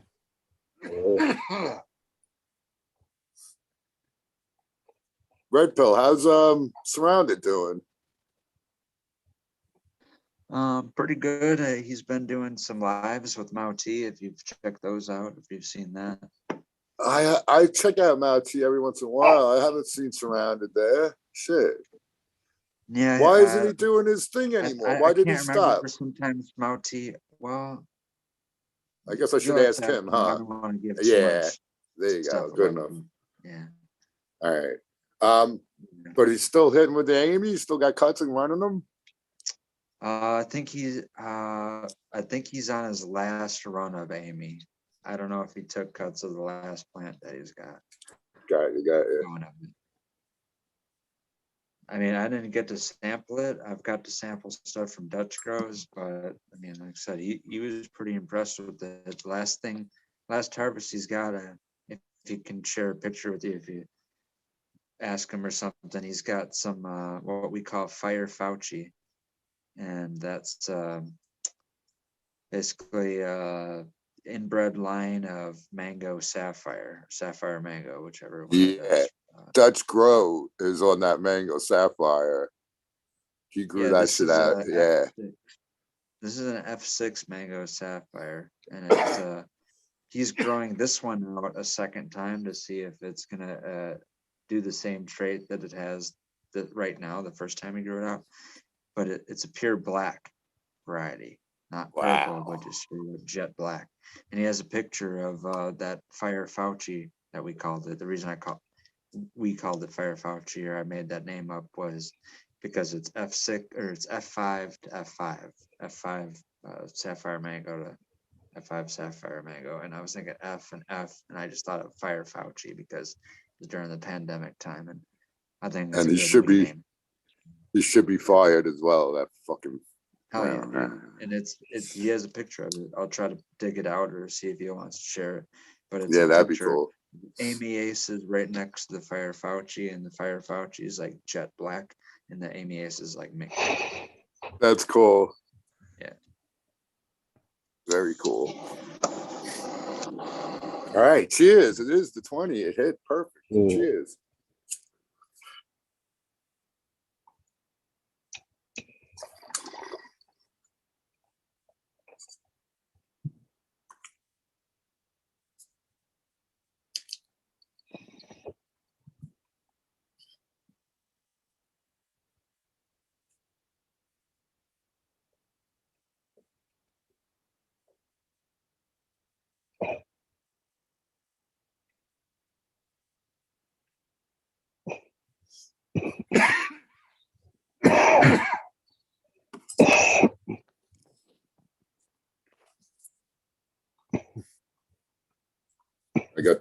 vigilante dab and hash scooper.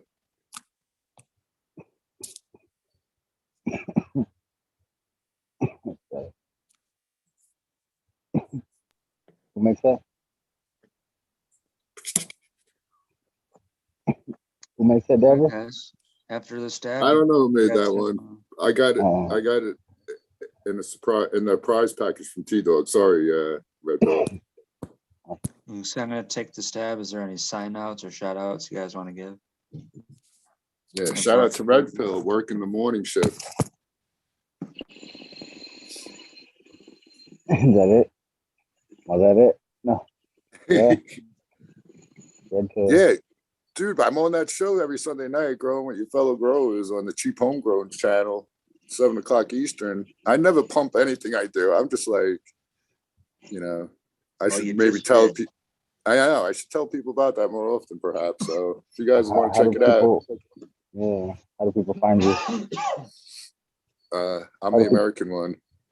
And they find you, the American one on everything. Yeah. Yeah, I had to add underscore with underscore 18s on the IG because someone else had the American one already. But if you just type in the American one and look for that top hat guy, I should be there. I don't know if I'm shadow banned or not, but yeah. All right. And that's it. That's it for me. You don't need to find me. Nobody. I have nothing going on. I just the shadow. Peace out. Love you, Red Pill. Love you, the American one. Chat. Thank you guys for lasting this long. Because we're just a bunch Thank you guys, both of you guys, for closing this one out. Oh, yeah, shout out to chat. 420 Yeah, take over. Oh yeah, chat. Constant feeds, everybody. Except for Red Pill. All right, guys, I'm signing out. Peace out, Guys, Red Pill, out everybody. there, be good and try to do something kind for someone. All right.